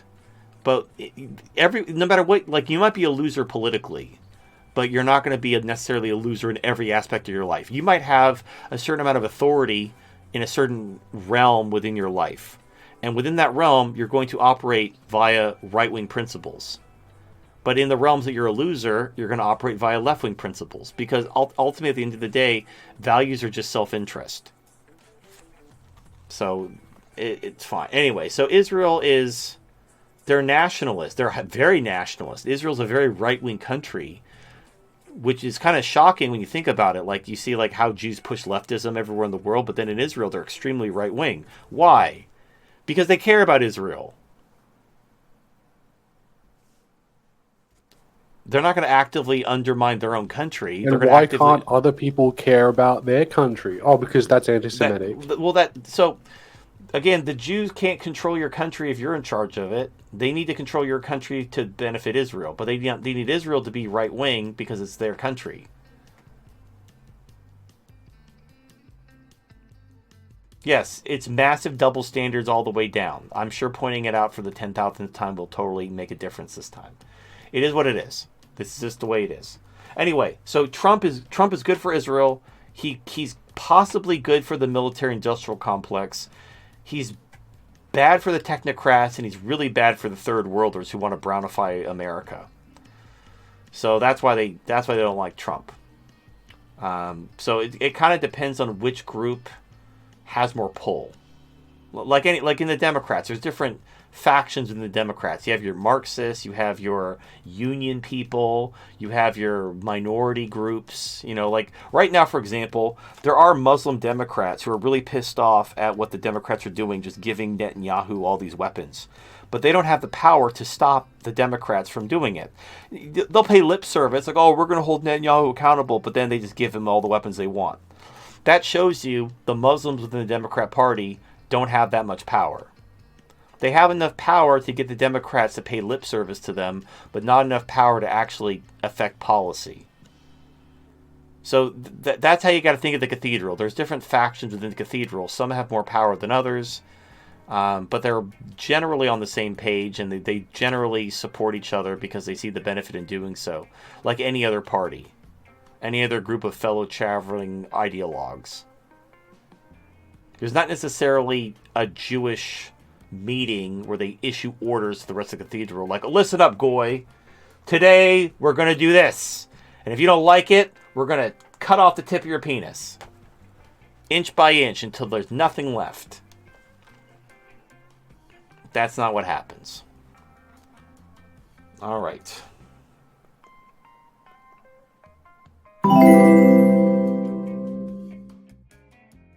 iMickey503 donated $5.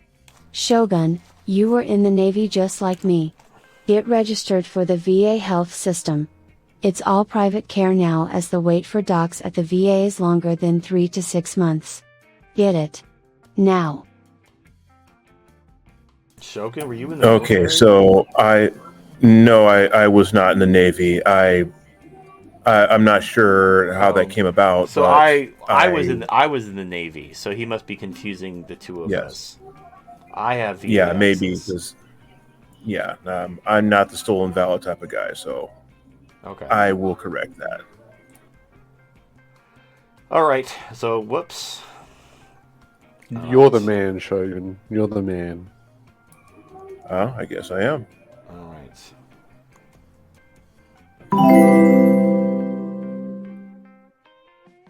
Walking Jizz Fountain donated $5. Just letting you know, HD. Spetsnaz died earlier this month, not last year.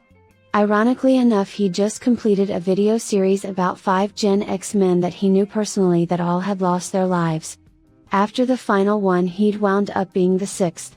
His friend Spider, who'd helped edit his videos, posted the last video informing us of his death. Oh. Yeah, I read the comment earlier. Okay, I heard it wrong. It just happened earlier this month, and it's even more unfortunate. He never saw it coming. Yep.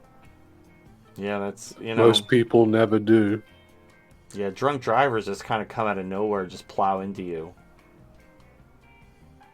So, you want to make sure that your car has lots of airbags and basically transforms into a bounce house if you're hit.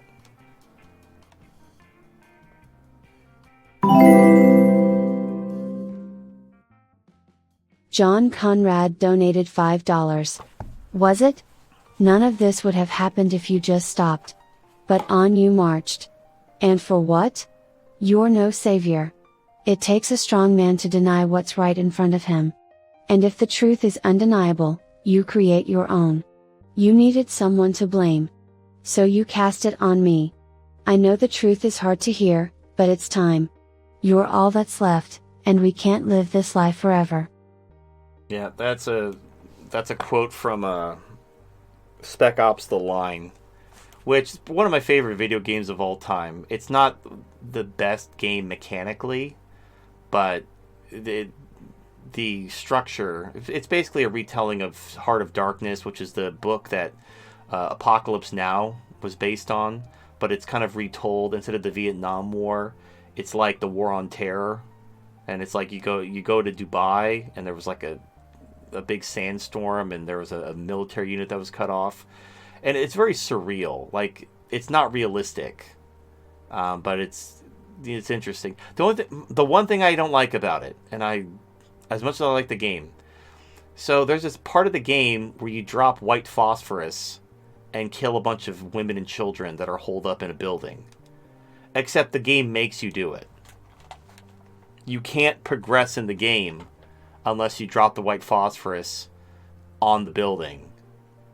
And then the game, like, the game, like, really beats you over the head at how you should feel guilty because you did this thing, but the game made you do it. Like, you literally couldn't move forward until you did it. So, like, that's stupid. So, like in Undertale, which I've never played Undertale, but I know this thing. It's like, you don't realize you can resolve the conflict without combat. And you end up killing the little goat mom who adopted you at the beginning of the game. Because you think you're just like... Because in a lot of video games, you fight your mentor, but it's like as the combat ends, it wasn't a real fight and nothing happens. But so you're fighting goat mom, thinking this is just like a pretend fight, and then you kill her. Because you didn't realize, like, this combat was for real.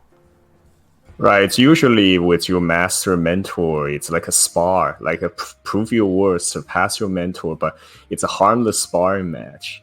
Yeah, so that was emotionally impactful when you realized that you killed this character you cared about, and you did it because you didn't understand the mechanics. You just took what you already knew from previous video games and just moved forward without really looking deeply into the mechanics, and ended up killing this character that you didn't really want to kill, and then you feel guilty. It's like that sort of thing. Then you end up restarting the game and doing a pacifist run.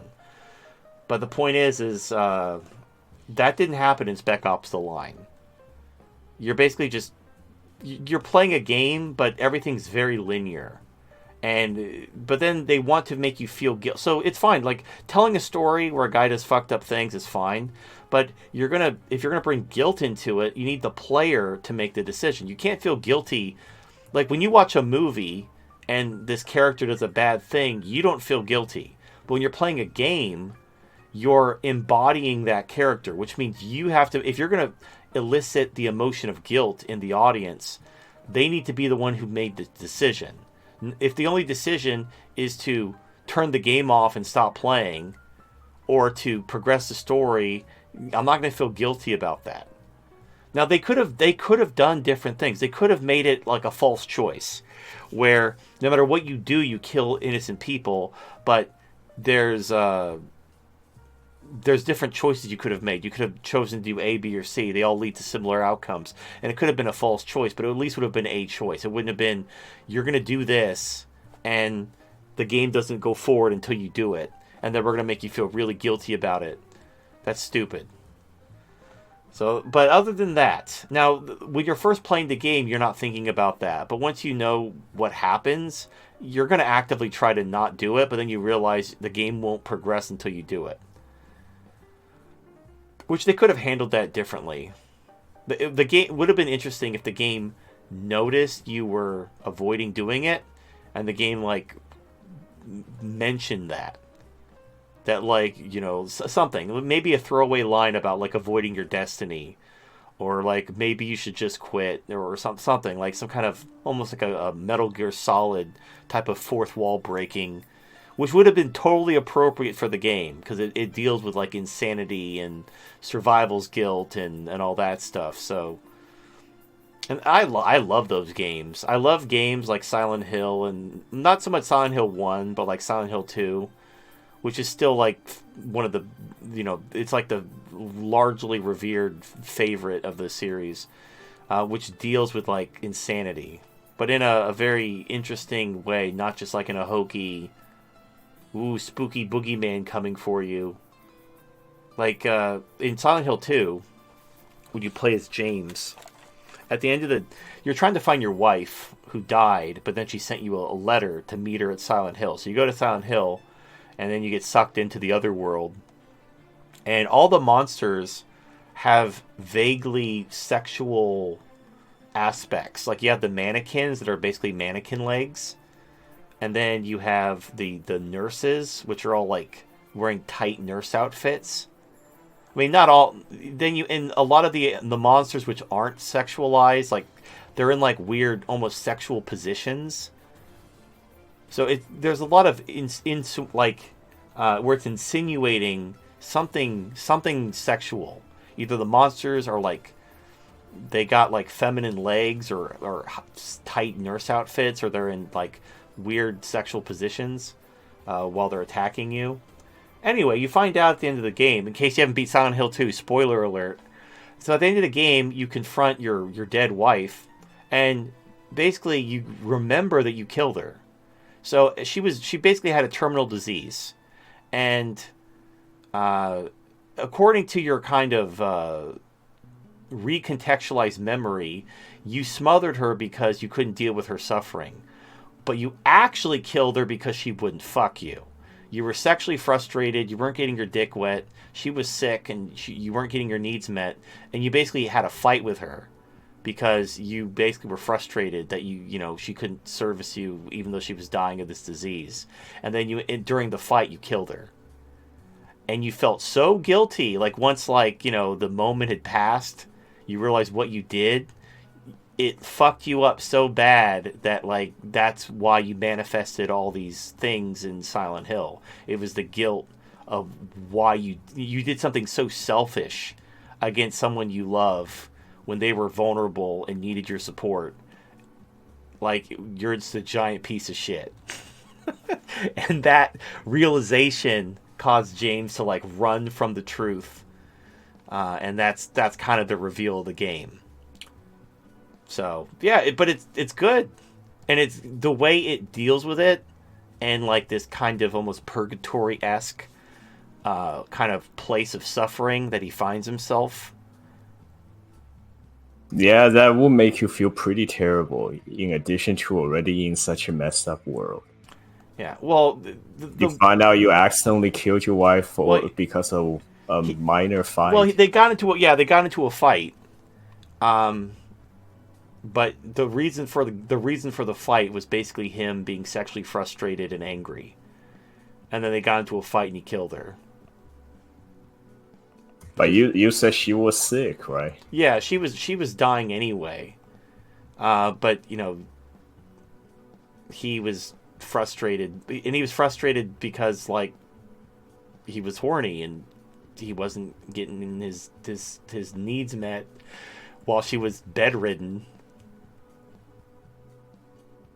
Well, at that point, really, if your wife's dying and she's too weak to really have sex with you, you probably should work out is it okay for you to go get your needs met elsewhere once a while to pay for. Well, I don't know what the whole deal was. They don't go into that much detail. Basically, you know the wife is dead because dead people don't send you letters and meet you in places. And then he finds the monsters, and the monsters are vaguely sexual, but you don't really think much of it. You just think they're creepy. It's kind of like how the xenomorph is meant to evoke rape. Like the shape of the xenomorph having like a penis head, and the way the face huggers look like a human hand covering your mouth and impregnating you against your will. It's meant to be evocative of rape. So you can make monsters that that are based on a visceral emotion. So you didn't really think this was like related to James personally, but then then you learn like, oh, he killed his wife, but you know she was dying of a disease, and so you're thinking he did it to ease her suffering. But no, he actually did it because they got into a fight.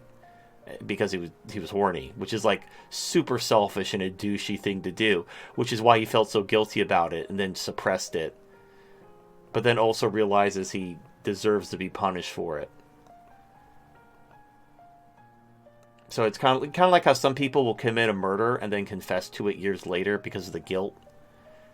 Basically, him coming to Silent Hill was like him seeking punishment for what he did. But because he suppressed the memories, he didn't remember what he did. So it's like in the back of his mind, he still craved punishment, even though he couldn't remember what he did because he suppressed it. I don't know. It's a good, and that was a PS2 game. Yeah, and this kind of writing invokes a lot of thoughts from people of different values and perspectives and ideologies. It all makes them think a bit more about the situation and the stance of the husband and what's right or wrong. Well, obviously, what he did was wrong. It's an interesting way to. Or I tell think a how story. sympathetic you would feel for him. What he did was clearly wrong. Right. So the thing is like, you obviously, even though you're embodying James, you're not making any of his shitty decisions.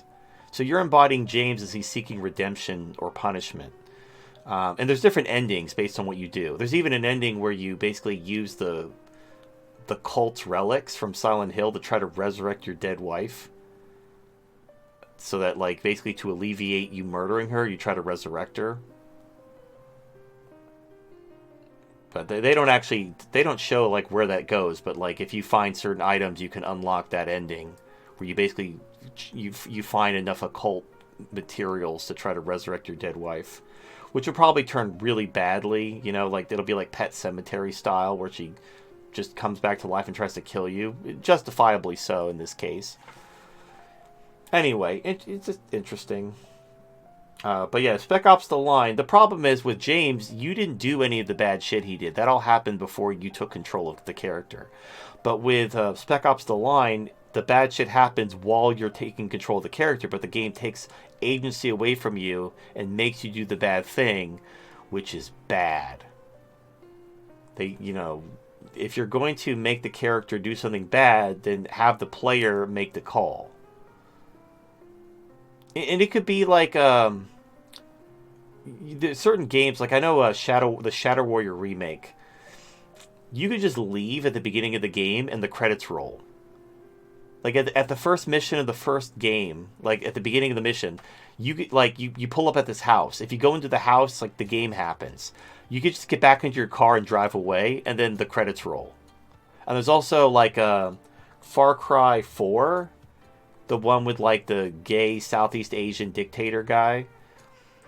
You start out like you go to this guy's house, and he serves you dinner, and something's happening, and he's like, "Hey, wait here, don't leave," and he leaves, and you can get up and leave too, and if you get up and leave, the game happens. But if you just sit there at this table for like 10 minutes straight and don't do anything, he comes back, and dinner ends, and you go shooting guns from his helicopter together. And the credits roll. And you beat the game just by sitting at the table and not doing anything for 10 minutes. Because you followed instructions. You could have had an ending like that. Where, okay, so you're playing Captain Walker. He doesn't do that thing. And the game goes in a different direction. And maybe it ends prematurely. And then you go back and make the other decision. But at least then you have the choice. Instead of just the game forcing you to make one decision or another. What's up? Speaking of like stories and stuff like that, my dad used to do like interviews and stuff because he was like a managerial thing. He was like a superintendent for like an electrical engineer, and one of his tests he was telling me about this a couple of years ago, like a decade ago or something like that, is what he would do is he would put the test in front of people, right? Like it was like an interview thing, and he'd put the test in front of you, and basically it would say at the top, write your name, like, it'd be like, read all questions thoroughly before answering, and then, blah, blah, blah. And once you've completed the test, once you've read through all the questions, you can leave, right? Oh, and I basically know at the that end, the last bit of the question was like, just write your name at the top right-hand corner, and once you've done that, you can leave. Like, that was the last question. So, like, he would, like, purposefully make every single question extremely difficult. Like, you wouldn't know this. And then all you had to do was read everything fully before you start, turn to the end, write your name at the top, and leave. Oh, okay. Yeah, I get it. And not necessarily difficult, but time consuming. So all the question in the front, Well, like list a bunch of cities that fits this criteria, or a bunch of things that requires a lot of long answers. There's clearly not enough time to finish all of them. But if you read through everything, the final question says, if you read through all the questions, just write your name and the other ID number or something, and you're done. Yeah, so it's basically testing to see if you follow directions, or if you basically do whatever the fuck you want while following the spirit of what was said and interpret it. Which, if you're an engineer, you need to follow directions explicitly, not kind of, oh, I know what to do, and then you fuck around and fuck shit up. That's exactly right, yeah. And that's exactly what he explained to me. He's like, basically like, look, you're in a sort of area where you need to be meticulous about everything. You need to read through everything, and like that's step 1 through 20 in a 10-step process. Read the fucking manual and read it thoroughly before you do anything. Yeah. Or at least skim. What if the guy skipped to the end and saw the final question and just completed the test, and he actually was going to go through and answer them, but he's just skimming. All right. Let us continue.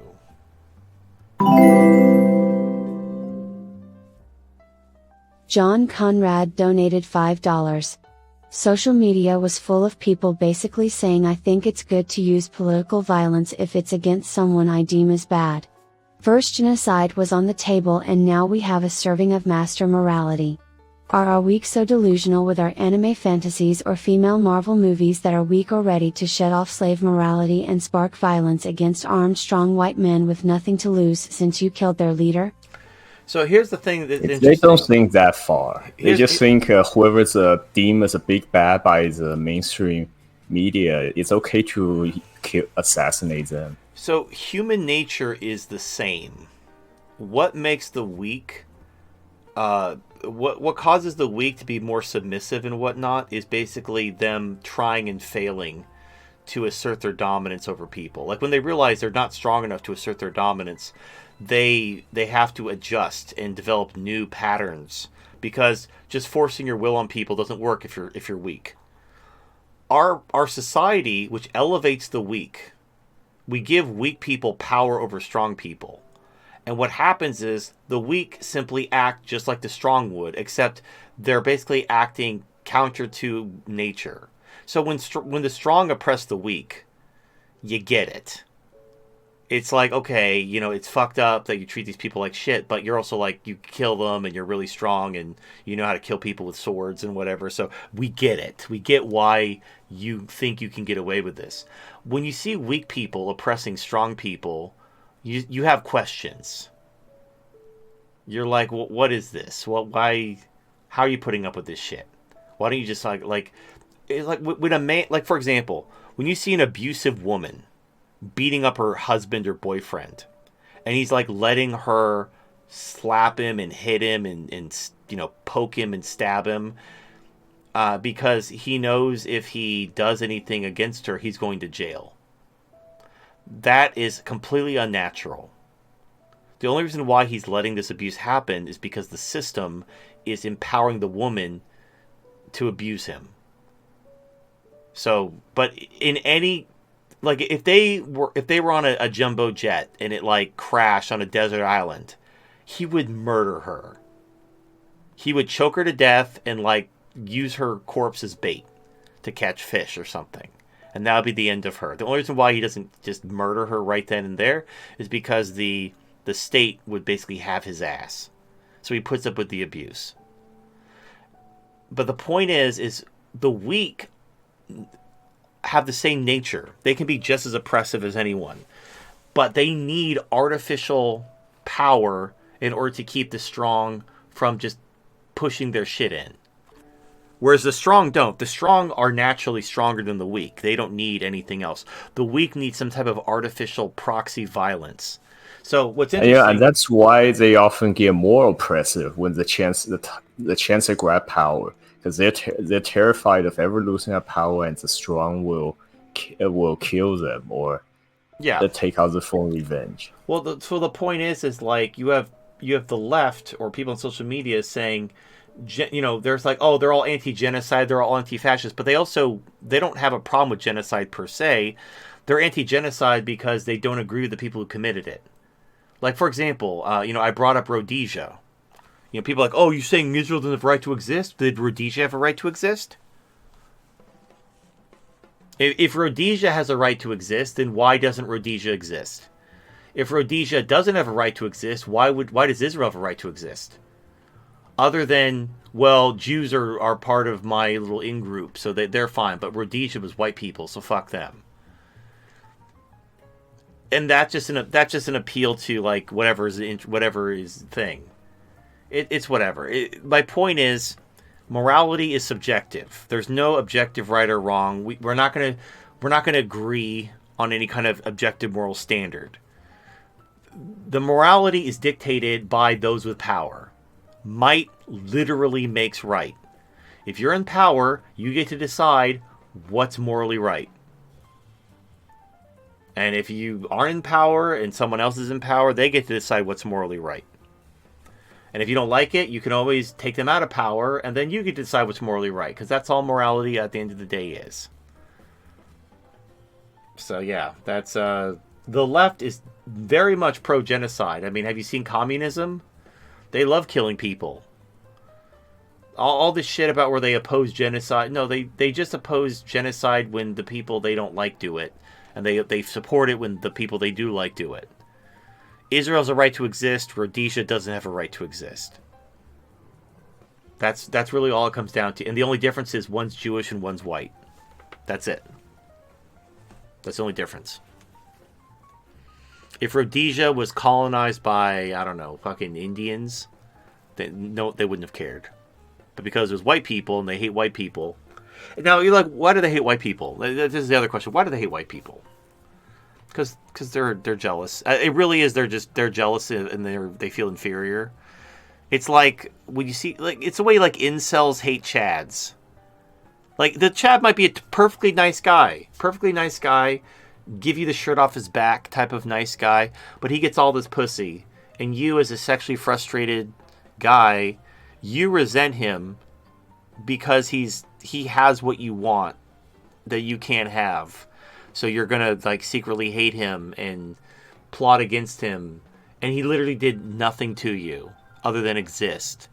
But his existence reminds you of your own inferiority, and so you hate him out of principle because his very existence reminds you that you'll never be that. This is why I have such a sort of hate boner for people who are tall, because it's like that's the one thing that I don't have. I'm kind of like average height, and That's not a good mentality to have. You shouldn't hate. I know. So I need to stop, but it's like I can't. Right. So you I hate. don't know how to mentally So get you hate past it. you hate tall people for literally no reason other than they have something you don't have. So you just instinctually resent them and aren't kind to them because you're jealous of them. No. It's not that I'm unkind to them. It's just a constant reminder that like I can't change things, even though I'm like mentally changing. I'm adapting my mental state. I'm changing my body. I'm changing how I look. All those things can't change. Like I can't change my genetics. I can't change my height. I can't change my eye color. You know, like these are things that I'm stuck with, and I struggle to move past the unchangeable.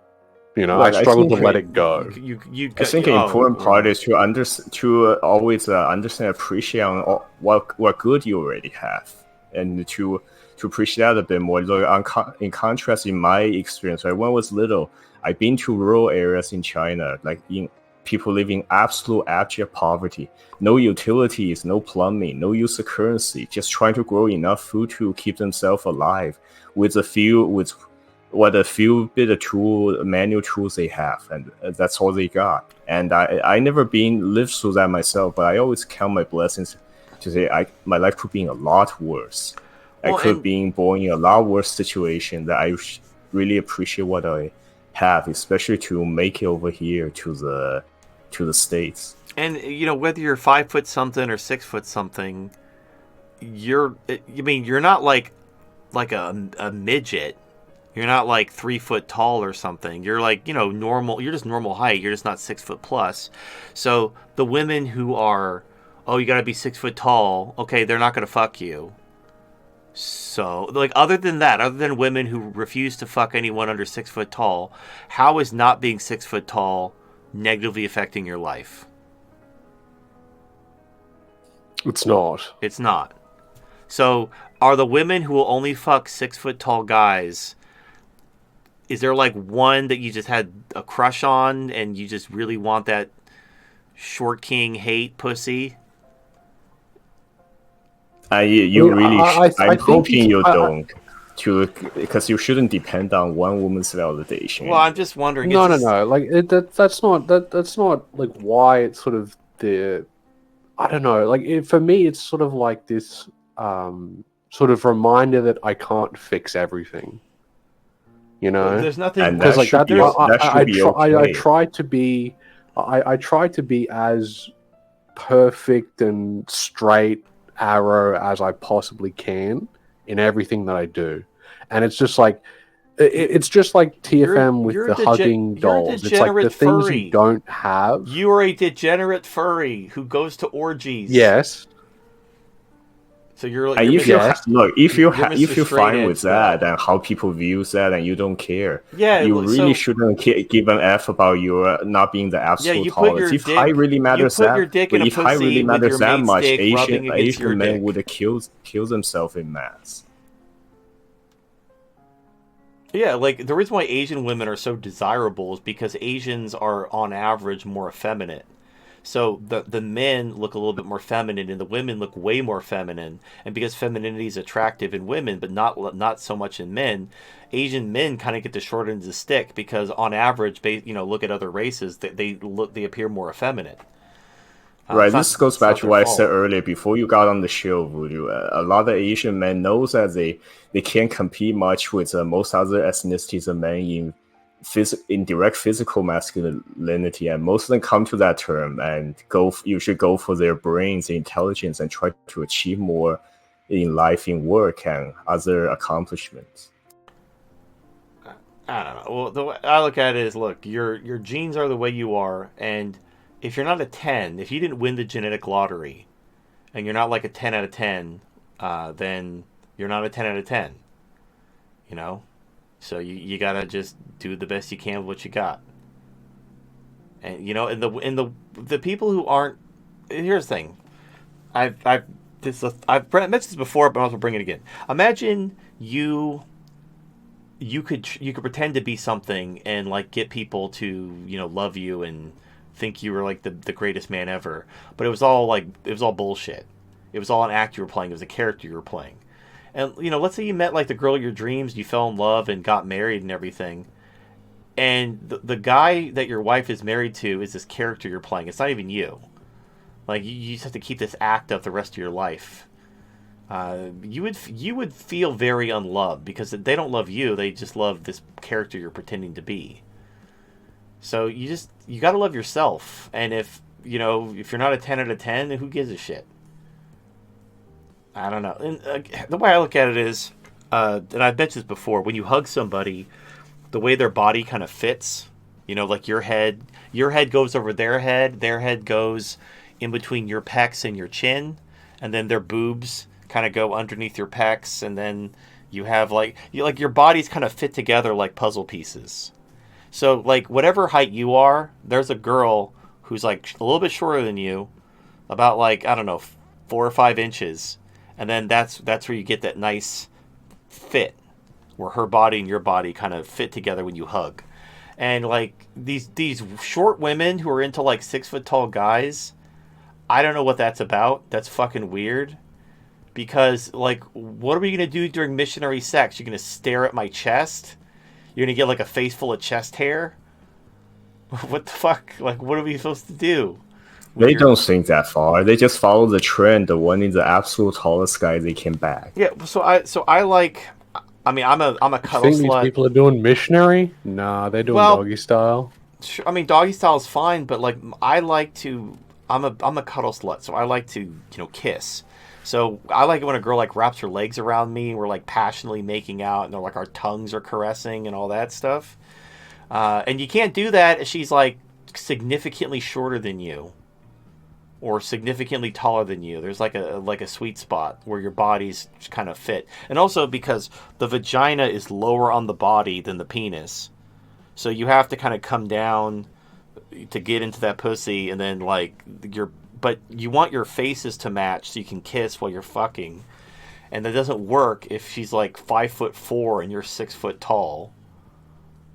And yeah, you could do other positions, but it's like, but that's the best one. That's the one you feel the most connected and intimate, where I'm not just masturbating with your body. But some people just want to masturbate with people's bodies, I guess. Those weirdos.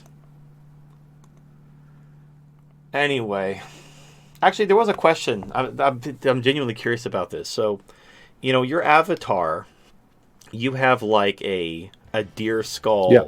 like you call yourself voodoo medic. So you have like kind of a lot of shaman imagery. You have the deer skull headdress. And when I was telling you about paladins, you were talking about how you like Neldamba, who's like the African witch doctor character with the snake, who throws like Yep. the gourd. You are super racist. Why do you find like native culture so endearing? Because basically I align myself with my family a lot, and my family is like Irish Celtic, so that's where all the nature stuff comes from. Oh, okay. Okay, I'm just curious. Yeah, So yeah, you're basically and like, that's why I'm like super white, like oh, nationalist, you're racist sort of thing. you're like a would-be druid.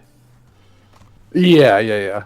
That's Oh, the sort of stick I'm sort of pushing towards, okay. Because I'm and wondering, like, you're like into witch works doctors, out. but you also like hate black people, but you think witch doctors are Yeah, awesome. yeah, like it's yeah. So I'm more I'm not really into the witch doctor sort of aesthetic. I'm more into like the necromantic sort of aesthetic, where it's like druid, necromancer, sort of that sort of thing, Druids weren't and not necromancers; they were like nature wizards. Well, they weren't even really wizards. what? They were, Yeah, I know.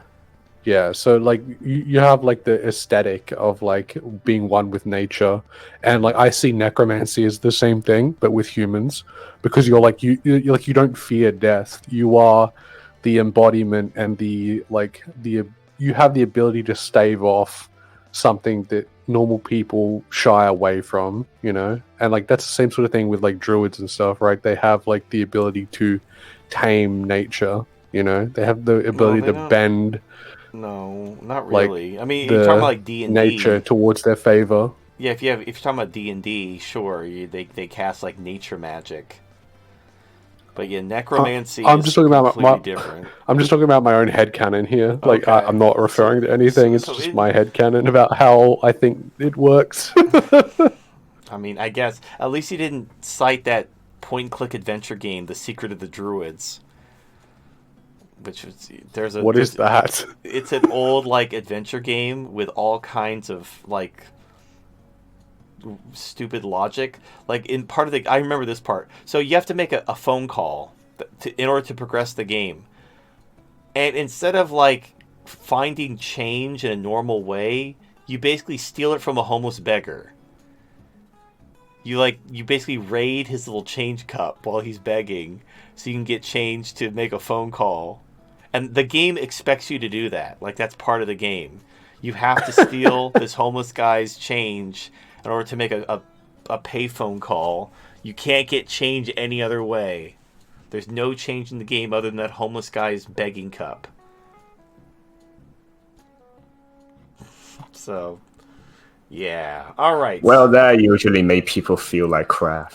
Yeah, it had a lot. The guy was you go. There's a YouTube video about it. Just look up like Secret of the Druids, walkthrough, or some type of thing. It's a fucking wild game.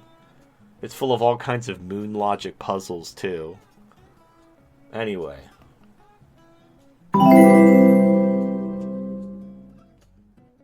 iMickey503 donated $5. Can we get a shout out for Ask It Man for always delivering? Damn, these Asian women are bust my nuts blasters. All hail the Ask It Man. is that somebody in the Oh chat? yeah, Who posts porn? he shares a lot of image links for either sexy Japanese porn actresses He's or very based. hentai anime for girls. There you go. It is quite distracting going through the chat with all those links. All the titty. They're just boobs. Nothing wrong. It's really hard to scroll with one hand. Nothing wrong with some titties. Titties Yeah, are you can always appreciate some very nice visual fan service. yeah, and the thing is like the human form is beautiful. Like you just there's a reason why in ancient art they would make sculptures and paintings of naked people, like celebrating the human form. You don't have to like masturbate. You can just appreciate the beauty of the human form. This is just coming from someone with like a mountain of sex toys, so I'm probably not like.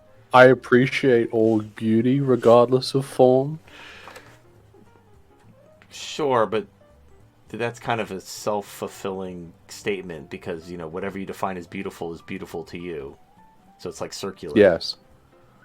All right.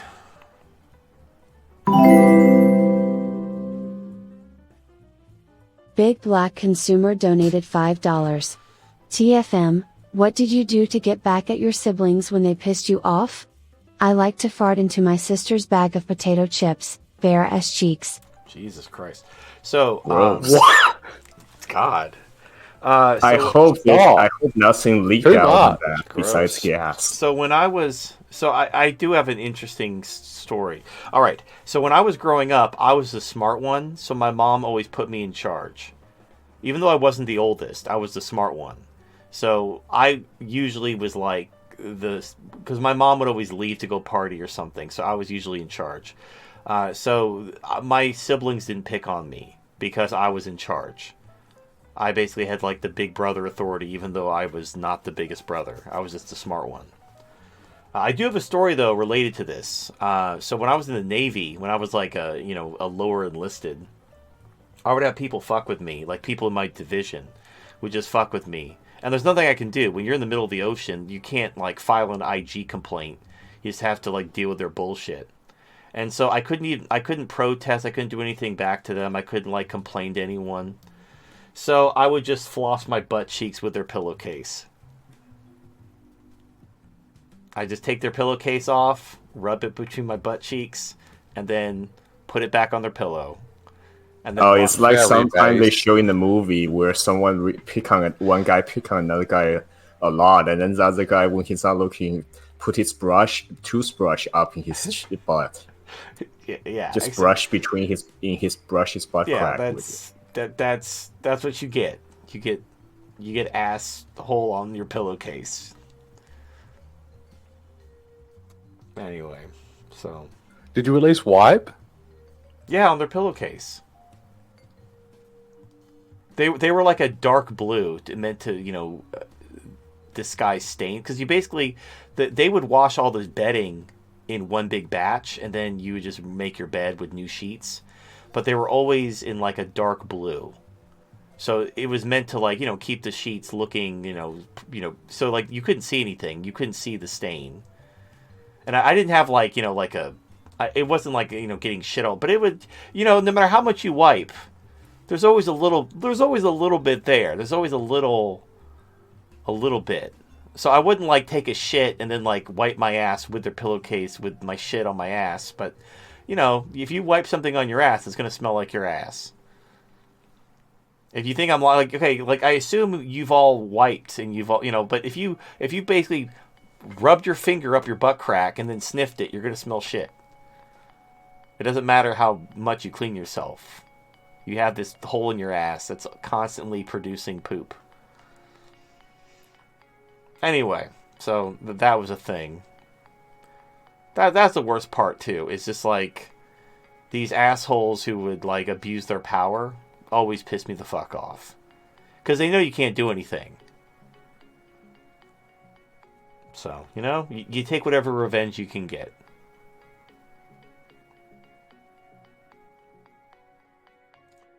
All right.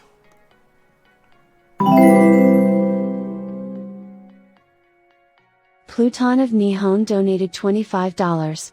115 of 1. I was gaming during the first few messages, now working on paperwork. What? LOL. Oh, okay. Well, good luck with your 100 paperwork. Well, yeah, 15 this of is one? a talk.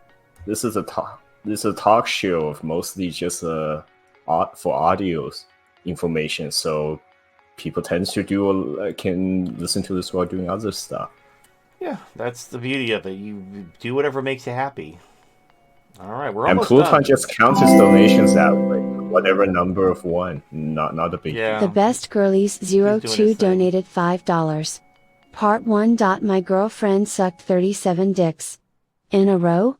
You said you only had sex with 3 different guys, you never mentioned him. Because I never had sex with him. You sucked his dick.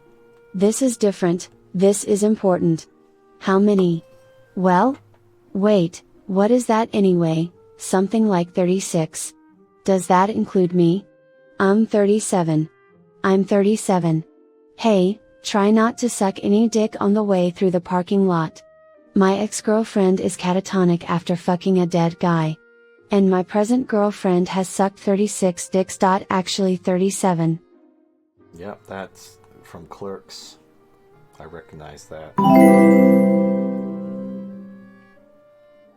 The Best Girlies 02 donated $5. Part 2, after losing a hockey ball from the roof, are there any balls down there?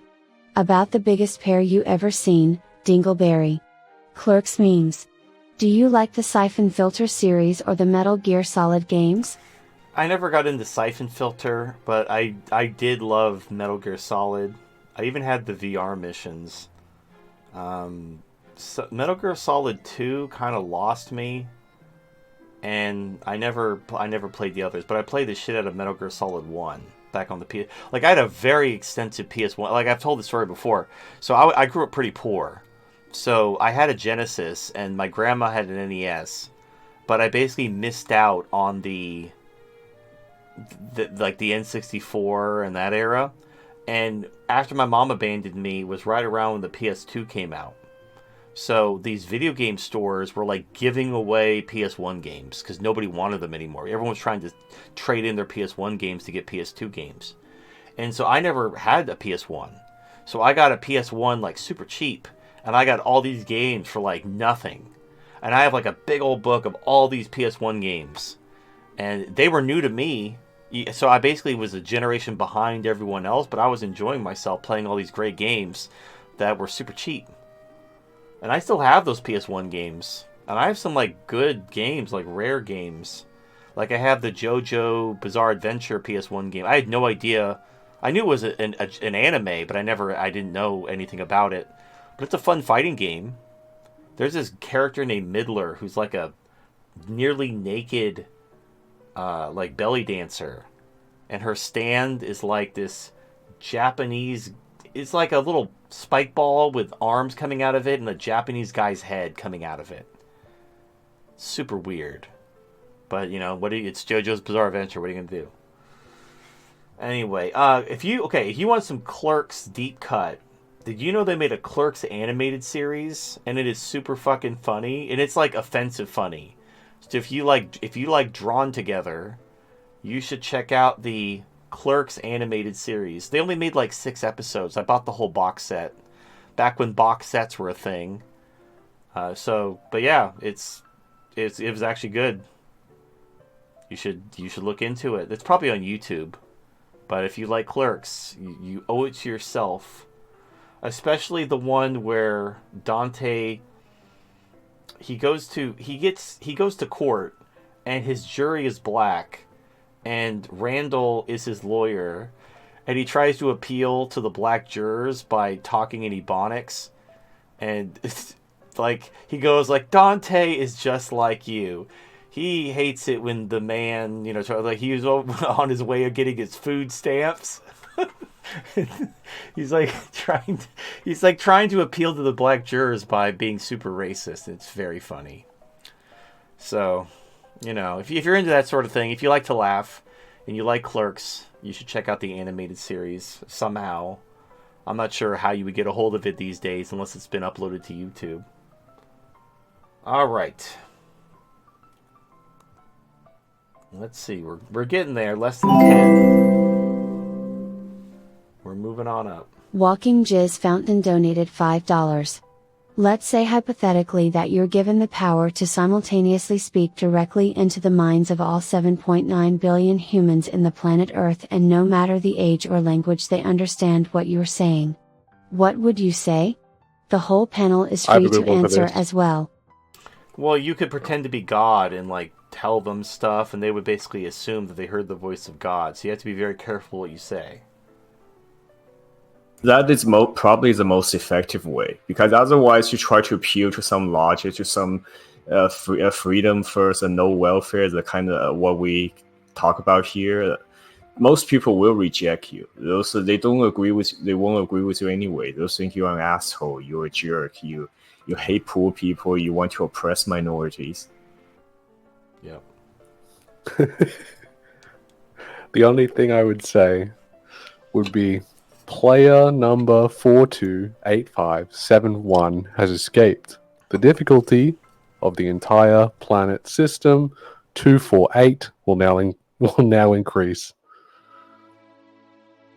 Okay. Well, you can mess with people in all kinds of ways just for fun. That's no harm, no foul. If you actually want to change the world for a better way or how you see it, you most certainly cannot just go for appeal to logic the way most people will oppose you, just like they would now whenever they hear our show here. That you have a much better chance of persuasion by playing God, but that comes with a lot of its own risk. That people will interpret your words in different ways, and some people will commit atrocities or crime in your name. Yeah. And if you could only speak One person time, can't fix the one person can't fix the world, no matter what you say. Everyone is going to do Exactly. something. Everyone's going to do it out of spite. People are going to be like, "Oh, well, you heard that. Like, I'm not doing that now." And it's like, well, because they're not unique. You can't. You like taking this seriously and anything other than like a joke is just a meme in itself, because like you can't fix the world with one sentence. Like, well, you because just wouldn't be able to do it. The problem with people isn't that they're stupid. The problem is people are weak. And you can't cure, like, ignorance can be cured with knowledge. Weakness can only be cured with pain and, willpower and dedication and discipline, which most people will never have. And there's no magic words that are going to make that happen.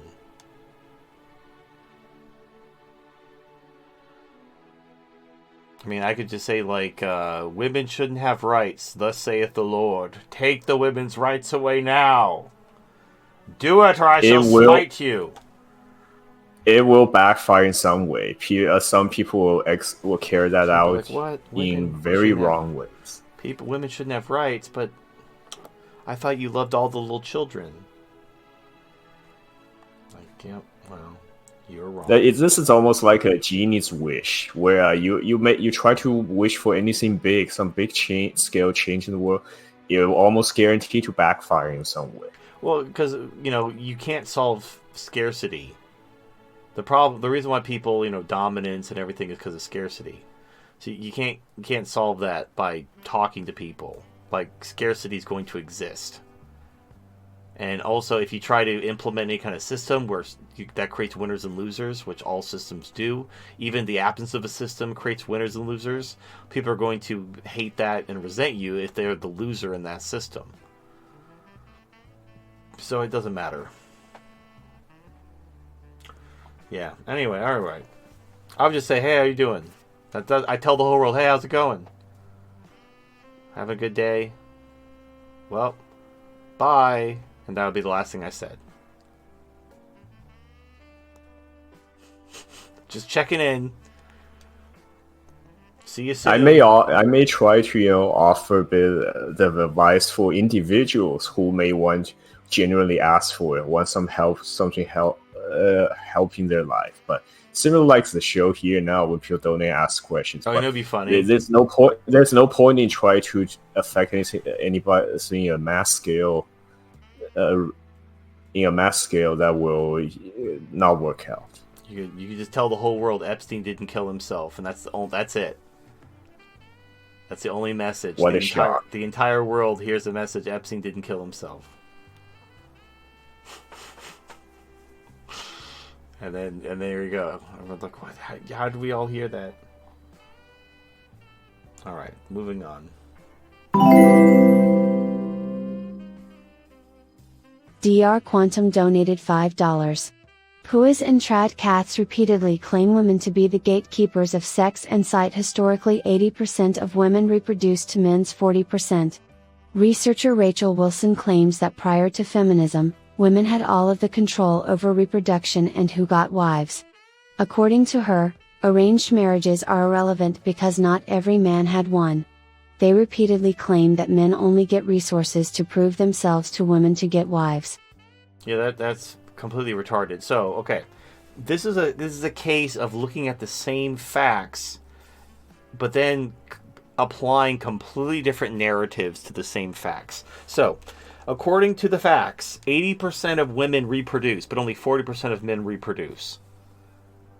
So, 60% of men don't reproduce at all, but only 20% of women never reproduce. And then the conclusion they come to is women are the gatekeepers of sex, and men had to prove themselves to get women to have kids with them. All right, that's hypothesis A. Let me present an alternative hypothesis. Back in the olden times, men killed each other for resources, and the men who died in war didn't get laid. And the men who Or conquered also, even among the survivors, you had to prove to her fathers that you're worthy of marrying her. You didn't know. It had nothing to do with proving anything. The men who died in war didn't reproduce, and the women would basically double up on the surviving men, and men would have multiple wives, which we know happened because it's in the fucking history books, and in any religion that originates in the Bronze Age had polygamy, where men would have multiple wives, because so many men died in war that it was basically expected that you would marry multiple women, which that dovetails perfectly into why only 40% of men reproduced, but 80% of women did. Well, the women weren't dying in war, and they were doubling up on the surviving men. What's interesting is 80 is twice as much as 40. So I guess men killed each other a lot, and over half of them died in war, and the women, basically, like, the surviving men got at least 2 wives, which we know because of, the Bible and history and all this stuff with polygamy. So does that sound like women are the gatekeepers of sex and men had to prove themselves to women? Or men would kill each other and then take the women as war brides and rape slaves? I mean, they can't both be true, but they both fit the facts, depending on how you look at it. But which one? Here's the difference. We have proof from history, from every major religion, of polygamy. What proof do we have that women were the gatekeepers of sex, and that men had to prove their worth to a woman in order to get the woman to agree to marry them in the fucking Bronze Age? Take your time. I'll wait. Oh, there's no evidence? This is just complete bullshit? This is like you hear about the Black Samurai? You know that Assassin's Creed game?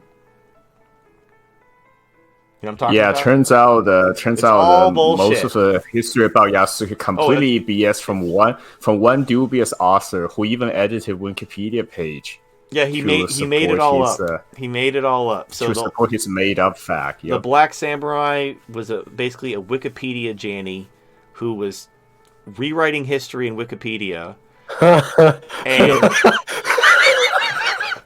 yeah, he will mount to what he actually amounted to is a servant and the court jester at best. And the government of Japan, the actual samurai. The government of Japan got involved because this is about their history. Exactly. And they were trying to paint the Japanese as like a slaver nation, and it's like they were isolationist. They not only didn't even want people to visit them. Why would they bring Africans to Japan to be slaves when they wanted everyone to fuck off and leave them alone for hundreds of years? Like, what fucking sense does that even make?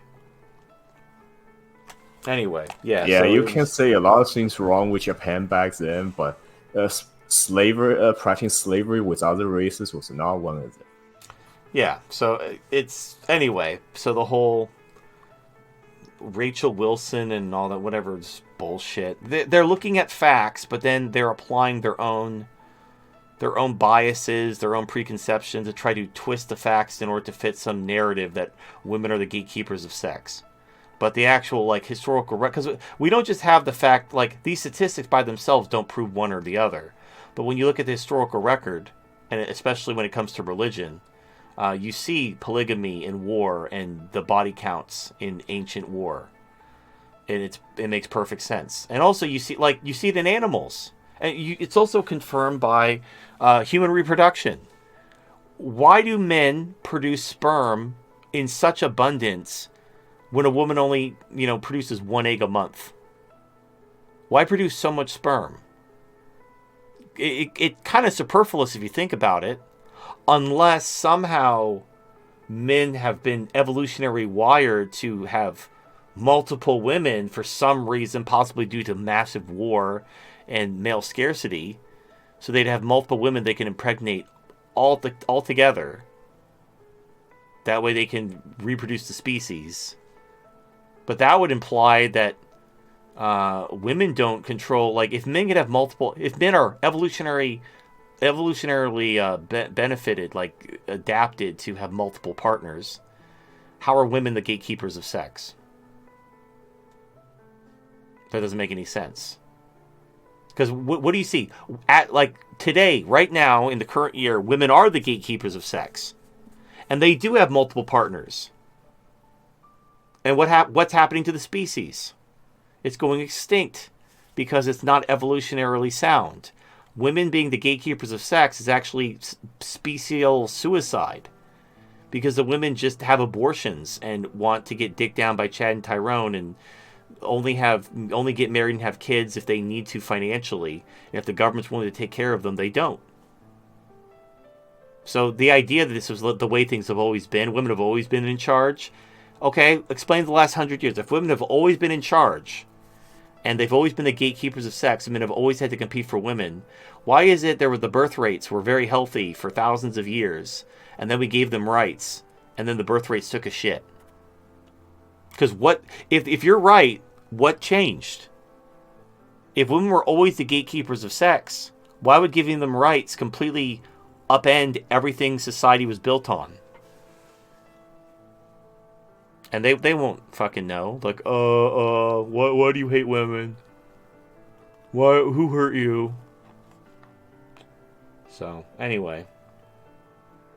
Cucks be cucking, I guess. Sam the Man donated $5. Man, Trump assassination attempt? The moon landing is now fake? TFM, you're breaking my mind. I guess it makes sense because of the Challenger rocket disaster, and that was just launching a mission for orbit. Who knows, maybe space laser weapons are real. Area 51 is there for a reason. Also, Destiny got kicked off of X and Kick for saying that Trump deserved it, so that's nice. Fuck that dude. Yeah. Well, not just Trump. He also says the other guy, the fireman, other innocent bystander, deserved to die too because he supported Trump. Got shot. Yeah. Anyway, all right. And interesting, he get kicked off a Kick first before YouTube or some of the other mainstream platforms. That's more ironic. So the thing is, the space lasers causing the fires in Maui doesn't make sense because you don't need space lasers to start a fire. You can just have arson. Like, you got to have Occam's razor. Now, sometimes, when the evidence isn't making sense, like, for example, if something doesn't make sense, somebody's lying. Well, so Occam's razor isn't, oh, no, they're totally telling the truth. It's just that all this shit doesn't make sense. Well, that doesn't solve Occam's razor. But when it comes to the Maui fires, to say that it's being caused by space lasers, like, okay, where's the evidence for that? There is none. Like, it doesn't even make sense. So that's why I never got into that space laser conspiracy theory. But the things like the moon stuff, there's like for example, whatever, that Van Allen belt, whatever it's called, the thing that kills you when you try to pass through it because of the microwave radiation.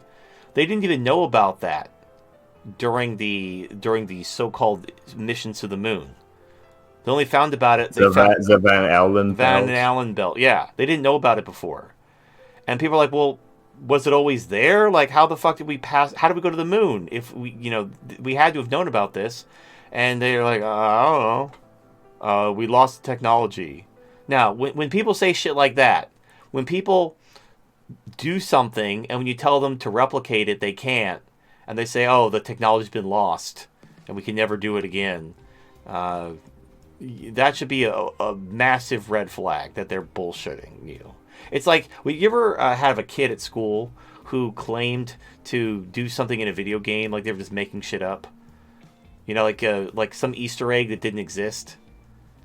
And then you ask them to show you, and like, oh, I can never do it again. It was a super one-time deal, and they were just making it up. Yeah, it's like that. The government is that kid. That kid who lied to you and made some shit up. He became the president and started lying to the American people because that's apparently all he's good at. Area 51, that's easy. So Area 51, they made they were an Air Force research base, and the UFO they were working on was a weather balloon detection system for detecting nuclear detonations by floating at a certain level of the atmosphere. So if a nuclear explosion went off, it would detect it. So one of the weather balloons popped, and the weather balloon, along with the equipment, fell down, and people didn't know what it was. And because the Cold War was happening, they couldn't show it, so it was classified because it was like a top secret nuclear launch detector. And then that turned into alien autopsy 50 years later.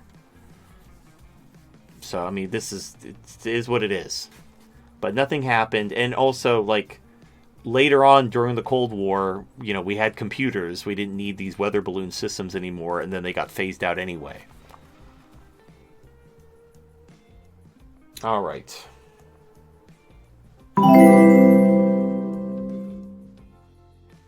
Jujube donated $5. To piggyback off the VA advice from before about getting a rating, yes, do it. Tie your whatever problems you have back the military and get a Nexus letter, particularly mental health. Most get 70% rated for that, which is basically fuck you money for as long as the military pays disability benefits. Wow. So, I mean, but I don't know. So here's my concern. If I claim mental health and that's on my record, sure, I get welfare. But then what if they pass a law like, oh, if you have mental health, you can't have a gun because you're a danger to everyone, and then I lose my Second Amendment rights for a welfare check that I don't even need? That's not. I'm not doing that, unfortunately. Yeah, that seems like a bad deal. Look, free money is fine, but like, I'm not going to go on the record and be like, I have mental health problems and give me money when I don't. Because you know how red flag laws work, where if a judge says that you're a danger, they can like just take away your rights with no trial and no anything. Well, if you're getting mental health disability, yeah, you just put a giant target on you. If the government wants to, they can just like, yeah, you can't have a gun anymore. You're a danger. You're crazy. Look, we even have the documentation. You admitted to being mentally ill in order to get welfare from the government. Did you defraud the government? Or are you mentally ill? And you're in a catch-22. Either you admit that you defrauded the government for a welfare check, or you admit that you're mentally ill, and then they're justified to, take away your rights because you're admitting that you're mentally ill. So, I don't know, man. That doesn't... Maybe I'm being paranoid, but I don't know. That just seems like you're basically in unforced air, as they say. Now, if you need the money, you need the money. The government's going to waste it on something. But if you don't need the money, I wouldn't do that shit.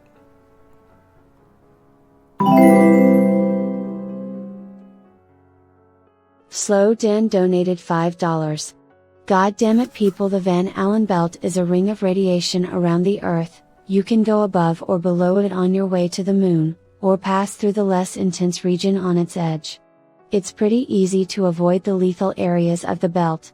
Where is your critical thinking? Yeah, except, again, they didn't know about it when they were going to the moon. But it's fine. You believe what you want. Definitely don't look into it. Porky donated $5. No more moon landing has a very simple reason. Because you can't send women or N-words in space and return them back alive. You need a full white men crew. Okay. I guess.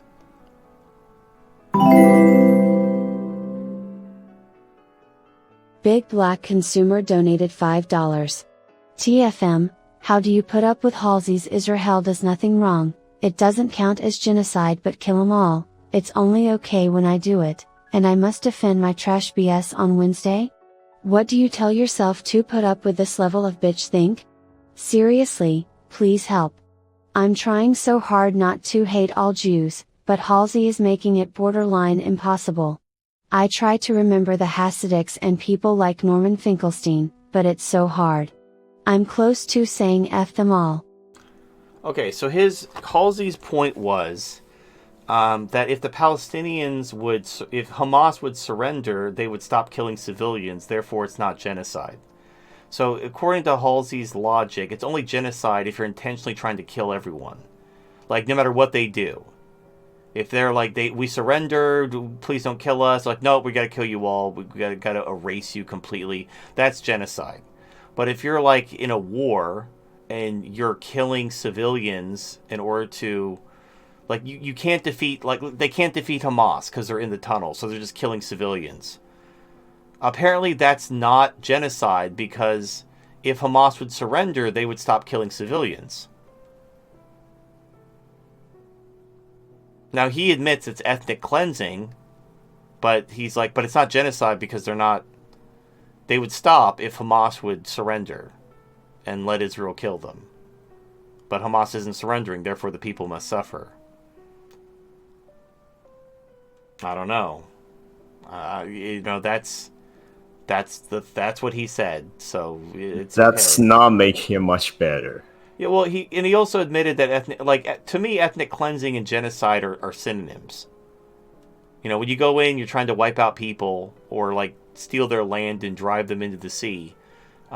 Whether or not you want to kill them all or you want whatever, like if Hamas surrenders, it's not like Israel's going to leave the Palestinians alone and give them their land back. They already had like plans drawn up to like take over Gaza and like steal their natural gas. So yeah, I mean, especially from guys like us who value freedom over just survive. well, I mean, if the enemy's condition is surrender to our absolute rule or we kill you all, then if everyone believing that's okay, then BRICS wouldn't exist right now to oppose the Western power. you need to understand that, if you only... First of all, I don't want to just have an echo chamber. Everyone agrees with me. Halsey does have good counterpoints, and, sometimes I am deceived. Sometimes I get things wrong, and he'll say, oh, actually, this, and this. And that's good. It's good to keep me honest, because, look, I don't have time to fact check everything.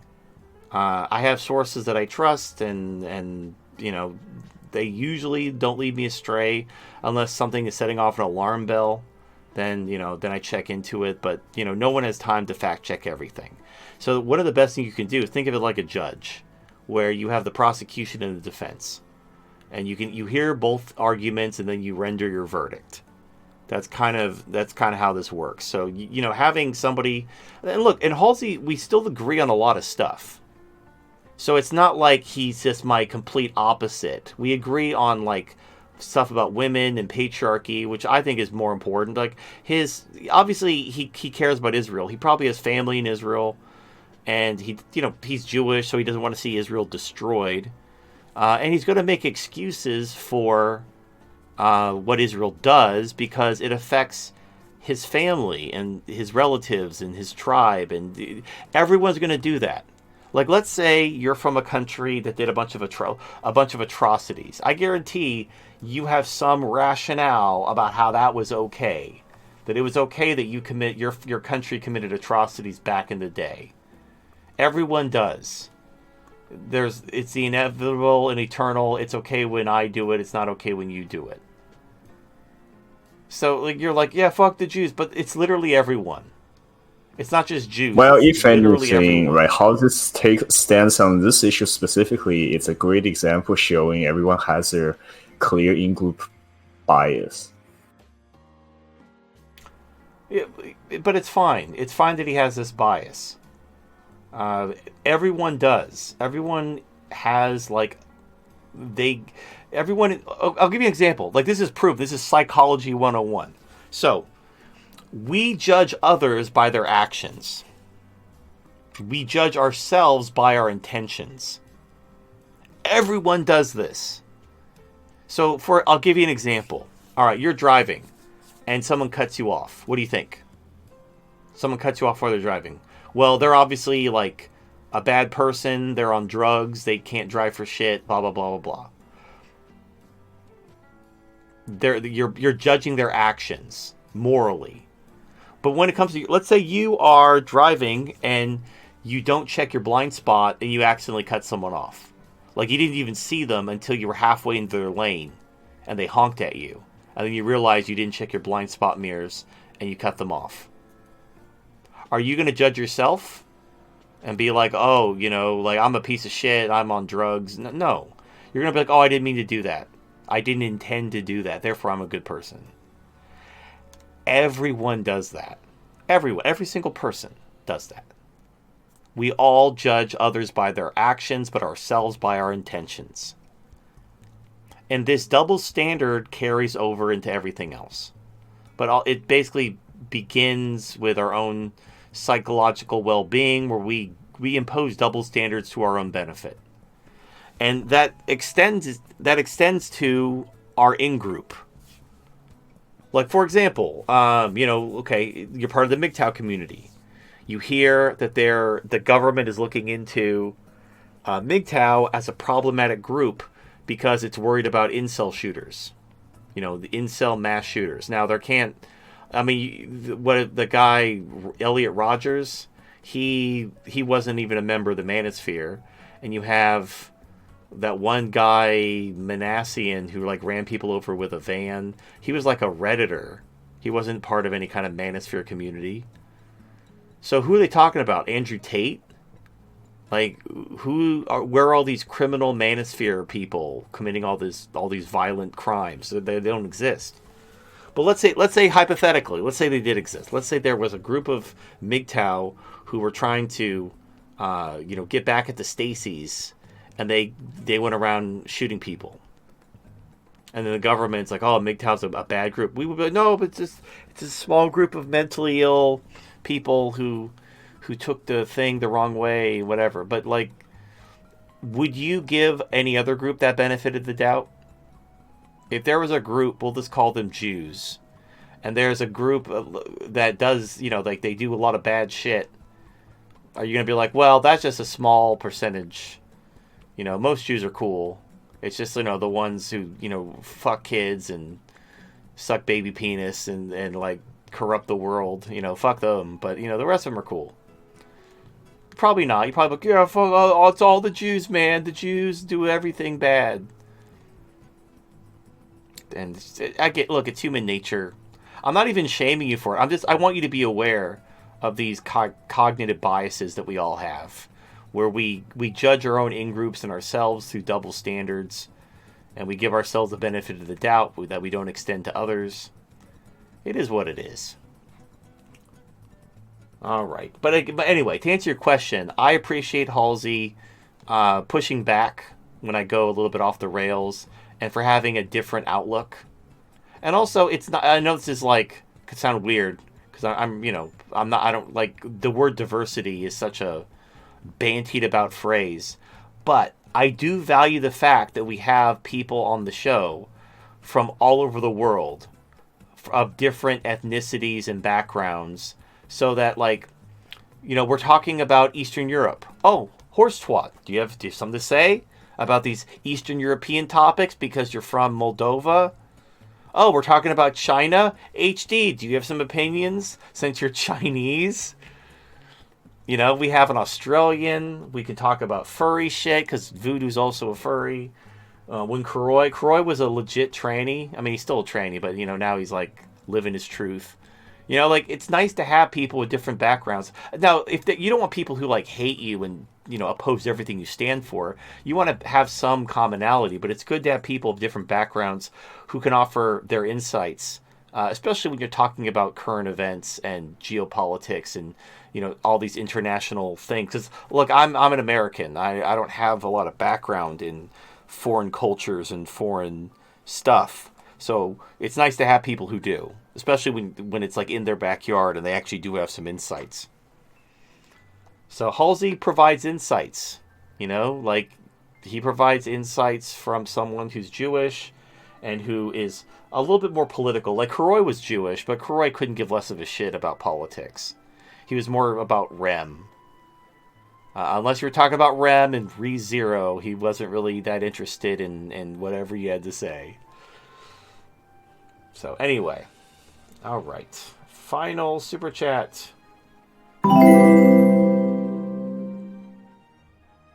Slow Dan donated $5. The orbital plane of the moon is slightly tilted with respect to the orbital plane of the Earth around the Sun, so the moon is rarely aligned with the Earth's equator and the center of the Van Allen belt. Even though some missions passed near the belt, none of them happened to pass through the center. Eventually they carefully planned future missions to avoid the Van Allen belt entirely. They just waited the moon to be above or below the belt when planning the trajectory of the spacecraft. Nice. So again, where'd the technology go? Why is it all lost? You're like, oh, they went to the moon 7 times and, this convenient excuse. But okay, why can't we go to the moon now, 80 years later? Like, we have much better computers and much more sophisticated technology. Why is this a lost technology that we forgot how to do?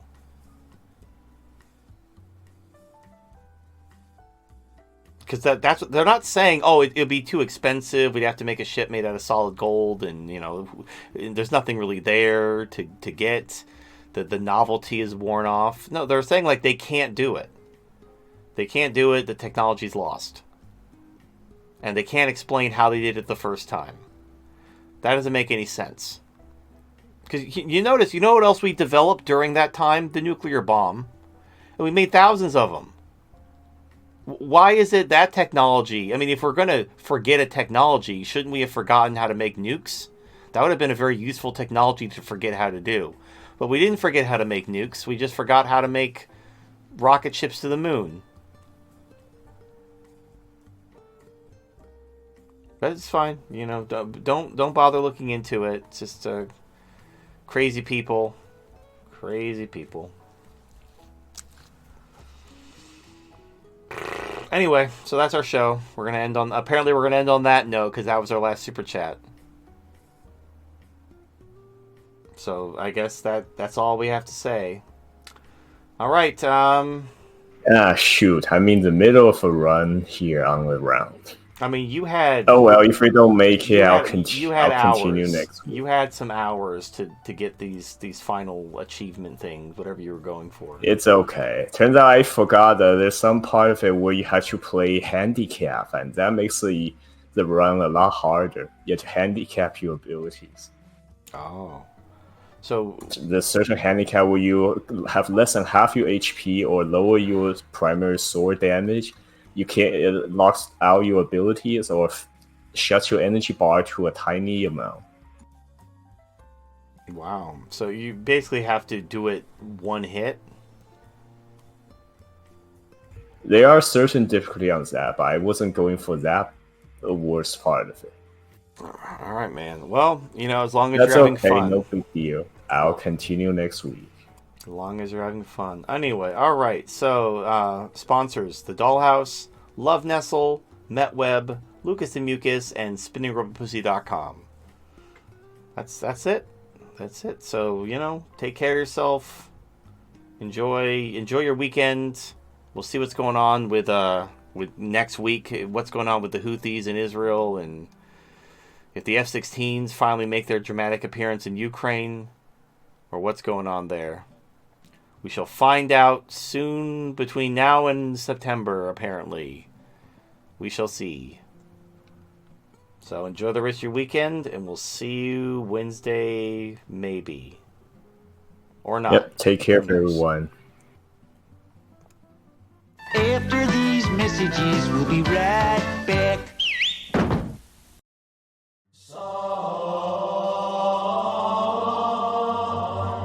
From the dawn of time, mankind has looked up into the stars and asked a single question: why can't I get some pussy spinning at 300 RPM? The future is now, and our Lord and Savior has answered our silent prayers. We have the world's first sex doll insertable spinning robot pussy. You can now bring your waifu to life to bring sex to regions unexplored.